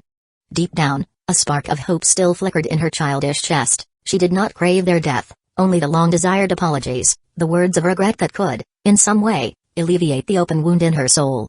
In her naive plan, she would eventually free them, call the police, and returned to the gloomy orphanage, the place she should never have left. Or that was how it should have been. In one of her bitter monologues, venting to those she had once called parents, something her mother murmured, amidst weakness and despair, invaded her with a blind fury. In a fit of uncontrollable rage, Yuno delivered a violent kick, with all the strength of her frail body, against the woman's face. In the next instant, the awareness of the brutal act hit her like a glacial shock. A sudden impulse of regret invaded her, and she prepared to apologize. But when the dense mists of madness that clouded her emotions dissipated, revealing the harshness of reality, Yuno realized, with paralyzing horror, that in front of her lay two inert corpses. Her parents were dead. Dead for days, victims of relentless hunger. Without the income previously provided by her father, the scarce provisions had inevitably run out. Yuno, in her disturbed unconsciousness, survived on scraps, while her parents slowly withered away, without receiving any food for days on end. Now, their decomposing bodies exuded a putrid and nauseating odor, a smell of death that permeated the dense air of the cell.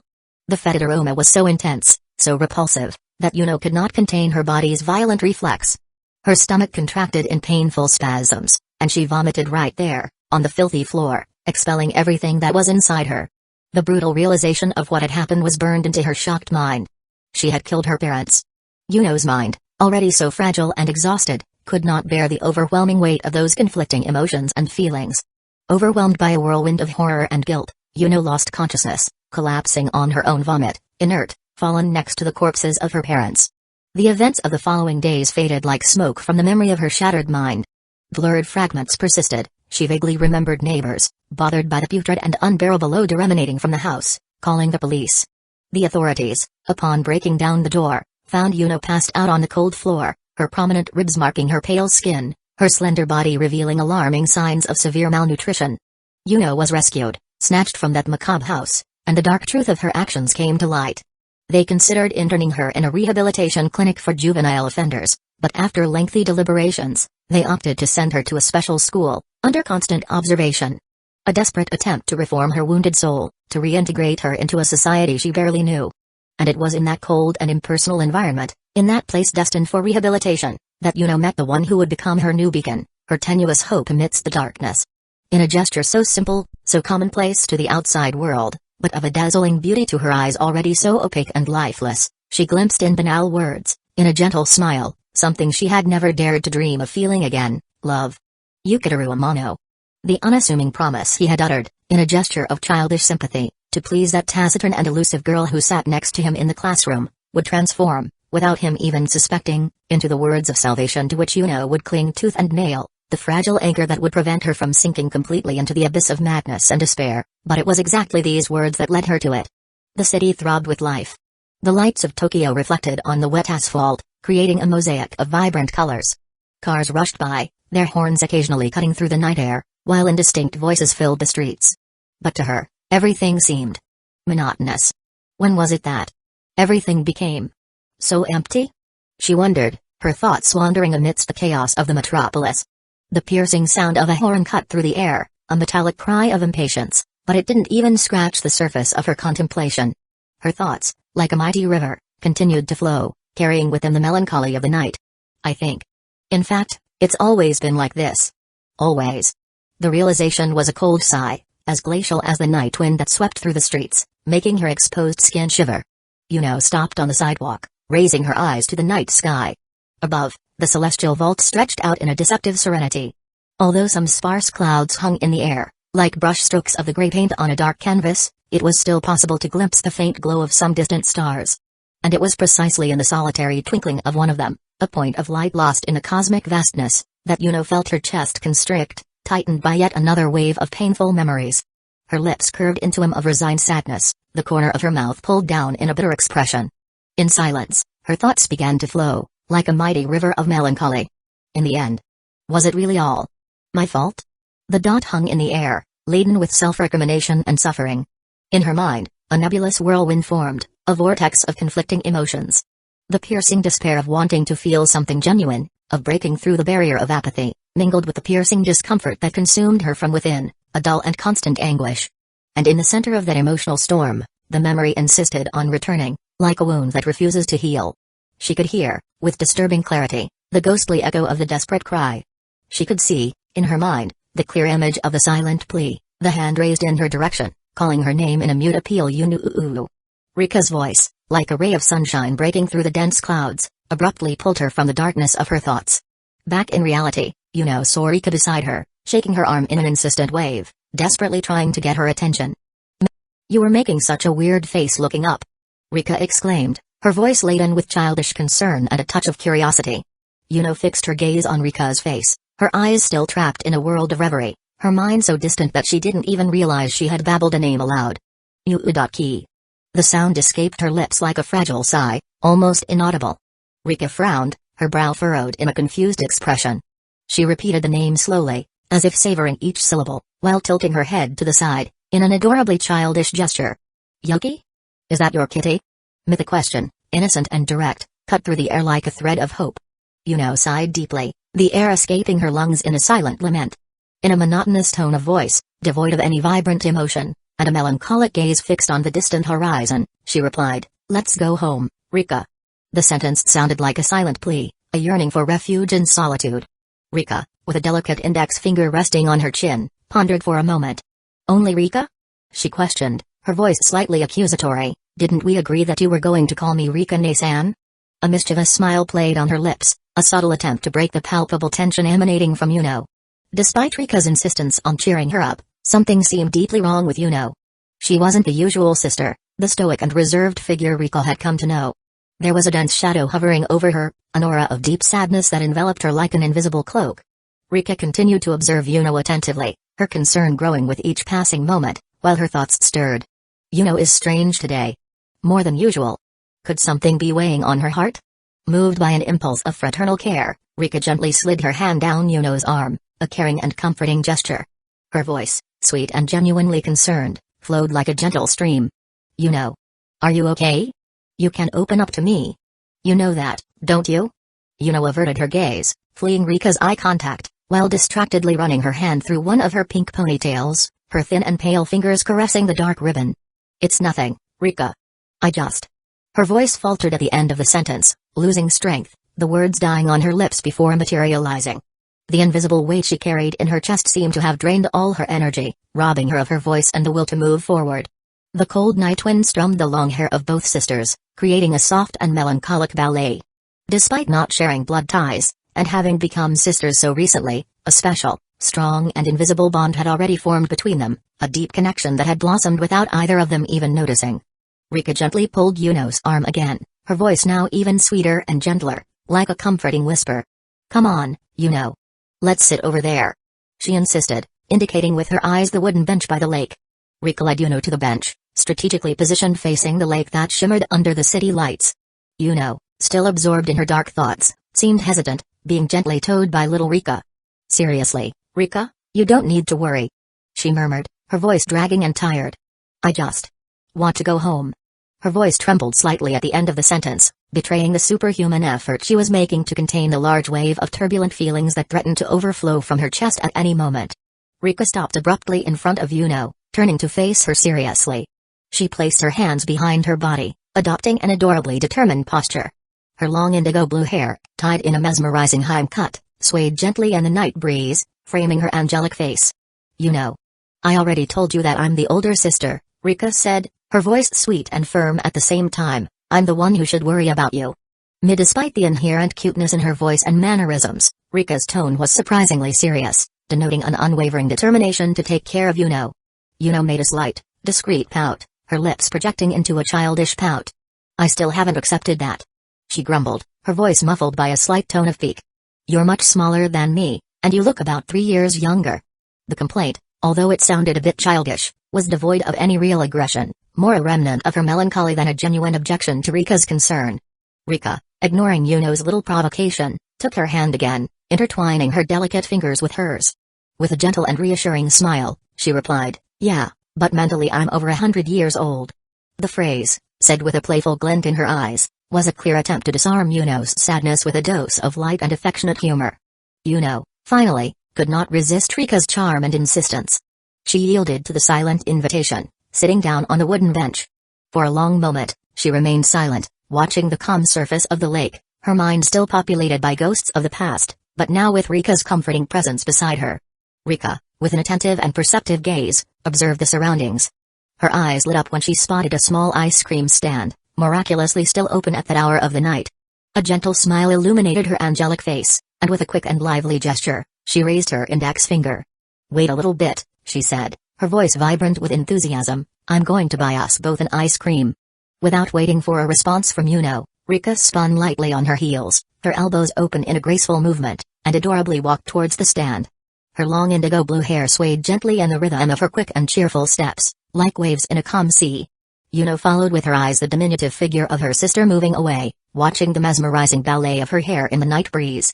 She brought a hand to her chest, feeling a strange tightness, a shapeless emotion, difficult to decipher. It wasn't exactly sadness, nor joy, but something new, unknown and warm. She averted her eyes from Rika's trail, trying to compose her thoughts, to organize the internal chaos that consumed her. But as she gazed at the other side of the lake, her gaze was captured by an unexpected scene. There, in the distance, she noticed a man kneeling before a young woman. The girl's expression was of pure astonishment and emotion, her face bathed in tears of joy.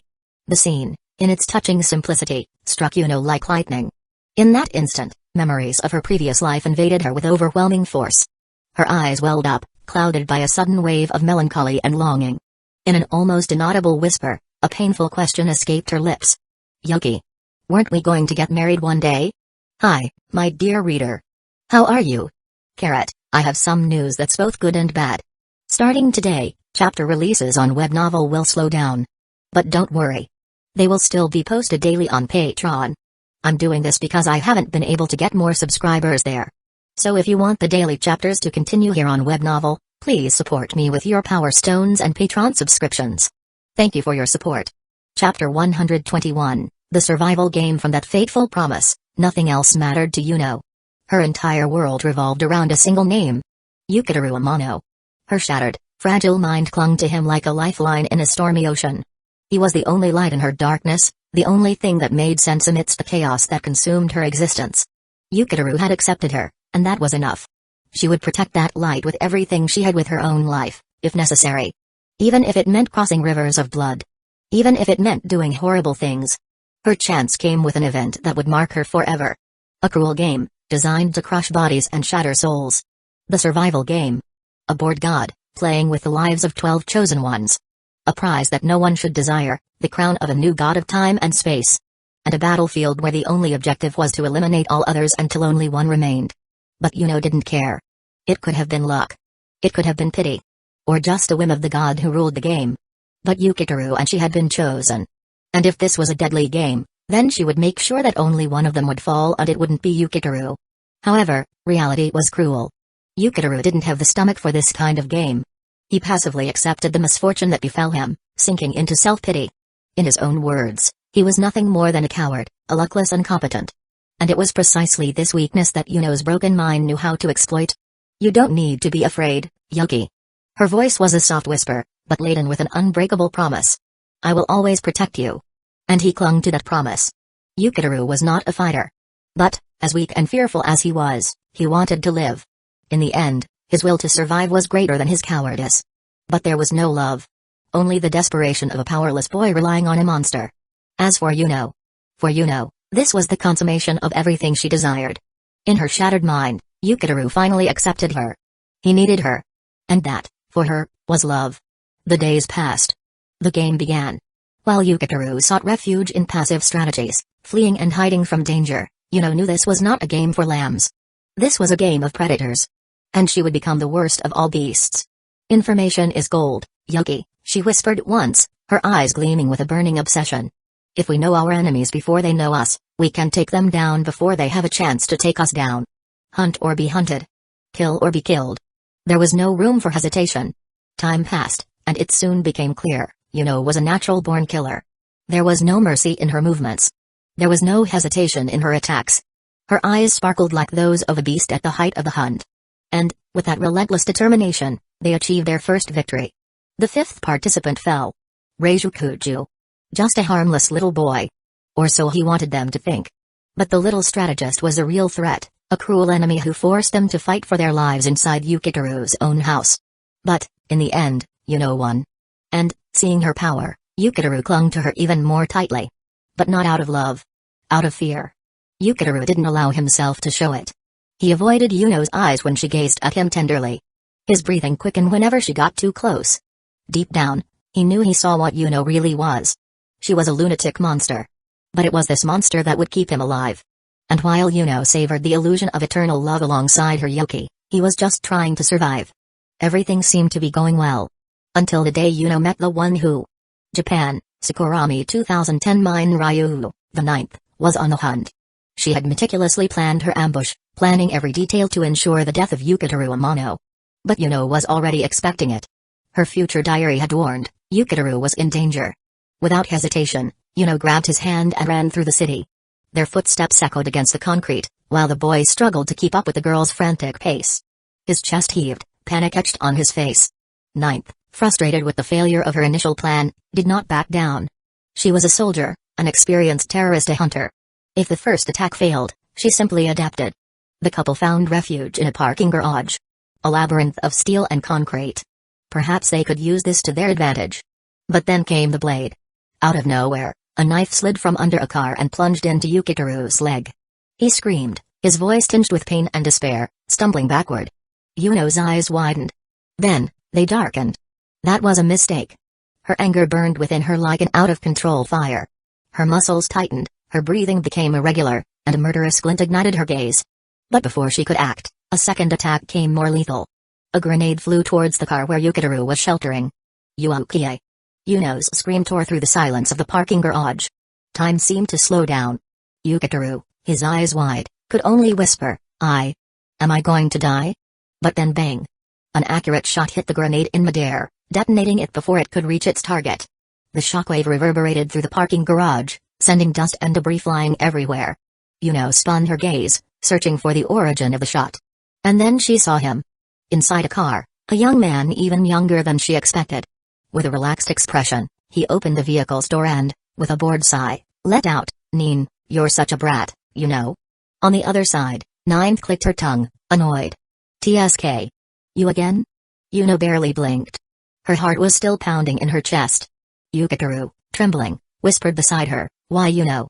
What are we going to do? Her voice came out tense, laden with frustration and adrenaline. I'm thinking. But there wasn't much time to think. Ninth's attack had been swift and merciless. Yuno had been caught off guard, without any weapons at her disposal. Ninth, impatient, pulled out a belt of grenades and raised her gaze with disdain. I'm tired of this game. I want to see you get out of this one. The stranger scratched his head with the tip of the gun, observing the scene as if it were a minor inconvenience in his day. Yeah. I want to see how I'm going to get out of this one. Sweat dripped down Yukiteru's face. He held his own head, his knees about to buckle.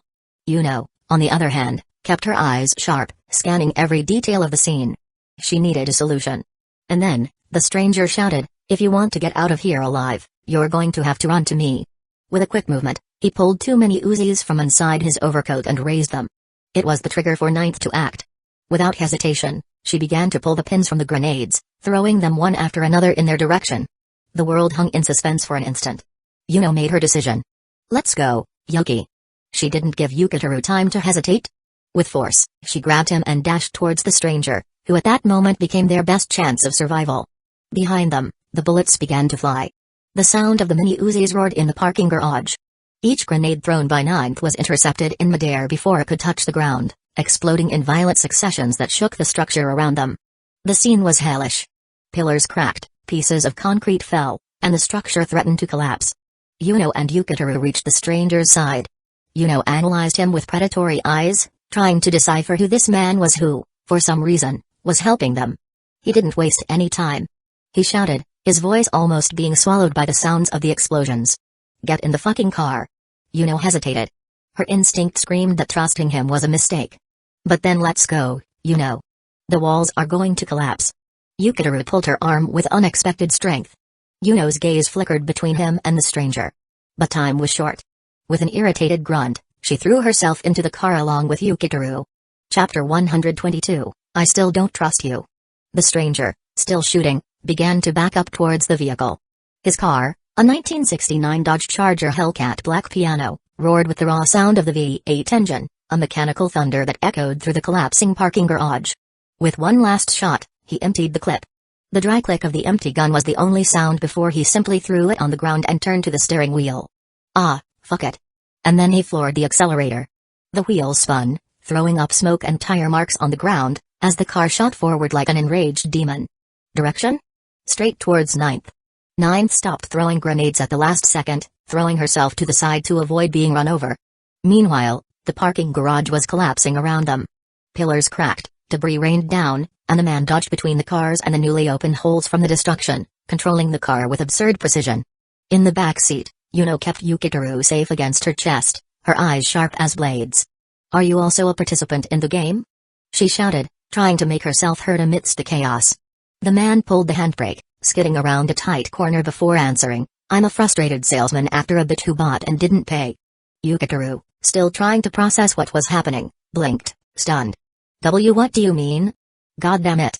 I'll be short and sweet," he growled, turning the steering wheel with one hand while the other adjusted the rear-view mirror.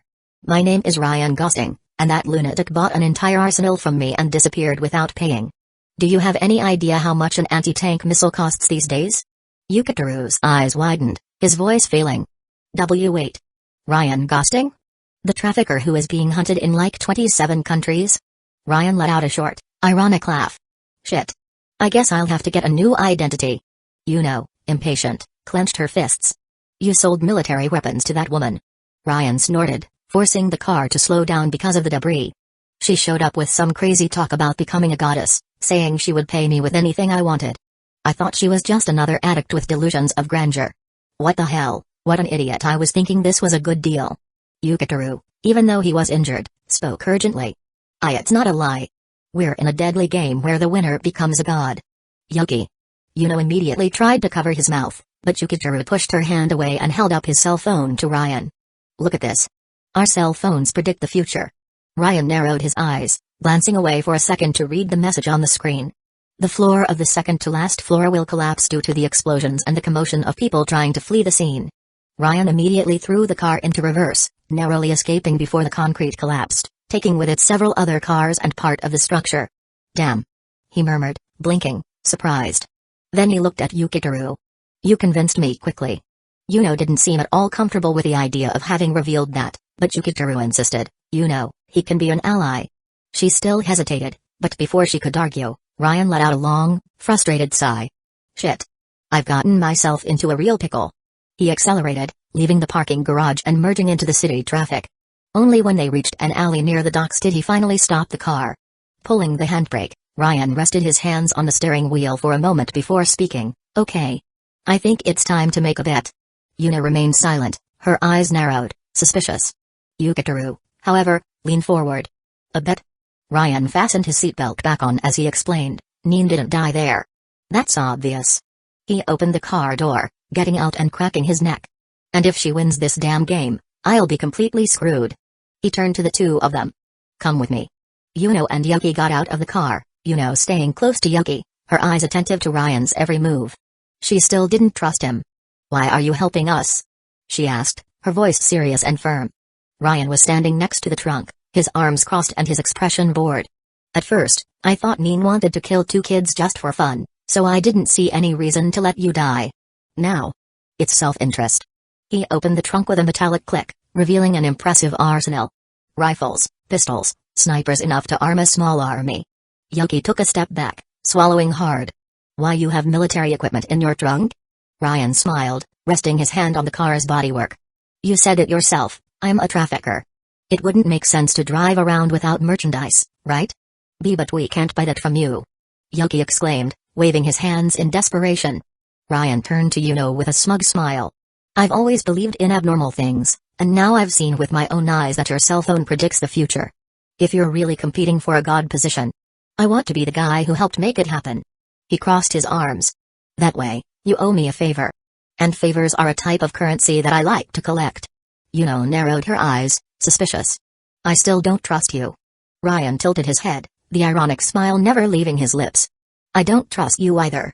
But then he looked at Yuki and pointed to the weapons. "Even so, you can take some things. You'll need them to face Nin. But I'm warning you, she bought top-of-the-line equipment." Yuno hesitated for a moment, but in the end, she couldn't deny that having weapons at her disposal was an advantage. She took some, always keeping Ryan under surveillance. Yuki, despite trembling with fear, grabbed a pistol with uncertain hands, the survival instinct overcoming hesitation. And so, for a time, Ryan became the duo's equipment supplier, slowly gaining a tenuous trust. Until their paths crossed again. This time, in a fight for their lives. The ninth hadn't given up on hunting Yukiteru. This time, the attack happened in a crowded shopping mall. But, luckily, Yuno was well armed thanks to Ryan Gosting, being able to fight back. The confrontation plunged them all into chaos. The sound of gunfire echoed between the stores, screams of desperate civilians mixed with the crack of bullets. In the midst of this confusion, Yuno managed to hit the ninth squarely, seriously wounding her in the abdomen. The woman staggered, trying to escape through the corridors, but, to her surprise, as soon as she crossed the entrance to a store, she was met with a hail of bullets. The ninth's body fell heavily to the ground, lifeless. Yuno was alert, protecting Yuki behind her. Who had fired? It was then that the sarcastic voice echoed through the environment. Nin. You were so cute. I didn't want it to end like this. From the shadows of the store, Ryan emerged, a machine gun resting on his back and a mocking smile on his lips. Hello, friends. Chapter 123, It would have been better to have died that day. Yuno's eyes widened, the distrust evident in her expression. What are you doing here, Ryan? Yuki, on the other hand, seemed relieved. Ryan. I'm glad you're here. Ryan waved casually to Yuki before answering Yuno. You know how it is, right? Nin owed me money. And it would be bad for my reputation if I let her die at the hands of someone else, taking everything she owed me to the grave. Since she's not going to pay me with money anymore, her debt was paid in blood. Yuno's eyes didn't leave Ryan, always alert. Yuki, despite finding the comment morbid, couldn't deny that Ryan was a powerful ally to have around. But, before they could process the situation, a new element emerged. A strange man appeared in the middle of the chaos. His clothes were unusual, and he wore a mask that resembled a giant eye. Without hesitation, he introduced himself. I am the 12th participant. His voice was theatrical. And my future diary is the diary of justice. His target? Yuno Gasai.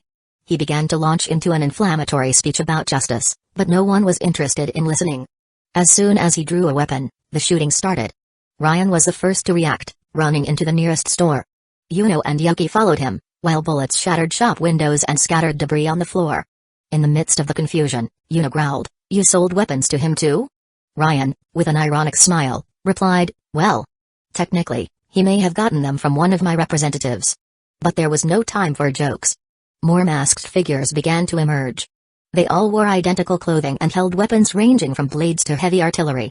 Ryan let out a weary sigh. God damn it. Just looking at them makes me tired. The gunfire rained down on them again.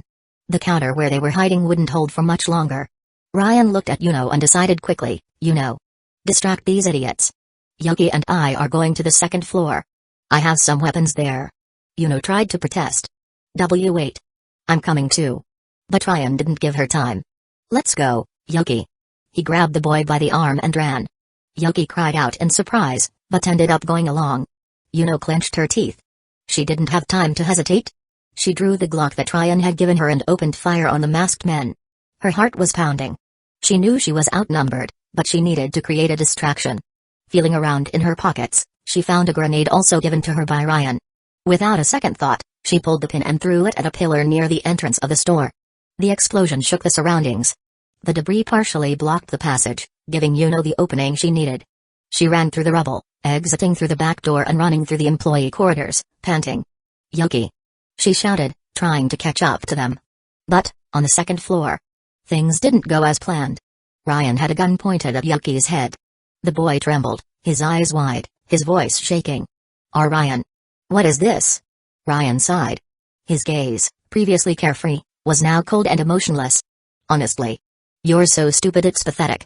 Yuki froze, while Ryan continued, From the beginning, when I first laid eyes on you, I saw that you were incompetent. But an incompetent person who wants to live so badly that he'd end up killing himself by being reckless. Yuki raised his hands in surrender, desperate. But you were helping us. Why do this now? Ryan tilted his head slightly. PFFT, well. Because we're in a death game.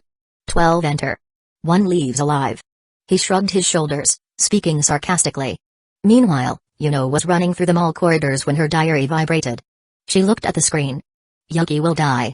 At the same time, Yuki felt a cold shiver run down his spine as he looked at his own cell phone. Death end. His heart raced. Tears began to form in his eyes. Please, Ryan, don't do this. Yuno ran through the corridors like a wounded beast, her footsteps echoing off the empty walls of the mall. Despair tore at her voice as she shouted, breathless, his name, Yuki. She climbed the stairs without hesitation, her chest burning with lack of air, her muscles burning with tension and fear. When she reached the second floor, she found Yuki standing in front of her, his eyes wide and full of tears as he looked at her with a look of agony. Relief washed over her body for a brief second, but then the gunshot echoed like thunder. Yuki gasped, the light in his eyes instantly fading. His head lolled to the side, as if the weight of his own body betrayed him, and then he fell. Time stopped. No. Yuno's scream reverberated through the empty space, a mixture of pain, fury, and absolute despair. Her feet moved without thinking, launching her forward, to try to hold him, to reach something that was already slipping through her fingers. But then, another shot. The pain was excruciating. Something hot tore through her leg, and her treacherous body gave way, throwing her to the ground violently. Her scream turned into a strangled groan as the burning sensation took over her senses. The dry sound of the gun silenced the world. A man, behind Yuno on an upper part of the floor, lowered his gun slowly. The barrel was still smoking. Ryan, standing just ahead, was staring at everything with an empty look. And then, his voice. Cold. Empty. Today. The count will end at 4. Ryan was talking while stretching his arm. Ryan emerged from the darkness like a specter, his eyes dead, his expression blank. The way he spoke, as if all this were just another day in his routine, made something inside Yuno twist in pure hatred. Damn you. She growled, dragging herself across the floor. Her leg throbbed, but it didn't matter. Nothing mattered, except getting to Yuki. You were a participant from the beginning. Fury boiled inside her, as hot as the blood that flowed from her leg. She should have foreseen it. She should have felt it. But she allowed herself to be fooled, and now it was too late. With effort, Yuno reached Yuki. His body trembled like a leaf in the wind, his skin becoming increasingly pale. He was still breathing, but weakly. Too weakly. No. Her hands pressed on his wound, but the blood gushed uncontrollably, hot and sticky, running down her fingers. Stay with me, Yuki, please. Ryan, in turn, didn't even show emotion as he observed the scene. He just turned to some men who were there and waved casually. The mission here is complete. The rest is up to me. Ryan pointed at the man who shot Yuno while speaking in a playful tone. Hey, you over there, this scene is really sad, isn't it?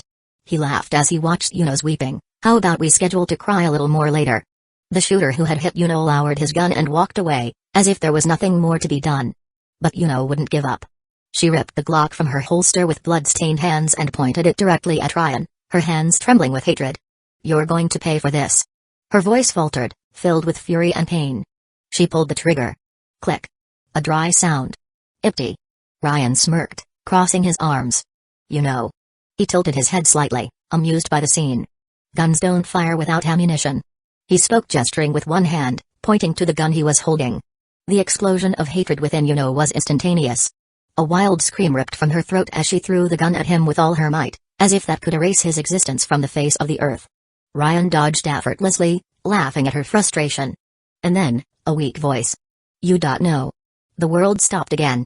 She looked down, and her heart almost stopped when she saw Yuki moving his lips, his breathing irregular, the life draining from his body. Yuki. Hold on. Stay with me. The blood was still flowing non-stop. She pressed on the wound with all her strength, as if that would be enough to keep him there. But he was weak. So weak. His voice was just a whisper. His teary eyes fixed on hers, trembling, terrified. I'm scared. Of dying. Yuno felt something break inside her. She had never seen him like this. Never. And then oh, my. Ryan sighed, walking towards them calmly. What a long time to die, huh? He tilted his head, pointing the gun again. I aimed for the heart to be quick, you know. You should thank me. Ryan stopped in front of him, pointing the gun with a sarcastic smile full of disdain. You are a waste of oxygen, Yuki. Yuno's eyes widened. No. She threw herself over Yuki, hugging him tightly, her voice becoming a desperate scream. Stop. Don't kill Yuki. Stop it. Ryan didn't hesitate, he smiled as he spoke. Bang. The shot came without mercy. The bullet passed through Yuno's arm before finding its true destination. Yuki's body shuddered. Time seemed to slow down, each drop of blood falling like a slow rain around them. Yuno couldn't breathe. Despair took over. Tears. Pain. Blood. Sadness. And then, Silence. Ryan lowered the gun. Yuno trembled, without the strength to scream. Only muffled sobs escaped her lips. Yuki wasn't moving anymore. Yuno gasped, her eyes blurred by the hatred and pain that corroded every fiber of her being. Her breathing was a mixture of sobs and muffled groans, as she stared at Ryan with pure contempt. "Damn you!" she growled, her voice failing, but filled with fury. "I swear. I'm going to kill you." Ryan just narrowed his eyes, analyzing her with an amused glint. There was something unbearably arrogant in the way he observed her, as if all this were just a game and he was just waiting for the inevitable outcome. "Kill me?" He let out a low laugh, a sound that dripped from his lips like poison. "You swear so intensely." His mocking gaze swept over Yuno's bloodied body, as if he were evaluating a prey about to succumb. With a casual movement, he ejected the magazine from his gun, leaving only a single bullet in the chamber. The metallic click echoed through the silent environment, loaded with meaning. Yuno could barely keep her eyes open. Her vision oscillated between flashes of reality and hazy shadows. The cold floor beneath her knees seemed distant, as if her body were dissolving, becoming part of nothingness. Pain.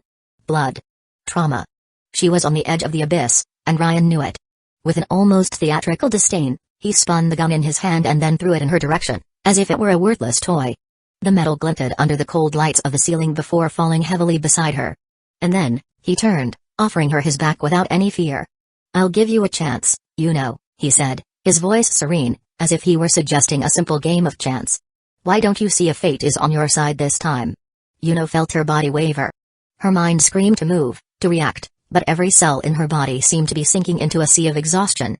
She knew Ryan wasn't doing this out of pity. It wasn't an act of mercy, it was pure sadism. But she couldn't hesitate. Gathering all the strength she had left, her trembling hand reached for the gun.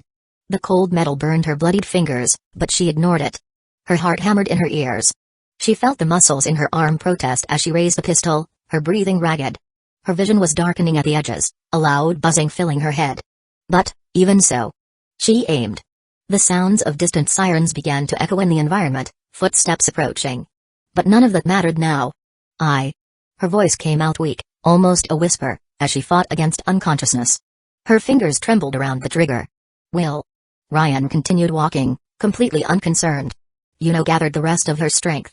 The last flicker of her unwavering will. "Kill you," she screamed, pulling the trigger. The blast filled the air like thunder. But the bullet cut through the space and lodged violently in a pillar next to Ryan, exploding a fragment of concrete. For a moment, only silence answered.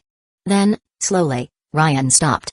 Turning to face her, an empty smile, without any trace of surprise, formed on his face. He let out a theatrical sigh, tilting his head slightly as he mocked, "Wow. I would never forgive myself for missing that shot." The sarcasm dripped from his voice like venom, as if he were laughing at Yuno herself through his words. The gun slipped from her fingers. Her body finally gave way. Darkness came soon after. It would have been better to have died that day. Chapter 124, Thank You, Ryan. The night unfolded peacefully, with a sky sprinkled with stars accompanying the soft glow of streetlights. The movement of cars on the streets was slow, a reflection of the comforting silence that enveloped the city. Yuno walked beside Rika, feeling the night breeze caress her skin. The blueberry ice cream she held between her fingers added a childlike touch to her figure as she licked the sweet treat with a slightly distracted expression. Rika, at her side, remained graceful, her eyes attentive to Yuno's every small gesture. She said nothing and perhaps didn't need to. She perceived that Yuno wasn't the type to express her feelings easily. Therefore, instead of words, she chose to hold her hand, intertwining their fingers in a gesture of silent comfort. The walk continued peacefully until they arrived home, where they were greeted with a warm smile by their mother. Maki was already asleep. After all, she would have early classes the next morning. After a brief conversation, Yuno and Rika went upstairs. The hallway was bathed in a soft light, and the silence of the house seemed to amplify the thoughts swirling in Yuno's mind. Just before opening her bedroom door, she hesitated. Her gaze flickered to Rika, and a slight blush crept onto her face. "Rika." Her voice was low, almost a whisper, but laden with something dense and indefinable. Rika turned to her, her gentle eyes reflecting a serene affection. "Rika-ne-san." Yuno corrected herself, feeling her chest warm as she spoke those words. Rika's smile widened, lively and welcoming. She put her hands behind her back, leaning her body forward slightly. "Yes, Yuno-chan." Yuno looked away, twirling a strand of hair around her fingers. Her voice trembled slightly, almost as if she feared to say what was coming next. "Thank you for staying with me today. Your presence was Very good.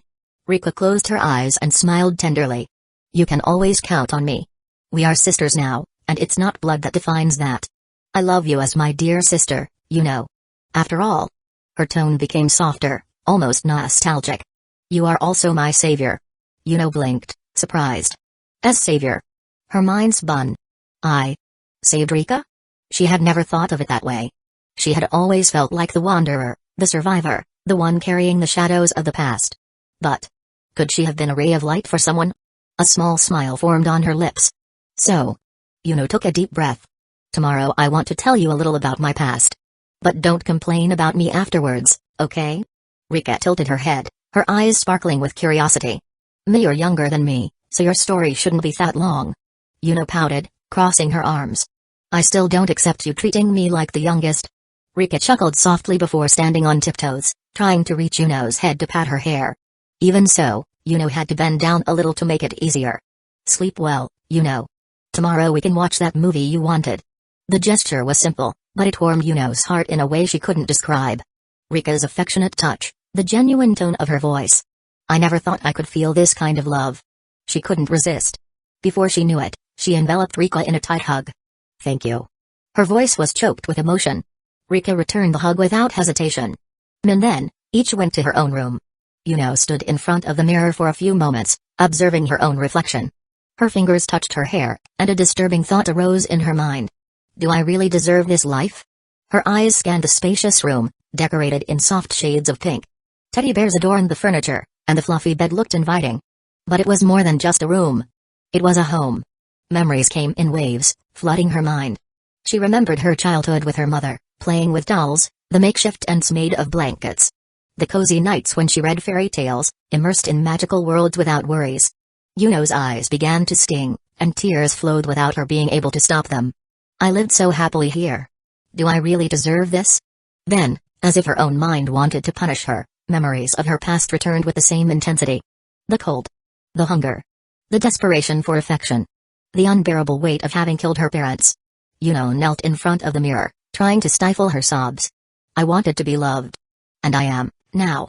She squeezed her own chest, trying to suffocate the overwhelming tightness that took over her. Mom and Dad love me. They are my real parents. My little sister Maki, and the image of Rika's smile emerged amidst the whirlwind of memories. Even you seem to love me as I am.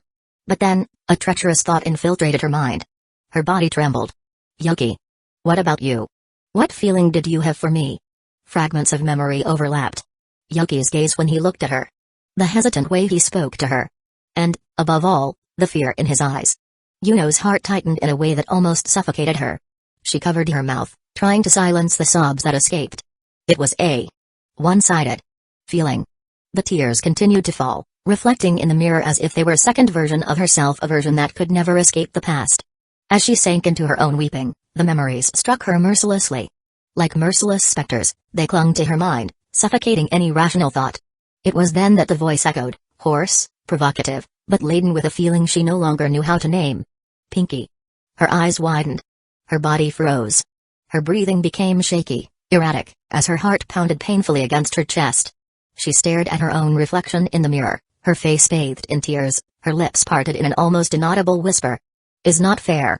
This is not fair. The words escaped her lips like a choked lament. Yuno swallowed hard, trying to find some logic in that confusion of feelings. Her voice trembled as she continued, he seems to have accepted the new life without any problems. She inhaled deeply, closing her eyes for a moment. But the memories wouldn't leave her. Not now. Not when the pain of the past still throbbed in her soul. He was my turning point. Her thought wandered to that fateful day. That moment that destroyed her notion of identity. The hot steam of the bath enveloped her body when it all happened. A sudden attack, an avalanche of memories hurled against her mind like a waking nightmare. A whole life overlapping another. An unbearable bombardment of memories, feelings, pains, and dreams that did not belong to her and, at the same time, did. The gentle, shy, and bright girl that Yuno was now found herself imprisoned within a furious storm, where the broken Yuno, the Yuno of the past, screamed, clamoring for control. She couldn't bear it. She screamed. Her fingers slipped down the damp bathroom wall, her stomach churning in pure despair. The last memory of that old life was Ryan killing her, and now? Now there was more. There was the present. There was a new life that coiled around the old one like a lethal poison. What was real? What was a lie? She didn't know. It was then that the bathroom door was thrown open, and a pair of arms urgently enveloped her. Dear. What happened? The warmth of that hug should have calmed her. But it didn't. Her wild, terrified eyes met those of that woman, and her instinct was to fight, to struggle, to scream. "Who are you?" The despair in her voice was soul-gutting. "What do you mean, who am I?" "I'm your mother, That phrase. So simple. So impossible. The shock was like a slap. Her body stopped struggling. Tears still flowed, but now not from panic, but from something worse. Something deeper. More cruel. "Mom?" Her voice was hesitant, almost a frightened whisper. She didn't know what to believe. "My mom," she repeated, her mind trying to find a point of balance. One side of her consciousness screamed that yes, that was her mother. The woman who loved her. The woman who had taken care of her from the beginning. But the other side. The other side was a black hole of pain and loss. "You have no mother, And then, everything dissolved into silence. Stared at the mirror once more, her pale and confused features reflected back. "I took 3 days to understand what happened," she murmured, her voice lost in the emptiness. "And it was only that fast because of my new family. At that moment, I told myself that I was just having a waking dream." She ran her hands through her long hair, as if trying to anchor herself in reality. But then, her expression hardened. Until that day. The day she found Ryan at school. The day everything crumbled. There, in that instant, she saw the naked truth. She was Gasai. And all she wanted was her one true love, Yukiteru Amano. The images returned, and with them, the invisible scars. She hugged herself, pulling her knees against her chest, her mind reliving every detail of that encounter. Every exchanged look. Every silence laden with meaning. And the agreement. "Why did that idiot agree to help me kill him?" she murmured, her eyes burning with a mixture of frustration and confusion.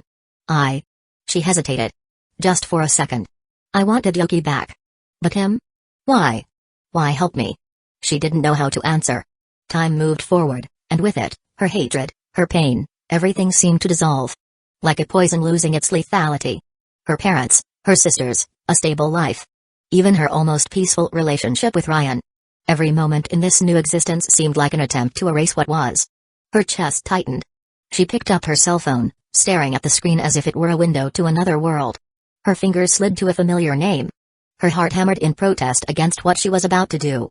"Damn it," she murmured, pressing her lips together. "Ryan can still treat me better than Yuki." She closed her eyes, trying to visualize Yuki's face. Trying to feel that again. But, little by little, the image faded. And in its place, another emerged. Ryan. Felt the blood rush to her face. She bit her lower lip, annoyed with herself. With a frustrated sigh, she opened his profile picture, enlarging the image. "Idiot," she grumbled. Her eyes scanned his face, analyzing every detail with an attention that irritated her. Why was he so Ryan? She stared at her own reflection in the mirror, her hand unconsciously resting on her lips. Her gaze narrowed. And on top of that idiot stole my first kiss. The memory was instantaneous, bringing an involuntary blush to her cheeks. She huffed, closing her eyes to push away the feeling. But then, the sound of a ringtone. Her eyes widened. She looked at her cell phone screen, her heart stopping for an instant. Incoming call. From Ryan. On the other side, Ryan walked calmly, returning from a conversation with Gojo and Guido.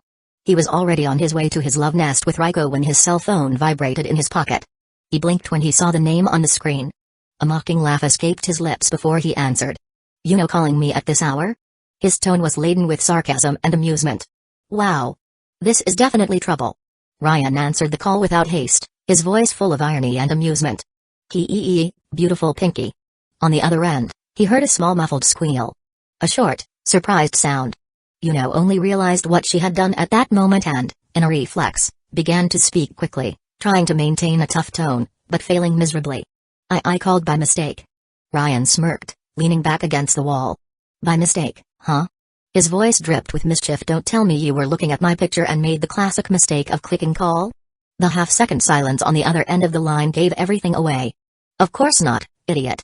Exploded, but soon took a deep breath, forcing her voice to calm down. She needed to think fast. I want to ask you something. Ryan raised an eyebrow, still amused. Sure. You can ask me anything. Except what I'm doing tonight. Yuno frowned.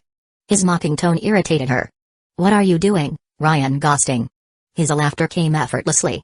Damn, you must be a very possessive girlfriend. Humphrey, that's none of your business. Yuno retorted, crossing her arms as if he could see her.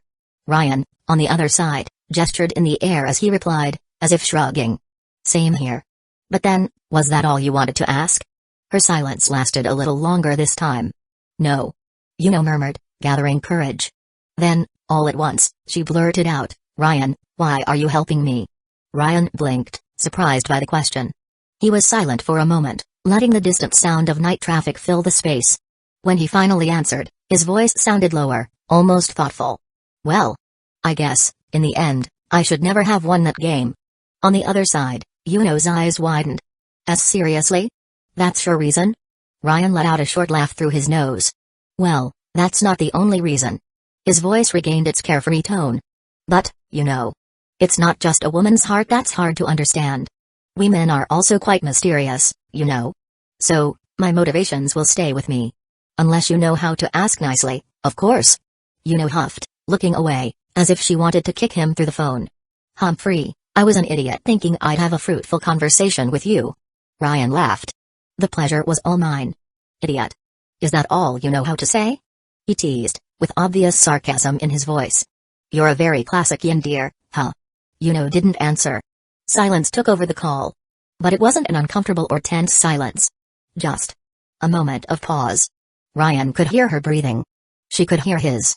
And then, Yuno's voice came, soft, almost hesitant. Thank you, Ryan.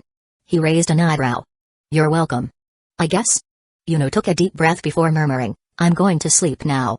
Ryan didn't hesitate. His voice, this time, was more serious, without any mockery. Have a good night, Pinky. And if you want to talk, you can call me.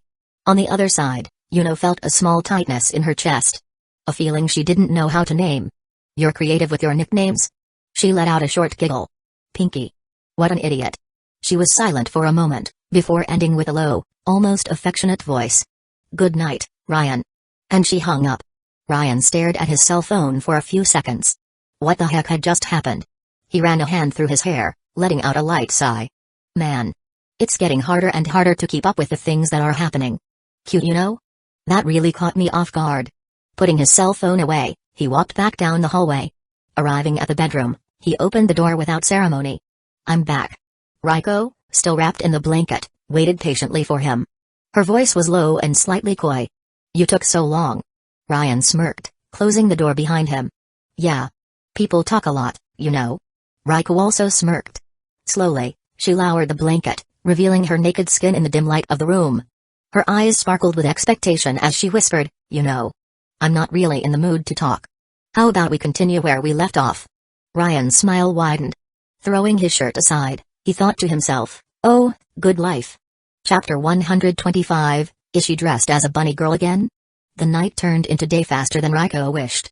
A few rounds passed between her and Ryan, and soon the first rays of sunlight were sneaking through the cracks in the window. But, curiously, instead of feeling tired, she was full of energy. And other things too. After waking up, they went to a restaurant for breakfast.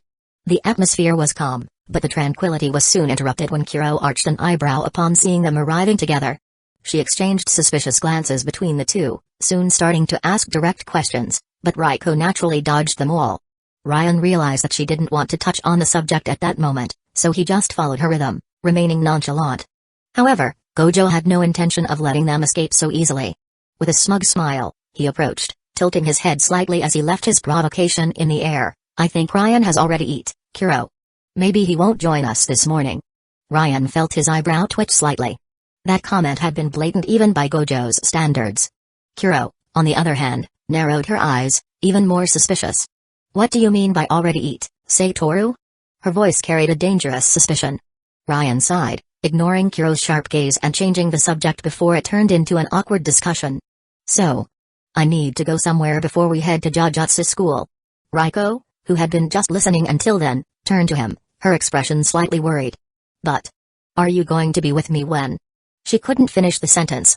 Ryan gently ran his hand through her hair, interrupting her with a touch that conveyed more than simple words. Of course I'll be with you, Reiko. His voice was calm, but firm. What I need to do won't take long. He hesitated for a moment before completing, in a more uncertain tone, I mean. Maybe it will take a little while. I have to convince Yuno to teleport me. Gojo, who had already settled into a chair as if he were watching a show, leaned forward, curious. Can't you learn the teleportation technique? He arched an eyebrow. Your energy is practically identical to that girl's. Ryan crossed his arms, letting out a sigh loaded with boredom. It's not quite how it works. Raiko lightly squeezed his arm, her touch subtle, but full of expectation. Then, you better resolve this commitment as soon as possible. Ryan nodded, pulling his cell phone from his pocket. Yeah. You're right. As he slid his finger down the screen to Yuno's contact, he muttered to himself, I hope she's still in cute mode. Surprisingly, Yuno answered quickly. Her voice was willing, almost playful. Good morning, Ryan. Where do you want me to take you? Just so you know, I'm going to charge you a snack for this. Ryan opened his mouth slightly for a moment, caught by surprise. How do you know that's why I called you? On the other end of the line, Yuno took a while to answer. When she finally did, her voice came in a funny and slightly provocative tone. Are you going to give me a present, idiot? Ryan closed his eyes, answering in a drawn-out way, no. I just want a ride. Her answer came sulky, but with that hint of involuntary charm. Then don't be charming, idiot. He chuckled softly. Okay. I'll send you a photo of the location. He ended the call and, without wasting time, took a photo of himself making a peace sign. Gojo, of course, didn't miss the opportunity to appear in the background, raising his arms in an exaggeratedly fond way. In a blink, Yuno appeared before him. Ryan turned around and found her wearing her school uniform. The white shirt, slightly fitted, highlighted her slender silhouette, while the purple tie hung softly over the impeccable fabric. The blue pleated skirt swayed subtly with each movement, revealing her well-shaped thighs. Her slender fingers touched his face almost innocently, and her smile carried that enigmatic glow of someone who always hides one or two secrets. Ryan blinked, not filtering the words before they escaped. Damn. Have I ever told you that you look hot in that uniform? Yuno's smile vanished instantly. She made a sulky face, crossing her arms. Humphrey. I didn't ask for your opinion, idiot. But Ryan noticed the detail she was trying to hide. Her cheeks were slightly flushed. Beside him, Raiko crossed her arms, clearly uncomfortable with the compliment Ryan had given Yuno, but chose not to comment. Yuno took a deep breath and decided to get straight to the point. Okay, where do you want to go? I have to go to school, unlike you. So don't waste my time. Ryan scratched his head, answering in a bored way, geez, you don't even need to worry about being late. You can appear sitting in your chair a second before the teacher anyway. While he was talking, Gojo decided to intrude in the background, as always. Good morning, pink hair. Good to see you too, Yuno. Yuno didn't even look at him. Her answer was dry, effortless. Hey, albino. Gojo pursed his lips, narrowing his eyes. He turned to Gito, indignant. Wow. What a problematic woman, huh, man. Gito let out a discreet chuckle, shrugging. I think she really didn't like you. Gojo rolled his eyes, but soon turned his gaze back to Ryan and Yuno, curious to see what all this would lead to.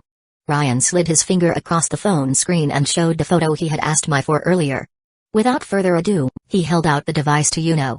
Can you take me here? Yuno looked at the image and shrugged. Sure. But she didn't move. Instead, she stared at Ryan with an expectant expression, as if she were waiting for something. He arched an eyebrow, confused. Please. Yuno rolled her eyes before flicking him on the chest, making him recoil slightly. I don't want your idiotic politeness. Her voice carried a cute little frustration, a slight pout of discontent. I said I want a snack, remember? Ryan blinked, and then it clicked. Ah. So that's it? He pulled his wallet out of his pocket and held up his card to her. Here, you can buy something on my card. Yuno crossed her arms, tilting her head to the side with a sarcastic smile. I'm already being nice by taking you here and there. Be decent at least once and buy it yourself. Ryan sighed, accepting defeat. Fine. What do you want? Yuno turned her back and walked to a nearby table, sitting down with an air of superiority. I'll wait sitting down. Ryan squeezed his eyebrow with his fingers, feeling a slight throbbing in his forehead. Damn it, she's playing the classic game. Is she on her period? Before he could go buy something for her, he felt a timid tug on his sleeve. Raiko, beside him, hesitated before murmuring, Ryan. I'm also a little hungry. He froze for a second. And then, another flash of understanding came. Damn. She got jealous. Quickly regaining his composure, he turned to Raiko and smiled gently. Okay, Wait a little bit and I'll buy something for you, my dear. He chose the right words. Rukongai smiled openly, her expression lighting up. Thank you. Ryan scratched the back of his neck as he looked around. Despite being in a restaurant, he realized that maybe they wanted something different. So, he decided to go a step further and look for a more refined place, where he could impress them with something more elaborate. However, it wasn't long before he noticed two intruders approaching. Gojo and Geto. Ryan frowned upon seeing them following his walk. Without further ado, he spun on his heels and pointed an accusing finger at the two. I'm not paying for anything for guys, I'm telling you right now. Gojo laughed and put an arm around Ryan's neck, pulling him close as if they were old comrades. You naughty boy, you're not satisfied with just Rukongai, are you? Geto, with his hands in his pockets, cast a suggestive look. Sator told me about what he saw yesterday. Ryan narrowed his eyes at Gojo. Who else did you tell? Gojo raised his hands in a carefree gesture, adjusting his sunglasses with his fingertips. Relax. It was just for Geto. Man to man, you know. Ryan inhaled deeply before letting out a heavy sigh. Yeah. I hope this stays just between us. His gaze was sharp. Gojo patted him on the back, laughing. Relax, it won't leave here. They continued to a sweet and savory shop that exuded a more sophisticated air. Ryan chose a well-prepared carriage for Yuno and an extremely tasty takoyaki for Rukongai. After the purchase, the three returned to the restaurant, where they found the girls sitting, waiting for them. Ryan approached and handed over the snacks with a neutral expression. I hope you like it, because I'm not going back to exchange it. Rukongai didn't waste time. She took a bite of the takoyaki and let out an adorable mmm, closing her eyes in pure satisfaction while resting one of her hands on her cheek. Wow! You got exactly what I was craving. Ryan closed his eyes for a moment, relieved as he thought. Wow, thank goodness, because I wouldn't be able to abuse going back in time with Yuno here. Yuno, on the other hand, picked up her carriage and took a hesitant bite. She chewed slowly before murmuring, it's edible. But her cheeks were slightly flushed. Ryan noticed and smiled softly. You can finish it calmly, it's still early, so I'm not in such a hurry. Yuno huffed lightly, averting her gaze. Humphrey. But she continued eating, now with less hesitation. A few minutes passed and, when she finished, Yuno stood up, stretching her arms. Okay, let's go. Ryan looked at Rukongai and winked. I'll be there when the time comes, so don't worry, okay? Rukongai blushed and smiled shyly. Don't even think about being late. He put a hand on Yuno's shoulder, ready to leave. Not a second late. And, in the blink of an eye, both disappeared into the air, reappearing at the meeting point that Ryan had arranged with Mai. Yuno crossed her arms, casting a judging look around before fixing it on Ryan, her expression loaded with judgment. Don't tell me you've already come after another woman, you idiot. Ryan sighed, taking his hand to the back of his neck with a resigned air. You call me idiot so much that I'm almost believing it. He shook his head, gesturing slightly as he continued. But, for your information, I did came to see a girl, yes. Only it's nothing like what you're thinking. She needs help, that's all. Yuno arched an eyebrow, keeping her arms crossed as she tilted her head to the side, her tone loaded with sarcasm. And Ryan, altruistic as always. A true angel with a pure heart, doing good without expecting anything in return, right? What a beautiful thing to see.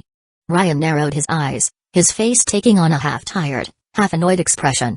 Look, you can judge me for what I used to be, but at least I'm trying to be decent in this life. The minimum, you know. Yuno kept her gaze fixed on him for a few seconds, as if trying to find some loophole in what he was saying. Is that so? Before Ryan could answer, she disappeared in an instant, leaving only a trace of her presence behind. Ryan stood there, blinking a few times at the emptiness before letting out a dry laugh and muttering to himself, even knowing that she was no longer there to hear. Yeah, you know. The old Ryan was touched by the spirit of a peaceful life. As strange as that sounds. He sighed, leaning against the wall with his arms crossed.